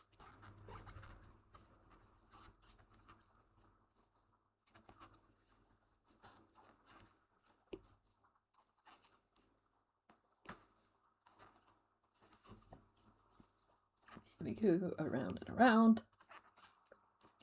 Yukamori clay art Pokemon cards. Yeah. Yeah, they're cute. I like it when various things get tried. There are so many just like interesting styles that have been kind of folded into the mix as well.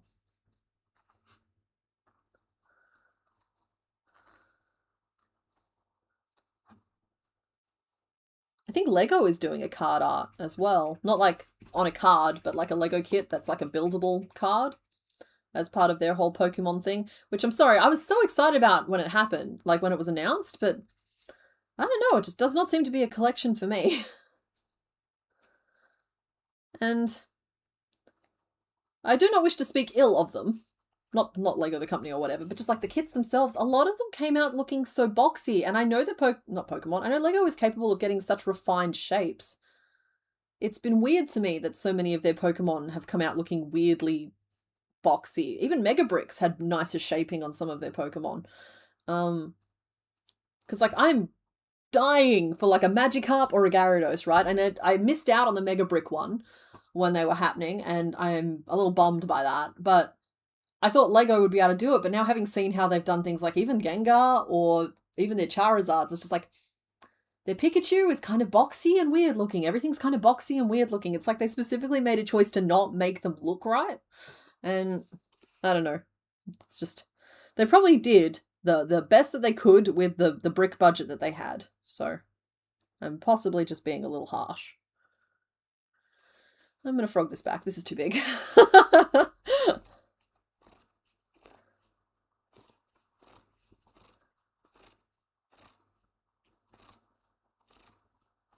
Ah.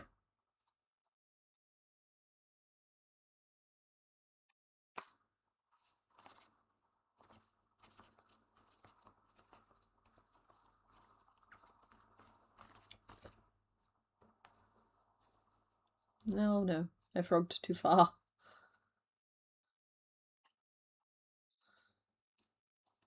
This needs to be smaller though. It's not working. So I'll go back to there and I'll go down to 18.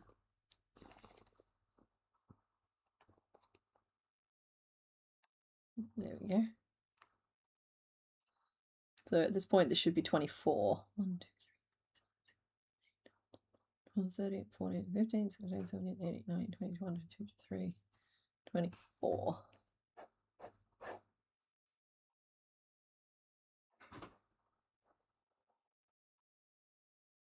That'll get us down to 18.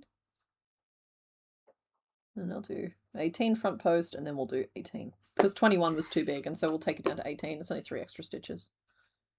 In your dreams, Pokemon hires CK to make crochet card illustrations.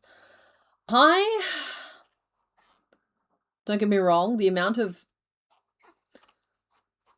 I experience just a lot of self-doubt, and I need a lot of external validation to feel valid and relevant, and the amount of validation something like that would give me would be incredible. But at the same time, I live in perpetual fear of Nintendo even noticing that I exist, because you can never really tell how they're going to react to some of this stuff. Like, they're not a company that's known for being overwhelmingly friendly towards its fan art community. In fact, to the point of being occasionally downright hostile. And so you never know if you're going to be greeted with like, wow, that's incredible, or what are you doing? Shut you down. So 1, 2, 3, 4, 5, 6, 7, 8, 9, 10, 11, 12, 13, 14, 15, 16, 17, 18, 19, 20. That said, hey, Nintendo, if anyone's watching, Like, I'm happy to... I got him here. Let's do a card set.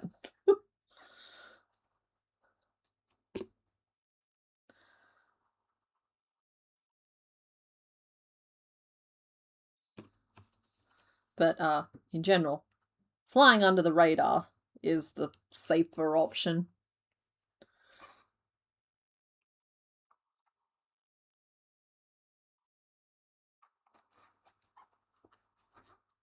Particularly as, I will say, like, I have improved a lot over time, but there are some that I've made that are not good.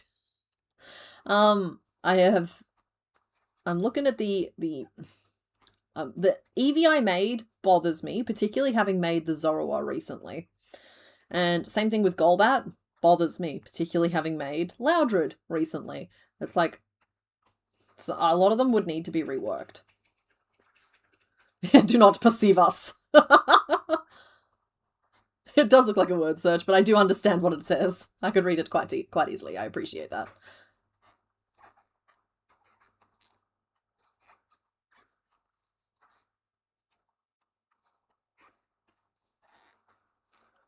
Oh my goodness, I'm looking at that Omanite card shared to the Discord. The card spiked in value recently because somebody stole this Omanite's girl and it's in the background. Oh my goodness, look at them! He's so sad, and his girl is back there flirting with another Omanite.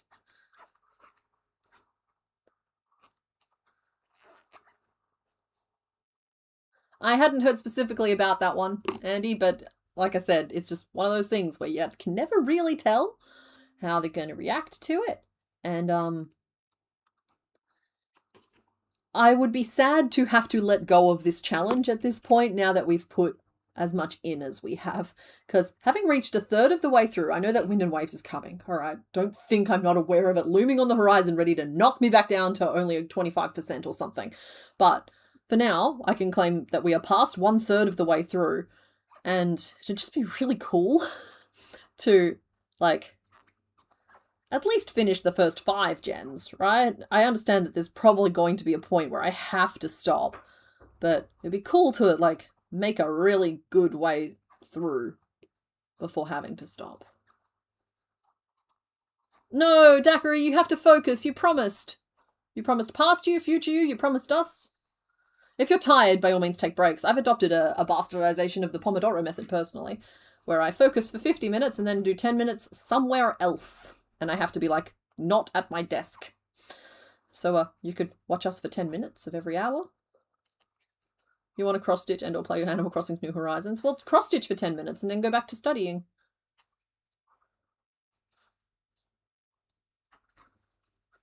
Why not make a stream where the board has only the Pokemon you want to redesign? I've thought about it. We potentially will. Little time travel stream. Like Gengar, I need to go back and do again just because he was like the first one that I did, and I haven't made one since, but I'm given to understand he is considered straight up nonsensical to anybody trying to make him afterwards. But that's because since then, I've realized, oh hey, I'm giving these notes to people to also work it out. Whereas, like, when I was making him, I was like, oh, this is just a freehand project. I'll just freehand it and make it work. And thus I did. And I wrote down what I could. But that's not really the same thing as making a pattern for somebody else to replicate.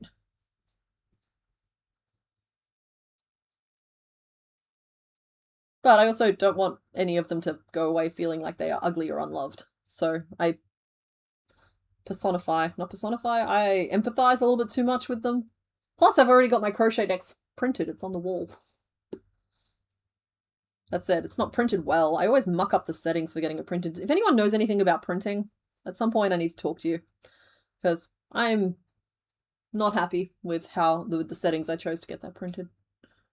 And I have images as high res as we need. It still came out weird. Yeah, Gengar is child. That's what I mean. It's like, I know I could design Gengar so that he doesn't do that to people. Hi, Coletti. Okay, go back and study. We believe in you.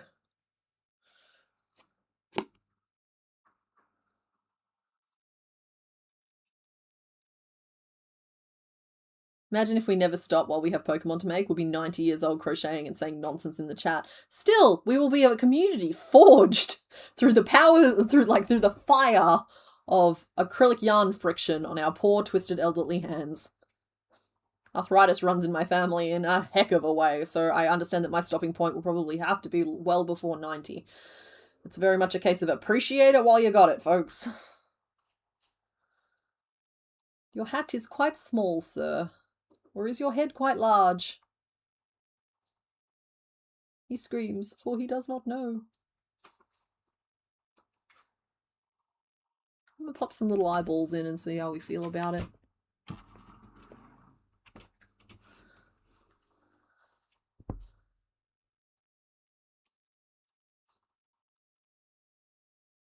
Hi. Yeah.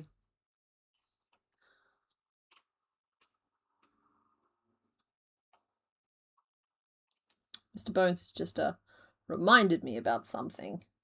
So, do you guys only watch streams on YouTube? Or do any of you also watch anyone over on Twitch? Because I don't watch anyone on Twitch.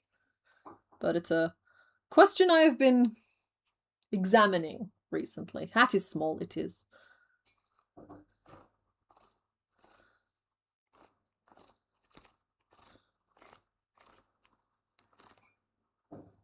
We'll go down to 15. Because the head was also big for the eyes.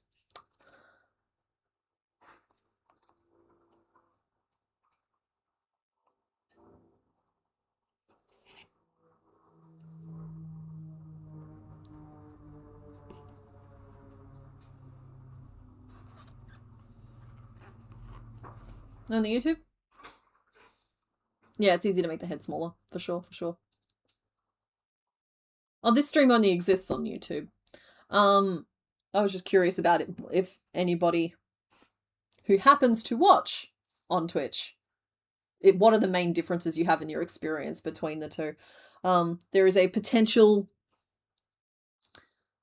question up in the air at the moment, not about moving away from YouTube, but just about whether or not we introduce a Twitch component to this as well.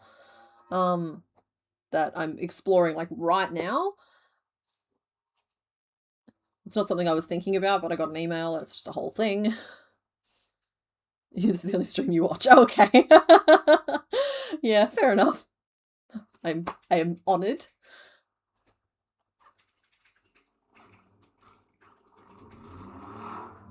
But yeah, I'm very unfamiliar with the Twitch infrastructure-y type of thing. Because even honestly, okay, some of the stuff I watch is probably originally Twitch streams. It's just they're uploaded as VODs on YouTube.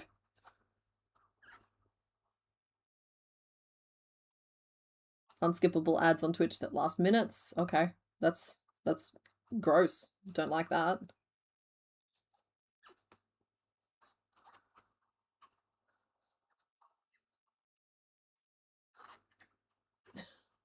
You watch a guy play Minecraft on Twitch? Okay. Because to me, Twitch is more of like a very long form chaos realm. In terms of like, on YouTube it feels a little bit more like a scheduled hangout or event. Whereas for me, Twitch kind of feels just like I'm doing a thing and the camera may as well be on.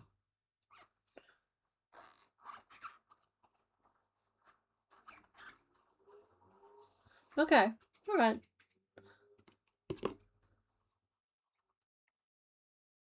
I remember way back when we were first getting started with any kind of streaming, I was seeing the question about whether or not I would be on Twitch as well coming up. So yeah, I guess I just wondered if you all had opinions. It seems like there's kind of like some positives and some negatives to it. To clarify, yeah, exactly. Thank you, Mr. Bones. I'm not planning on shifting the whole stream over to Twitch. That's never in the roster. But I know that multi-streaming is a thing. There is potential here for me to stream simultaneously to both, or potentially introduce a Twitch element where it's more just like I have to design a thing that day. I won't be chatting overly much, but the camera's there to keep me company. There's potentially an element of that going on, whereas like this channel is very specifically about the Pokemon project right now. I don't like moving too far away from it. Which is a me thing, not a you thing. Plus it's all, yeah, plus it's good to have options. I don't think YouTube's going to shut me down, but it's always good to have as much diversity as possible when you rely on something to pay your bills. Your internet didn't like Twitch? That's good to know. Yeah, so yeah, I'm thinking about looking into some form of dual streaming. In general. Don't know what that looks like.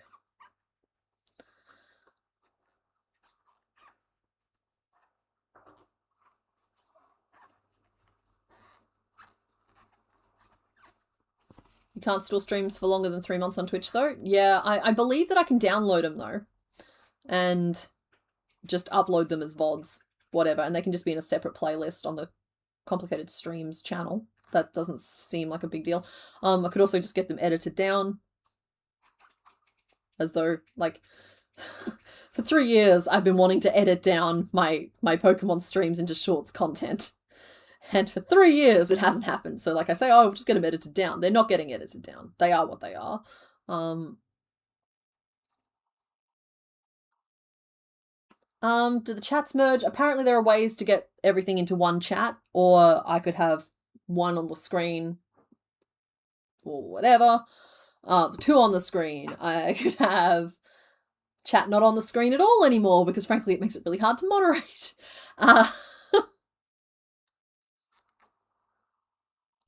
Yeah, I haven't quite gotten that far down into the thought yet. But yeah, I got a meeting coming up, and I thought I'd ask you guys what you think about it.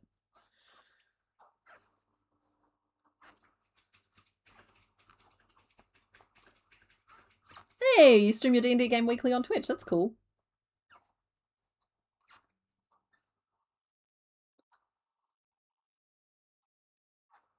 The impact on chat is the one that I'm the most worried about. That said, I do occasionally interact with just the Discord. So you guys are already familiar with me having multiple sources of talkie. Having them all combined into one chat would probably be my ideal. But at minimum, I would have to find a way to have both of them visible to everyone.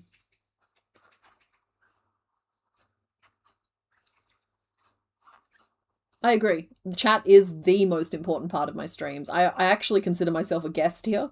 I am the host. But this stream is largely just an area for y'all to hang out with each other and with me, and I just happen to be the friendly noise in the background.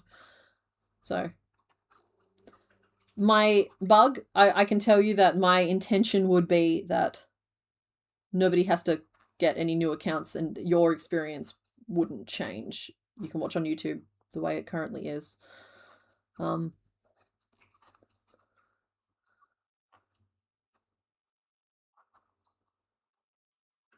Because yeah, there are just account fatigue is real. So nobody worry. Nothing's changing in the immediate moment. Exactly. When I'm busy, you guys entertain yourselves. It's great. And honestly, you're very jovial company. Very protective over our little patch of the internet. And I don't like that. Like, there's a reason why I don't like try and actively grow this community overly much, because like I like our quiet little corner of the internet. I do like our quiet little corner of the internet. Maybe that's the answer.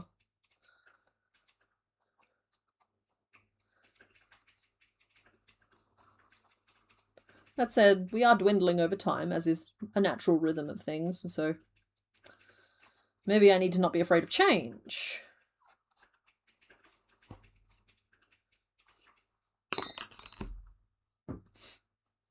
Be aware on Twitch they do drops for certain IPs, and Nintendo is one of them, specifically Pokemon. That's probably why I got the email I got.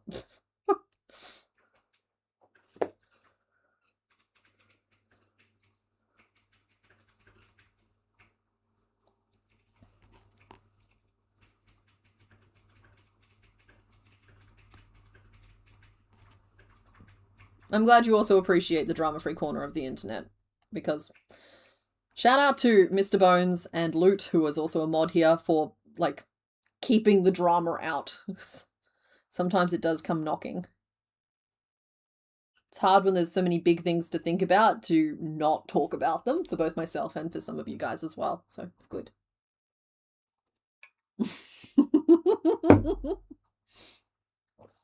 After she closes down Twitch, it's you guys. You're my favorites. Okay, well that's a more appropriate head size for the eyeballs I have. Please note that the nose is a separate piece that I have not attached, so he's just a smooth little face right now. I think that's a better size too. The hat is still a little on the small side, but I gotta move on. We gotta carry on. You are just a wayward son, and I'll have no peace until you're done. Stop crying.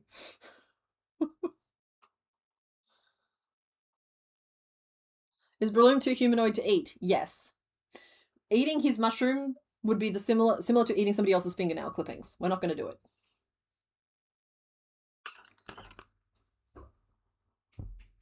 Thank you. Doing my best to make him cute.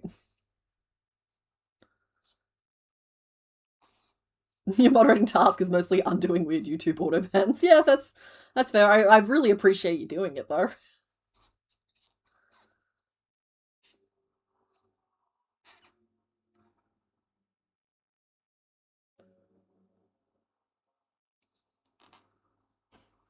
Does it count as an extra life? Oh, no, it doesn't. Sorry, it took me a second to work out that you were talking about mushrooms. Okay, that's a magic ring of 4. Changing to red in the magic ring, which is always annoying. Now, I'm building a little hat bubble, just so we have some point of interest happening on screen. Get a little of that red incorporated.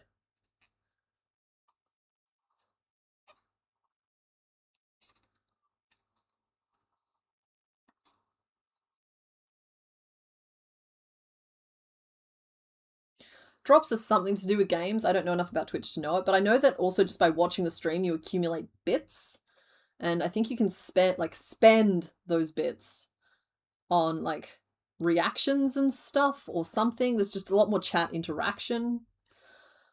And there's also the fact that like the person streaming again can get paid based on the bits that you've accumulated and spent on that stream. So that said, these streams aren't a money-making engine, so to speak. Don't get me wrong, I wouldn't mind. Like, I am the same as all of you. If somebody walks past and hands me a big bag of money with no morally or ethically murky territory attached, I'm gonna say thank you for that big bag of money. But like these streams make like between 15 and 20 bucks each. And taking them or incorporating a Twitch element of that isn't going to dramatically change that number. So it's not about that. It's just about, it's a different type of platform and I'm not really familiar with it. Little hat olives.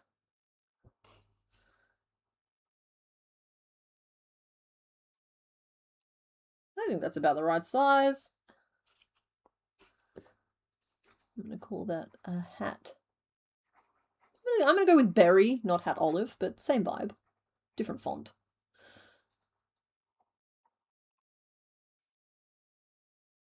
Red is 4 increases. Can we finish off? Or did I go around a second time?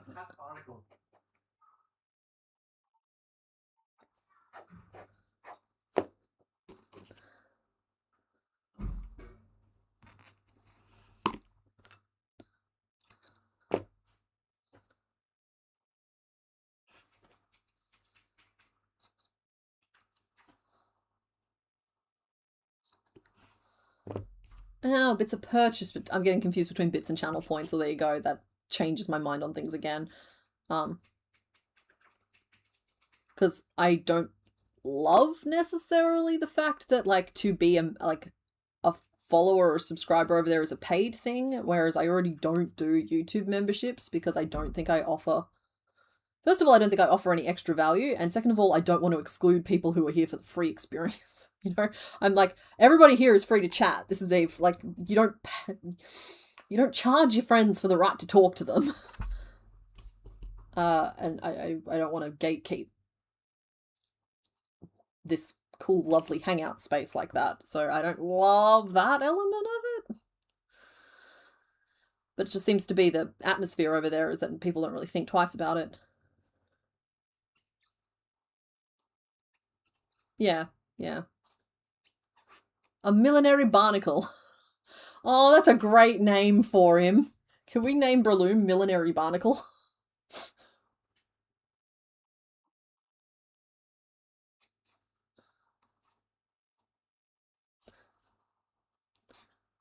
It actually, you know what? It might have been Twitch I was watching on. I used to watch the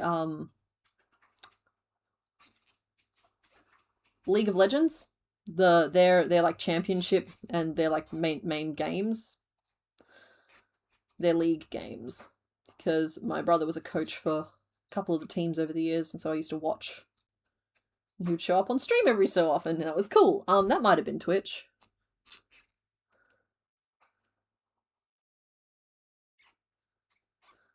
Current name list: Fun Guy, Umbreloom, Moshi Moshi, and Millinery Barnacle. I am very happy with that assortment of names.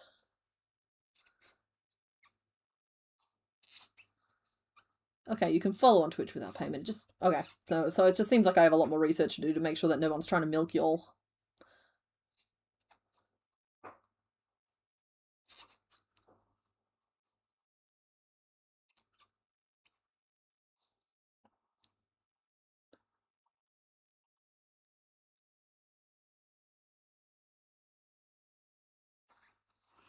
Cool.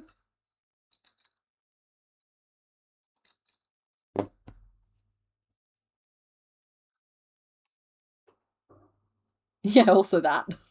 Gotta just keep under the radar. There's your little space buns, buddy.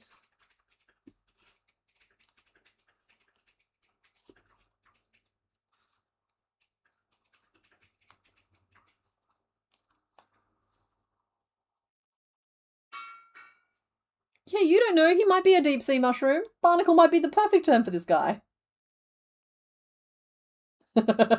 Hey, buddy. You want to buy a sundial? Capable of so many moods.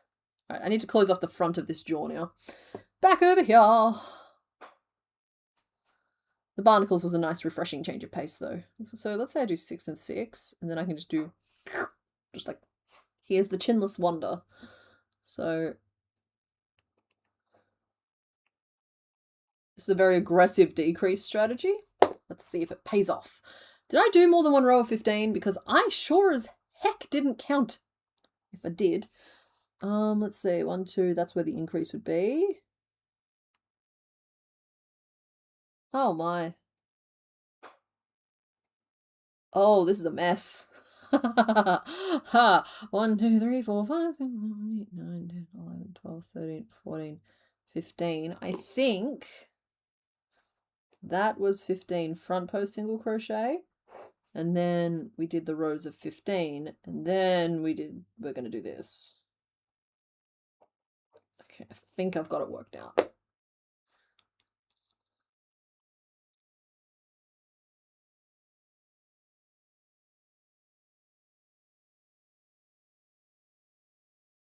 It's 1, 2, 3. I think we did 4 rows of that.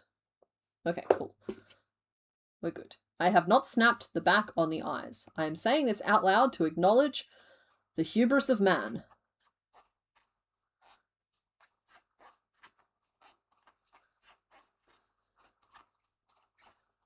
He looks like Lotad's mushroom-based cousin. He does.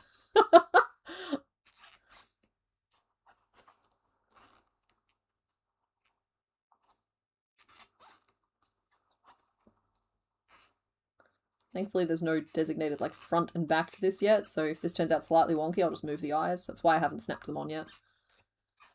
You're on your 3rd tardigrade of the day. They stack? Oh, I'm excited to hear that they stack. There's few purer joys in life than a good stacking project.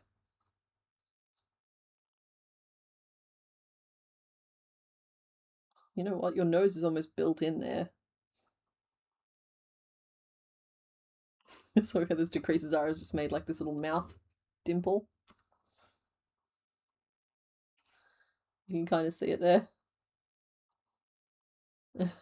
So that's going to help me dictate where I put the nose. Means that I possibly could have built the nose in.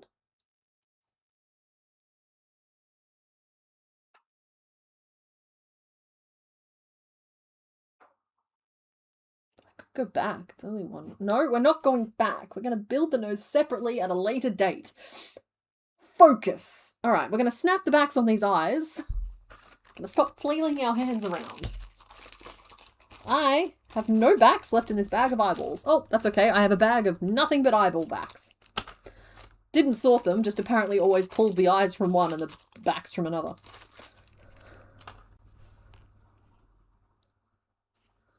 Oh, thank you for explaining, Coletti.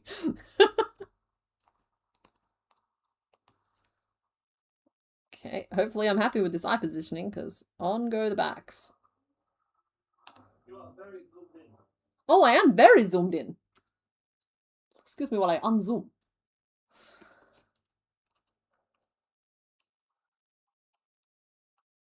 Oh, it does look like a frog.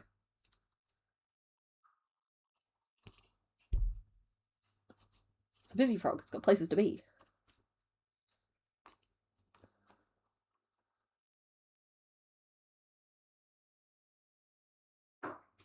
Okay, we need a little stuffing.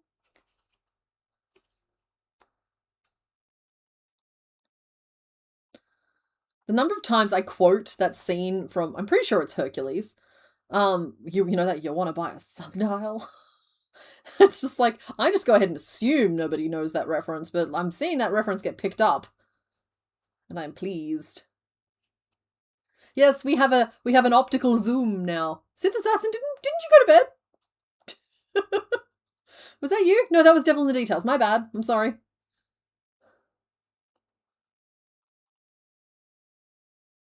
Please feel welcome.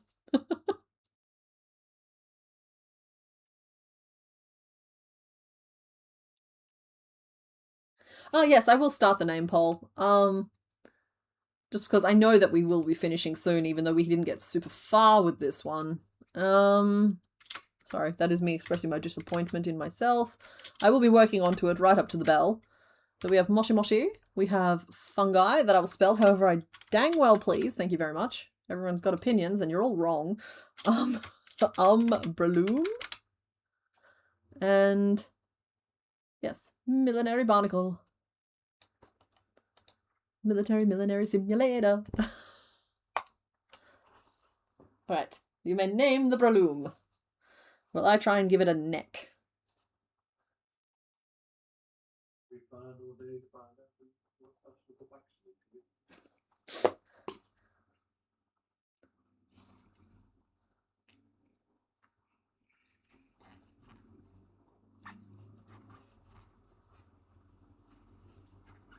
Yep, sorry, Sith, about that. Just a little bit of mistaken identity.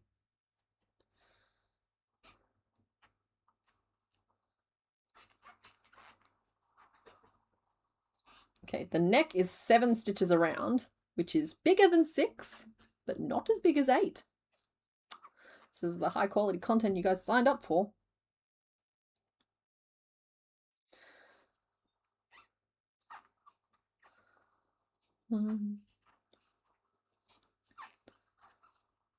The first 4 votes were for each name. Excellent. That's what you want. You want an assortment of names that is so tempting that people can't choose between them. My goodness, am I looking forward to just zoning out and playing some Power World this afternoon. That's going to be great. My poor brain wants to switch off so badly. But it's going to keep running long enough to get this job done, because it's a very good brain. And it desperately wants to please everybody. It's the deep analytical. Yeah, exactly. It's just like, I'm nailing this. Yes. 7 is also smaller than 9. And most people don't know this, but it's more than double the size of 2.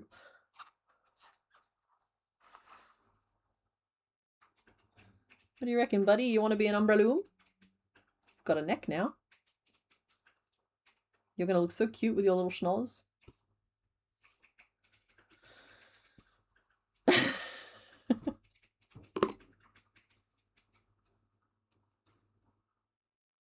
We change to the green pretty soon. I'm going to like flare you out. 7, that makes it a little hard. So what do you say? You want to become a Flareon? Do one of those in the middle at the front, and then we'll do regular increases on the side, which will increase us by 4, which gets us to 11. But if we do it again, It'll get us up to 12, and it means that we grow slightly more out to the front, but that is fine. We like that. That is actually what we meant to do the whole time. Yeah. So which one's the middle stitch? That one there. So it's where? Single increase, single ink 3, single increase, 4, 1, 6, 7, single increase. Perfect. And then in the next row, we'll go single increase, 1, 2, 3, increase 3, 1, 2, 3, increase, and wait, hang on. That should get us to 11. 1, 2, 3, no, 1, 2, 3, 4, 5, 6, 7, 8, 4, 5, 6, 7, 8, 9, 10, and then just a single at the end. That'll get us to 12.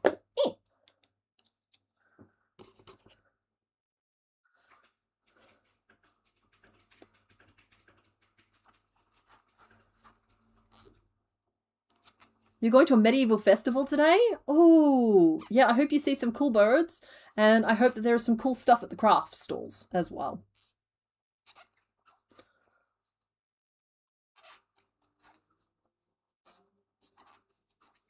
Breloom Pokédex entry. The seeds ringing Breloom's tail are made of a hardened toxic spore.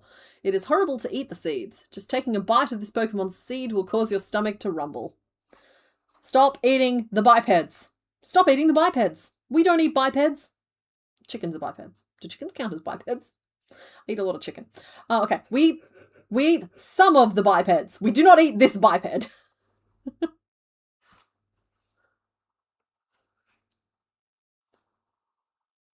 Why does the Pokédex keep acting like I want to eat Breloom's tail seeds? This is a valid question. Valid question. All right, well, you're a grandpa with the green tucked all the way up under your armpits, and so I suppose we better change to that now. No, not that green. That green would be a mistake. It's this green. It's called pasture. Hoping to buy something this year. Last year you didn't get anything but food for the day. Well, seek something out that you would enjoy. That's important. Even if it's just a little memento. But hopefully there's some really cool craftspeople there with like lots of interesting things for you to look at.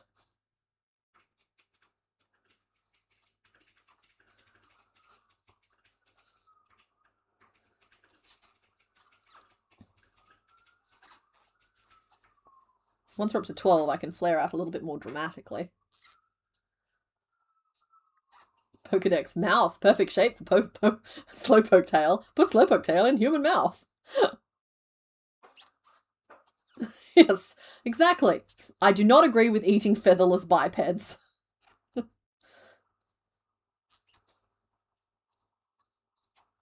That is a very layered joke, Fluffy Chomper, and I appreciate it. I just want you to know that I see you.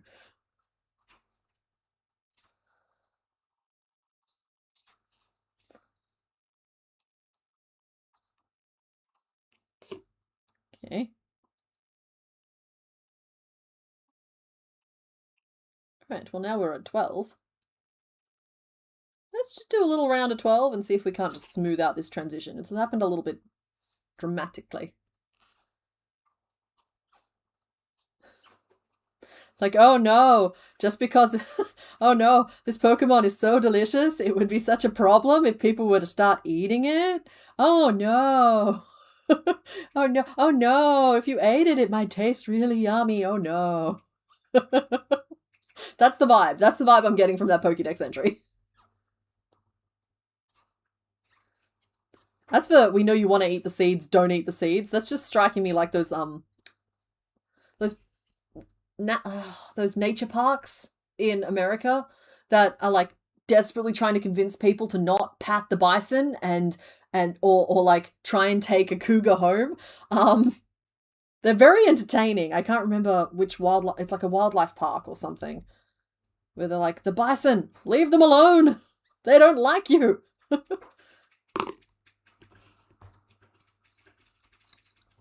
I free you from your tether.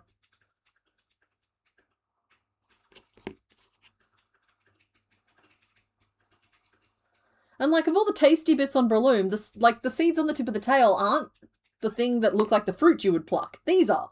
Like I'd be like, oh, berry. Like that's the thing I'm at risk of thinking, oh, hey, maybe that's edible.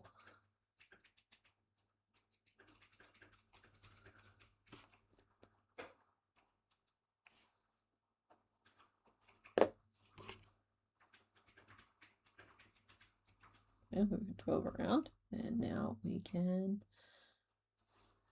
do what we want to do, be what we want to be, with no copyright music.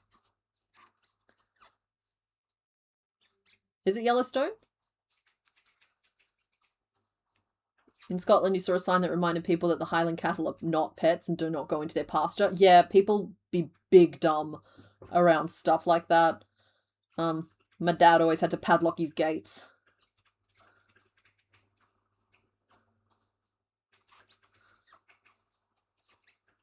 He didn't have Highland cows, he had Frisians, but the National Park Service Facebook page is funny, even though you're not from the US, you follow their page for the lols. Yeah, we have some pretty funny people who do the emergency services page over here that report on like extreme weather events and fire safety and that sort of thing. It's just like they're very funny.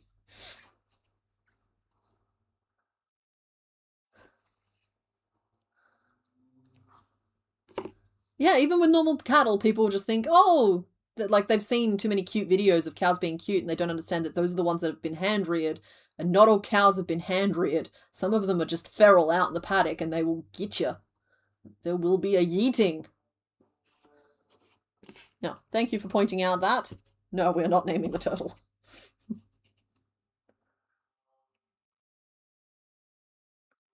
More specificity equals less convincing. Do not go to the 4th floor of the West Wing, specifically the 8th door down, titled The Tea Room. Whatever you do, don't look inside that room. Just like, oh, I'm definitely looking inside that room.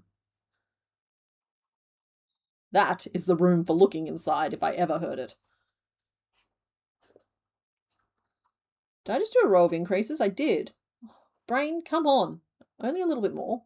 Just a little bit more.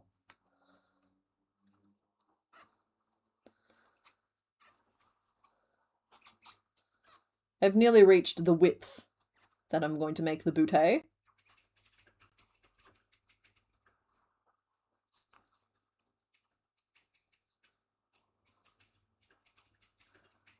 Increase 1, 2.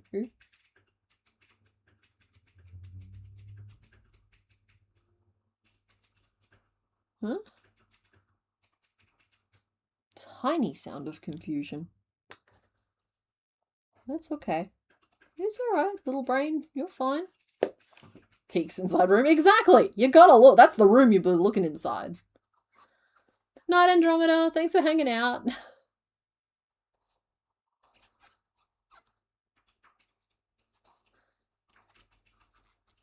You think eating plant-type Pokemon is a rare example of something being vegetarian but not vegan? I don't know. I was watching... It wasn't a stream. It was just some, like, variety-type Pokemon content. And there was a creator on there whose name I wish I could remember because it was so funny. I think it was one of those ones, I think it was like True Green does those ones where, like, they draw new Fakemon. And it was one like that.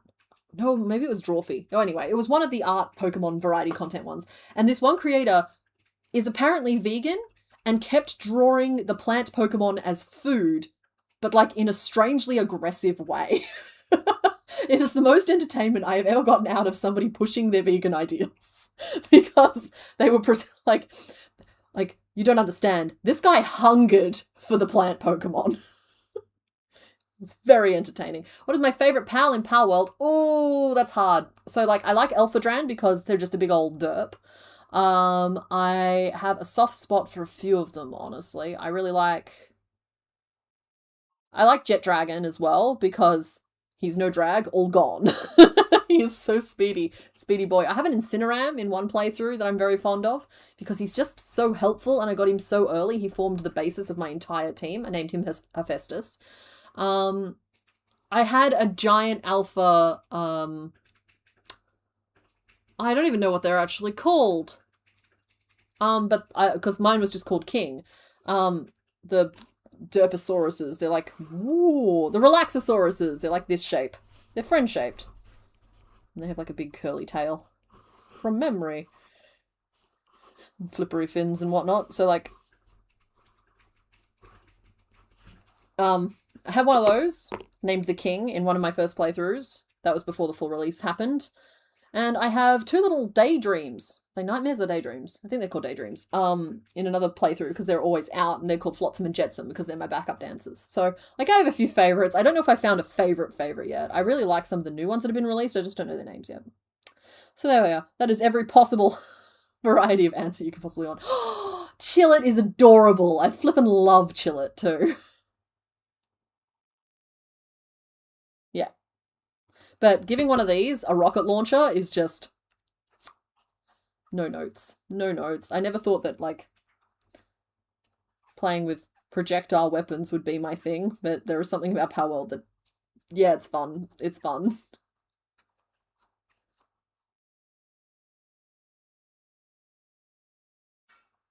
I flubbed the count so bad on that because I got too into my Power World rant. Hang on, let me look. 1, 2, increase. 1, 2. Increase. 1, 2. 1, 2. Increase. 1, 2. Why does that not go the whole way around? That should have gotten us to 15, and then this should get us to 18, unless we were already at 18.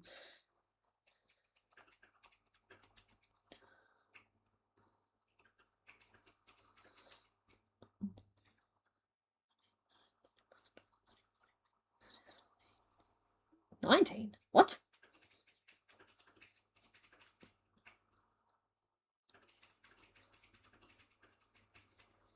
$20? What? When and how? 1, 2, 3, 4, 5, 6, 7, 8, 9, 10, 11, 12, 13, 14, 15, 16. Oh, I know what happened.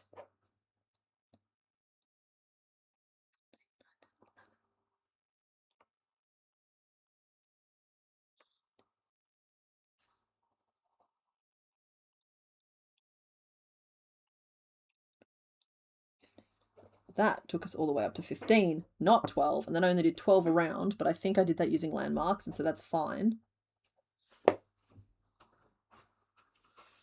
This did not go to plan at all. I now know how you can tell when I'm here. Yeah, you thunk into the door frame. When I leaned against the door frame, I just heard a crack all the way around those walls. Yeah, you thunk into the door frames, honey. 1, 2, 3, 4. 14, 15. I hate hearing the little mechanical chirp of myself coming out of those headphones. Yeah, prime numbers, Black. They are my nemesis. What's up? You swung past. Brain, come on, Brain. Oh yes, I feel it important to inform you that we have officially reached the weird part of the stream. Oh, how can you tell? Yes.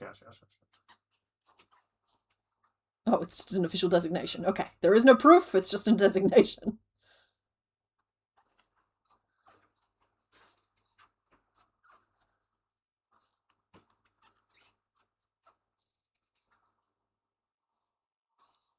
Oh, Quivern is cute too.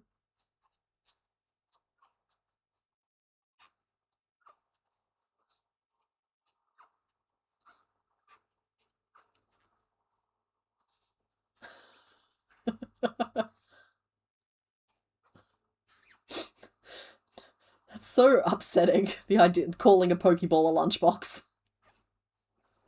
Night, Autistic Evie, thanks for hanging out. I don't know if I've met Knocklums or Fluricles yet. Because, like, before the full release version, I'd caught everything. I'd hunted down all of the little legendary spots and whatever. Like, I'd done all there is to be done, in my opinion. Minus the, like, Battle Academy thingy. Not really my jam. But they've released so many new Pokemon. Pals. For legal reasons, they're intellectually distinct properties. So they've released so many new ones that I have yet to see them all, because I've been caught up playing the early game over and over and over again. I think we've resolved that now. And we should be on a path. Cross that out, because that didn't exist, and then we did that one. And is 18 enough hip to provide you with stability? Yes. At least one row. Morning, Mark! You must have just crept in at the very end of this stream. But I'll hold the line for a little longer. I had an idea for a video Would you rather I held off and told you off stream? Yes. Okay. Wait, if it's to do with Power World, definitely. Yeah, it's to do with Power World. Yeah, then definitely hold off.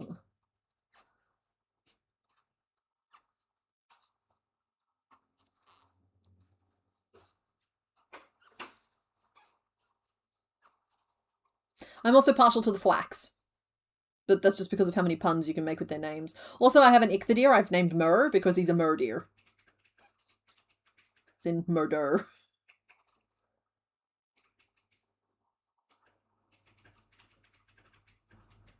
Flaricle is a fire thing that reminds me of a rabbit? Okay. Yeah, no, I definitely haven't seen those yet. Because I've seen the rubies and the fox sparks and, like I've mentioned, my Incineram and the giant brimstone. I think they're technically lions. But we all know that they're puppies. Just saying, we know. I'll keep my eye out for Flaricles though, because I am going to go play some Power World after this. That is my intention for the afternoon. It's a comfy chair. Some Power World. 1, 2, 3. You heard the unhinged part of the stream being announced by Mr. Bones, so you had to arrive. Fair enough. Honestly, I don't think I'm that unhinged at the moment. But everybody else seems to be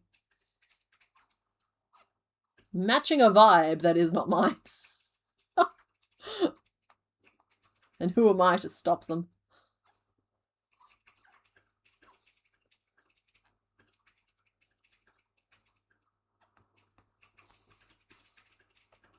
The mods are unhinged. Yeah. You know what? It was your turn. It's the mod's turn to be unhinged. No hinges allowed.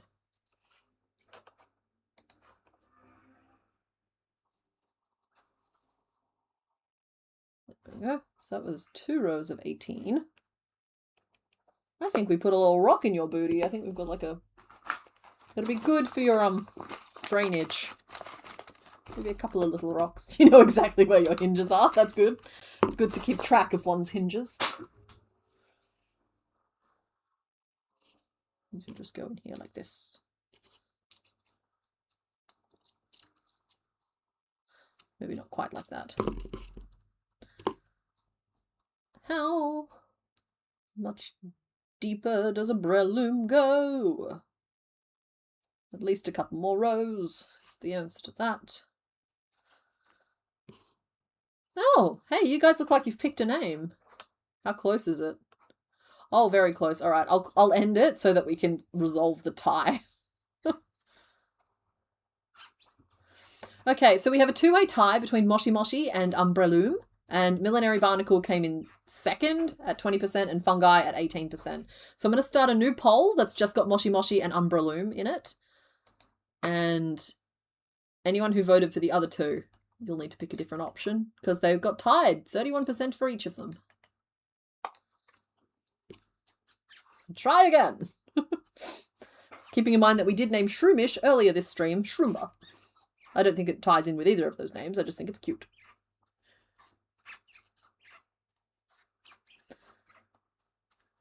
Because I can't call it Moshi Moshi Umbreloom.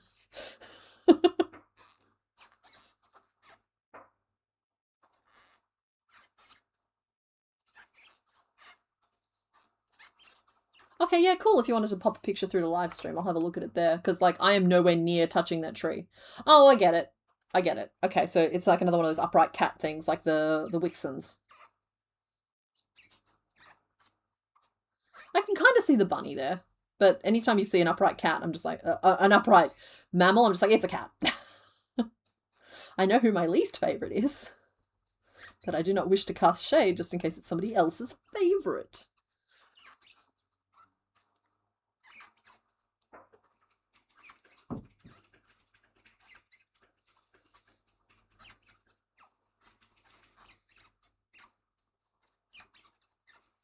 Oh, the squeaking intensifies. Honestly, I'll be pretty happy just to have the base of this one done, just because the hands are just 2 little flaps. Like, everything else is just kind of little pieces. This is the main piece. How did Lotad turn out? He has hair. He's overexposed. I don't want to talk about the camera difficulties we've been having today. He's got his little back. He's only got one of his little pizza slices. Hello. Are werewolves cats? Yes.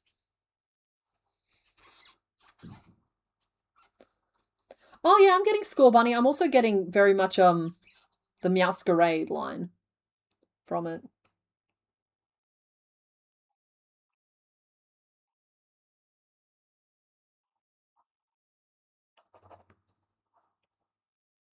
Sorry, just making some notes. No, you know what? I can be more aggressive than that. There. I'm proud of myself. Yeah, a little Delphox, a little Braxton. Which, I mean, foxes are vulpine, not feline. I get that. But it's kind of like if you want to go around gender coding animals, dogs are boys and cats are girls. It's kind of like foxes are cats.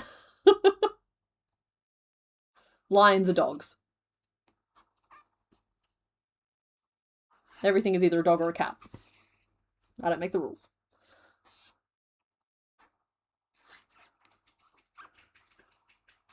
I did snap the backs on the eyes. Thank you, Andy. It would have been way too late for me to do anything about it now, with like in any sort of simple way. But I do appreciate you checking.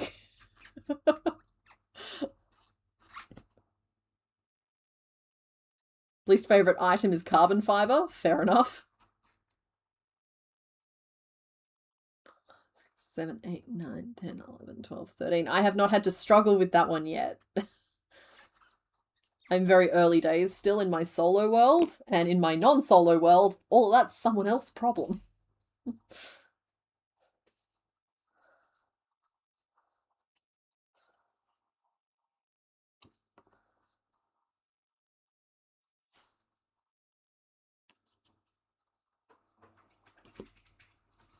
I also had a Turticle Terror in one of my earlier playthroughs, who was just a little murder hobo. But it's hard, like, I wasn't super fond of the design or anything like that. It's just I ended up with one on my team almost by accident, and he was just such a little murder hobo that it was hard not to find him charming.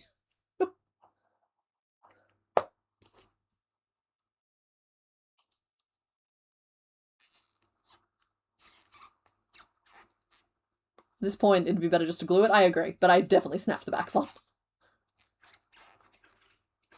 Consulted the old memory cache.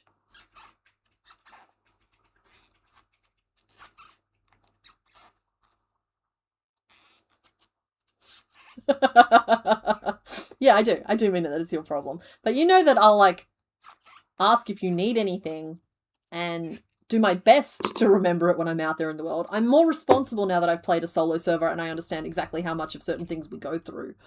And I'll be better, hopefully. I'll bring that experience back to our multiplayer server. And remember to bring you back the things that you ask for. But it's a game of just distracting yourself. Like, the game just distracts you constantly from things that you're supposed to be doing. Like, you'll go out for a load of Paldium or whatever, and you'll come back with 3 lamb balls and a new quest to take money to the guy on top of the mountain. Like,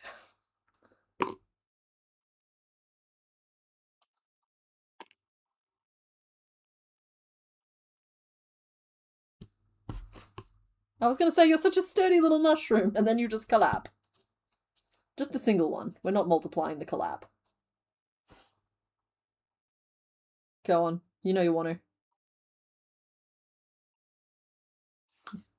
Okay, never mind. Single collapse it is. Alrighty, it looks like you guys have made a firmer decision as to the name. And you have chosen a very good name indeed. You have named them Umbraloom, as in like umbrella, but Umbraloom, with 61% of the vote, and Moshi Moshi came in second at 39%. So thank you to those who voted. And there are the 2 that we made today. So that is Larry the Lotad, and Umbraloom the Braloom.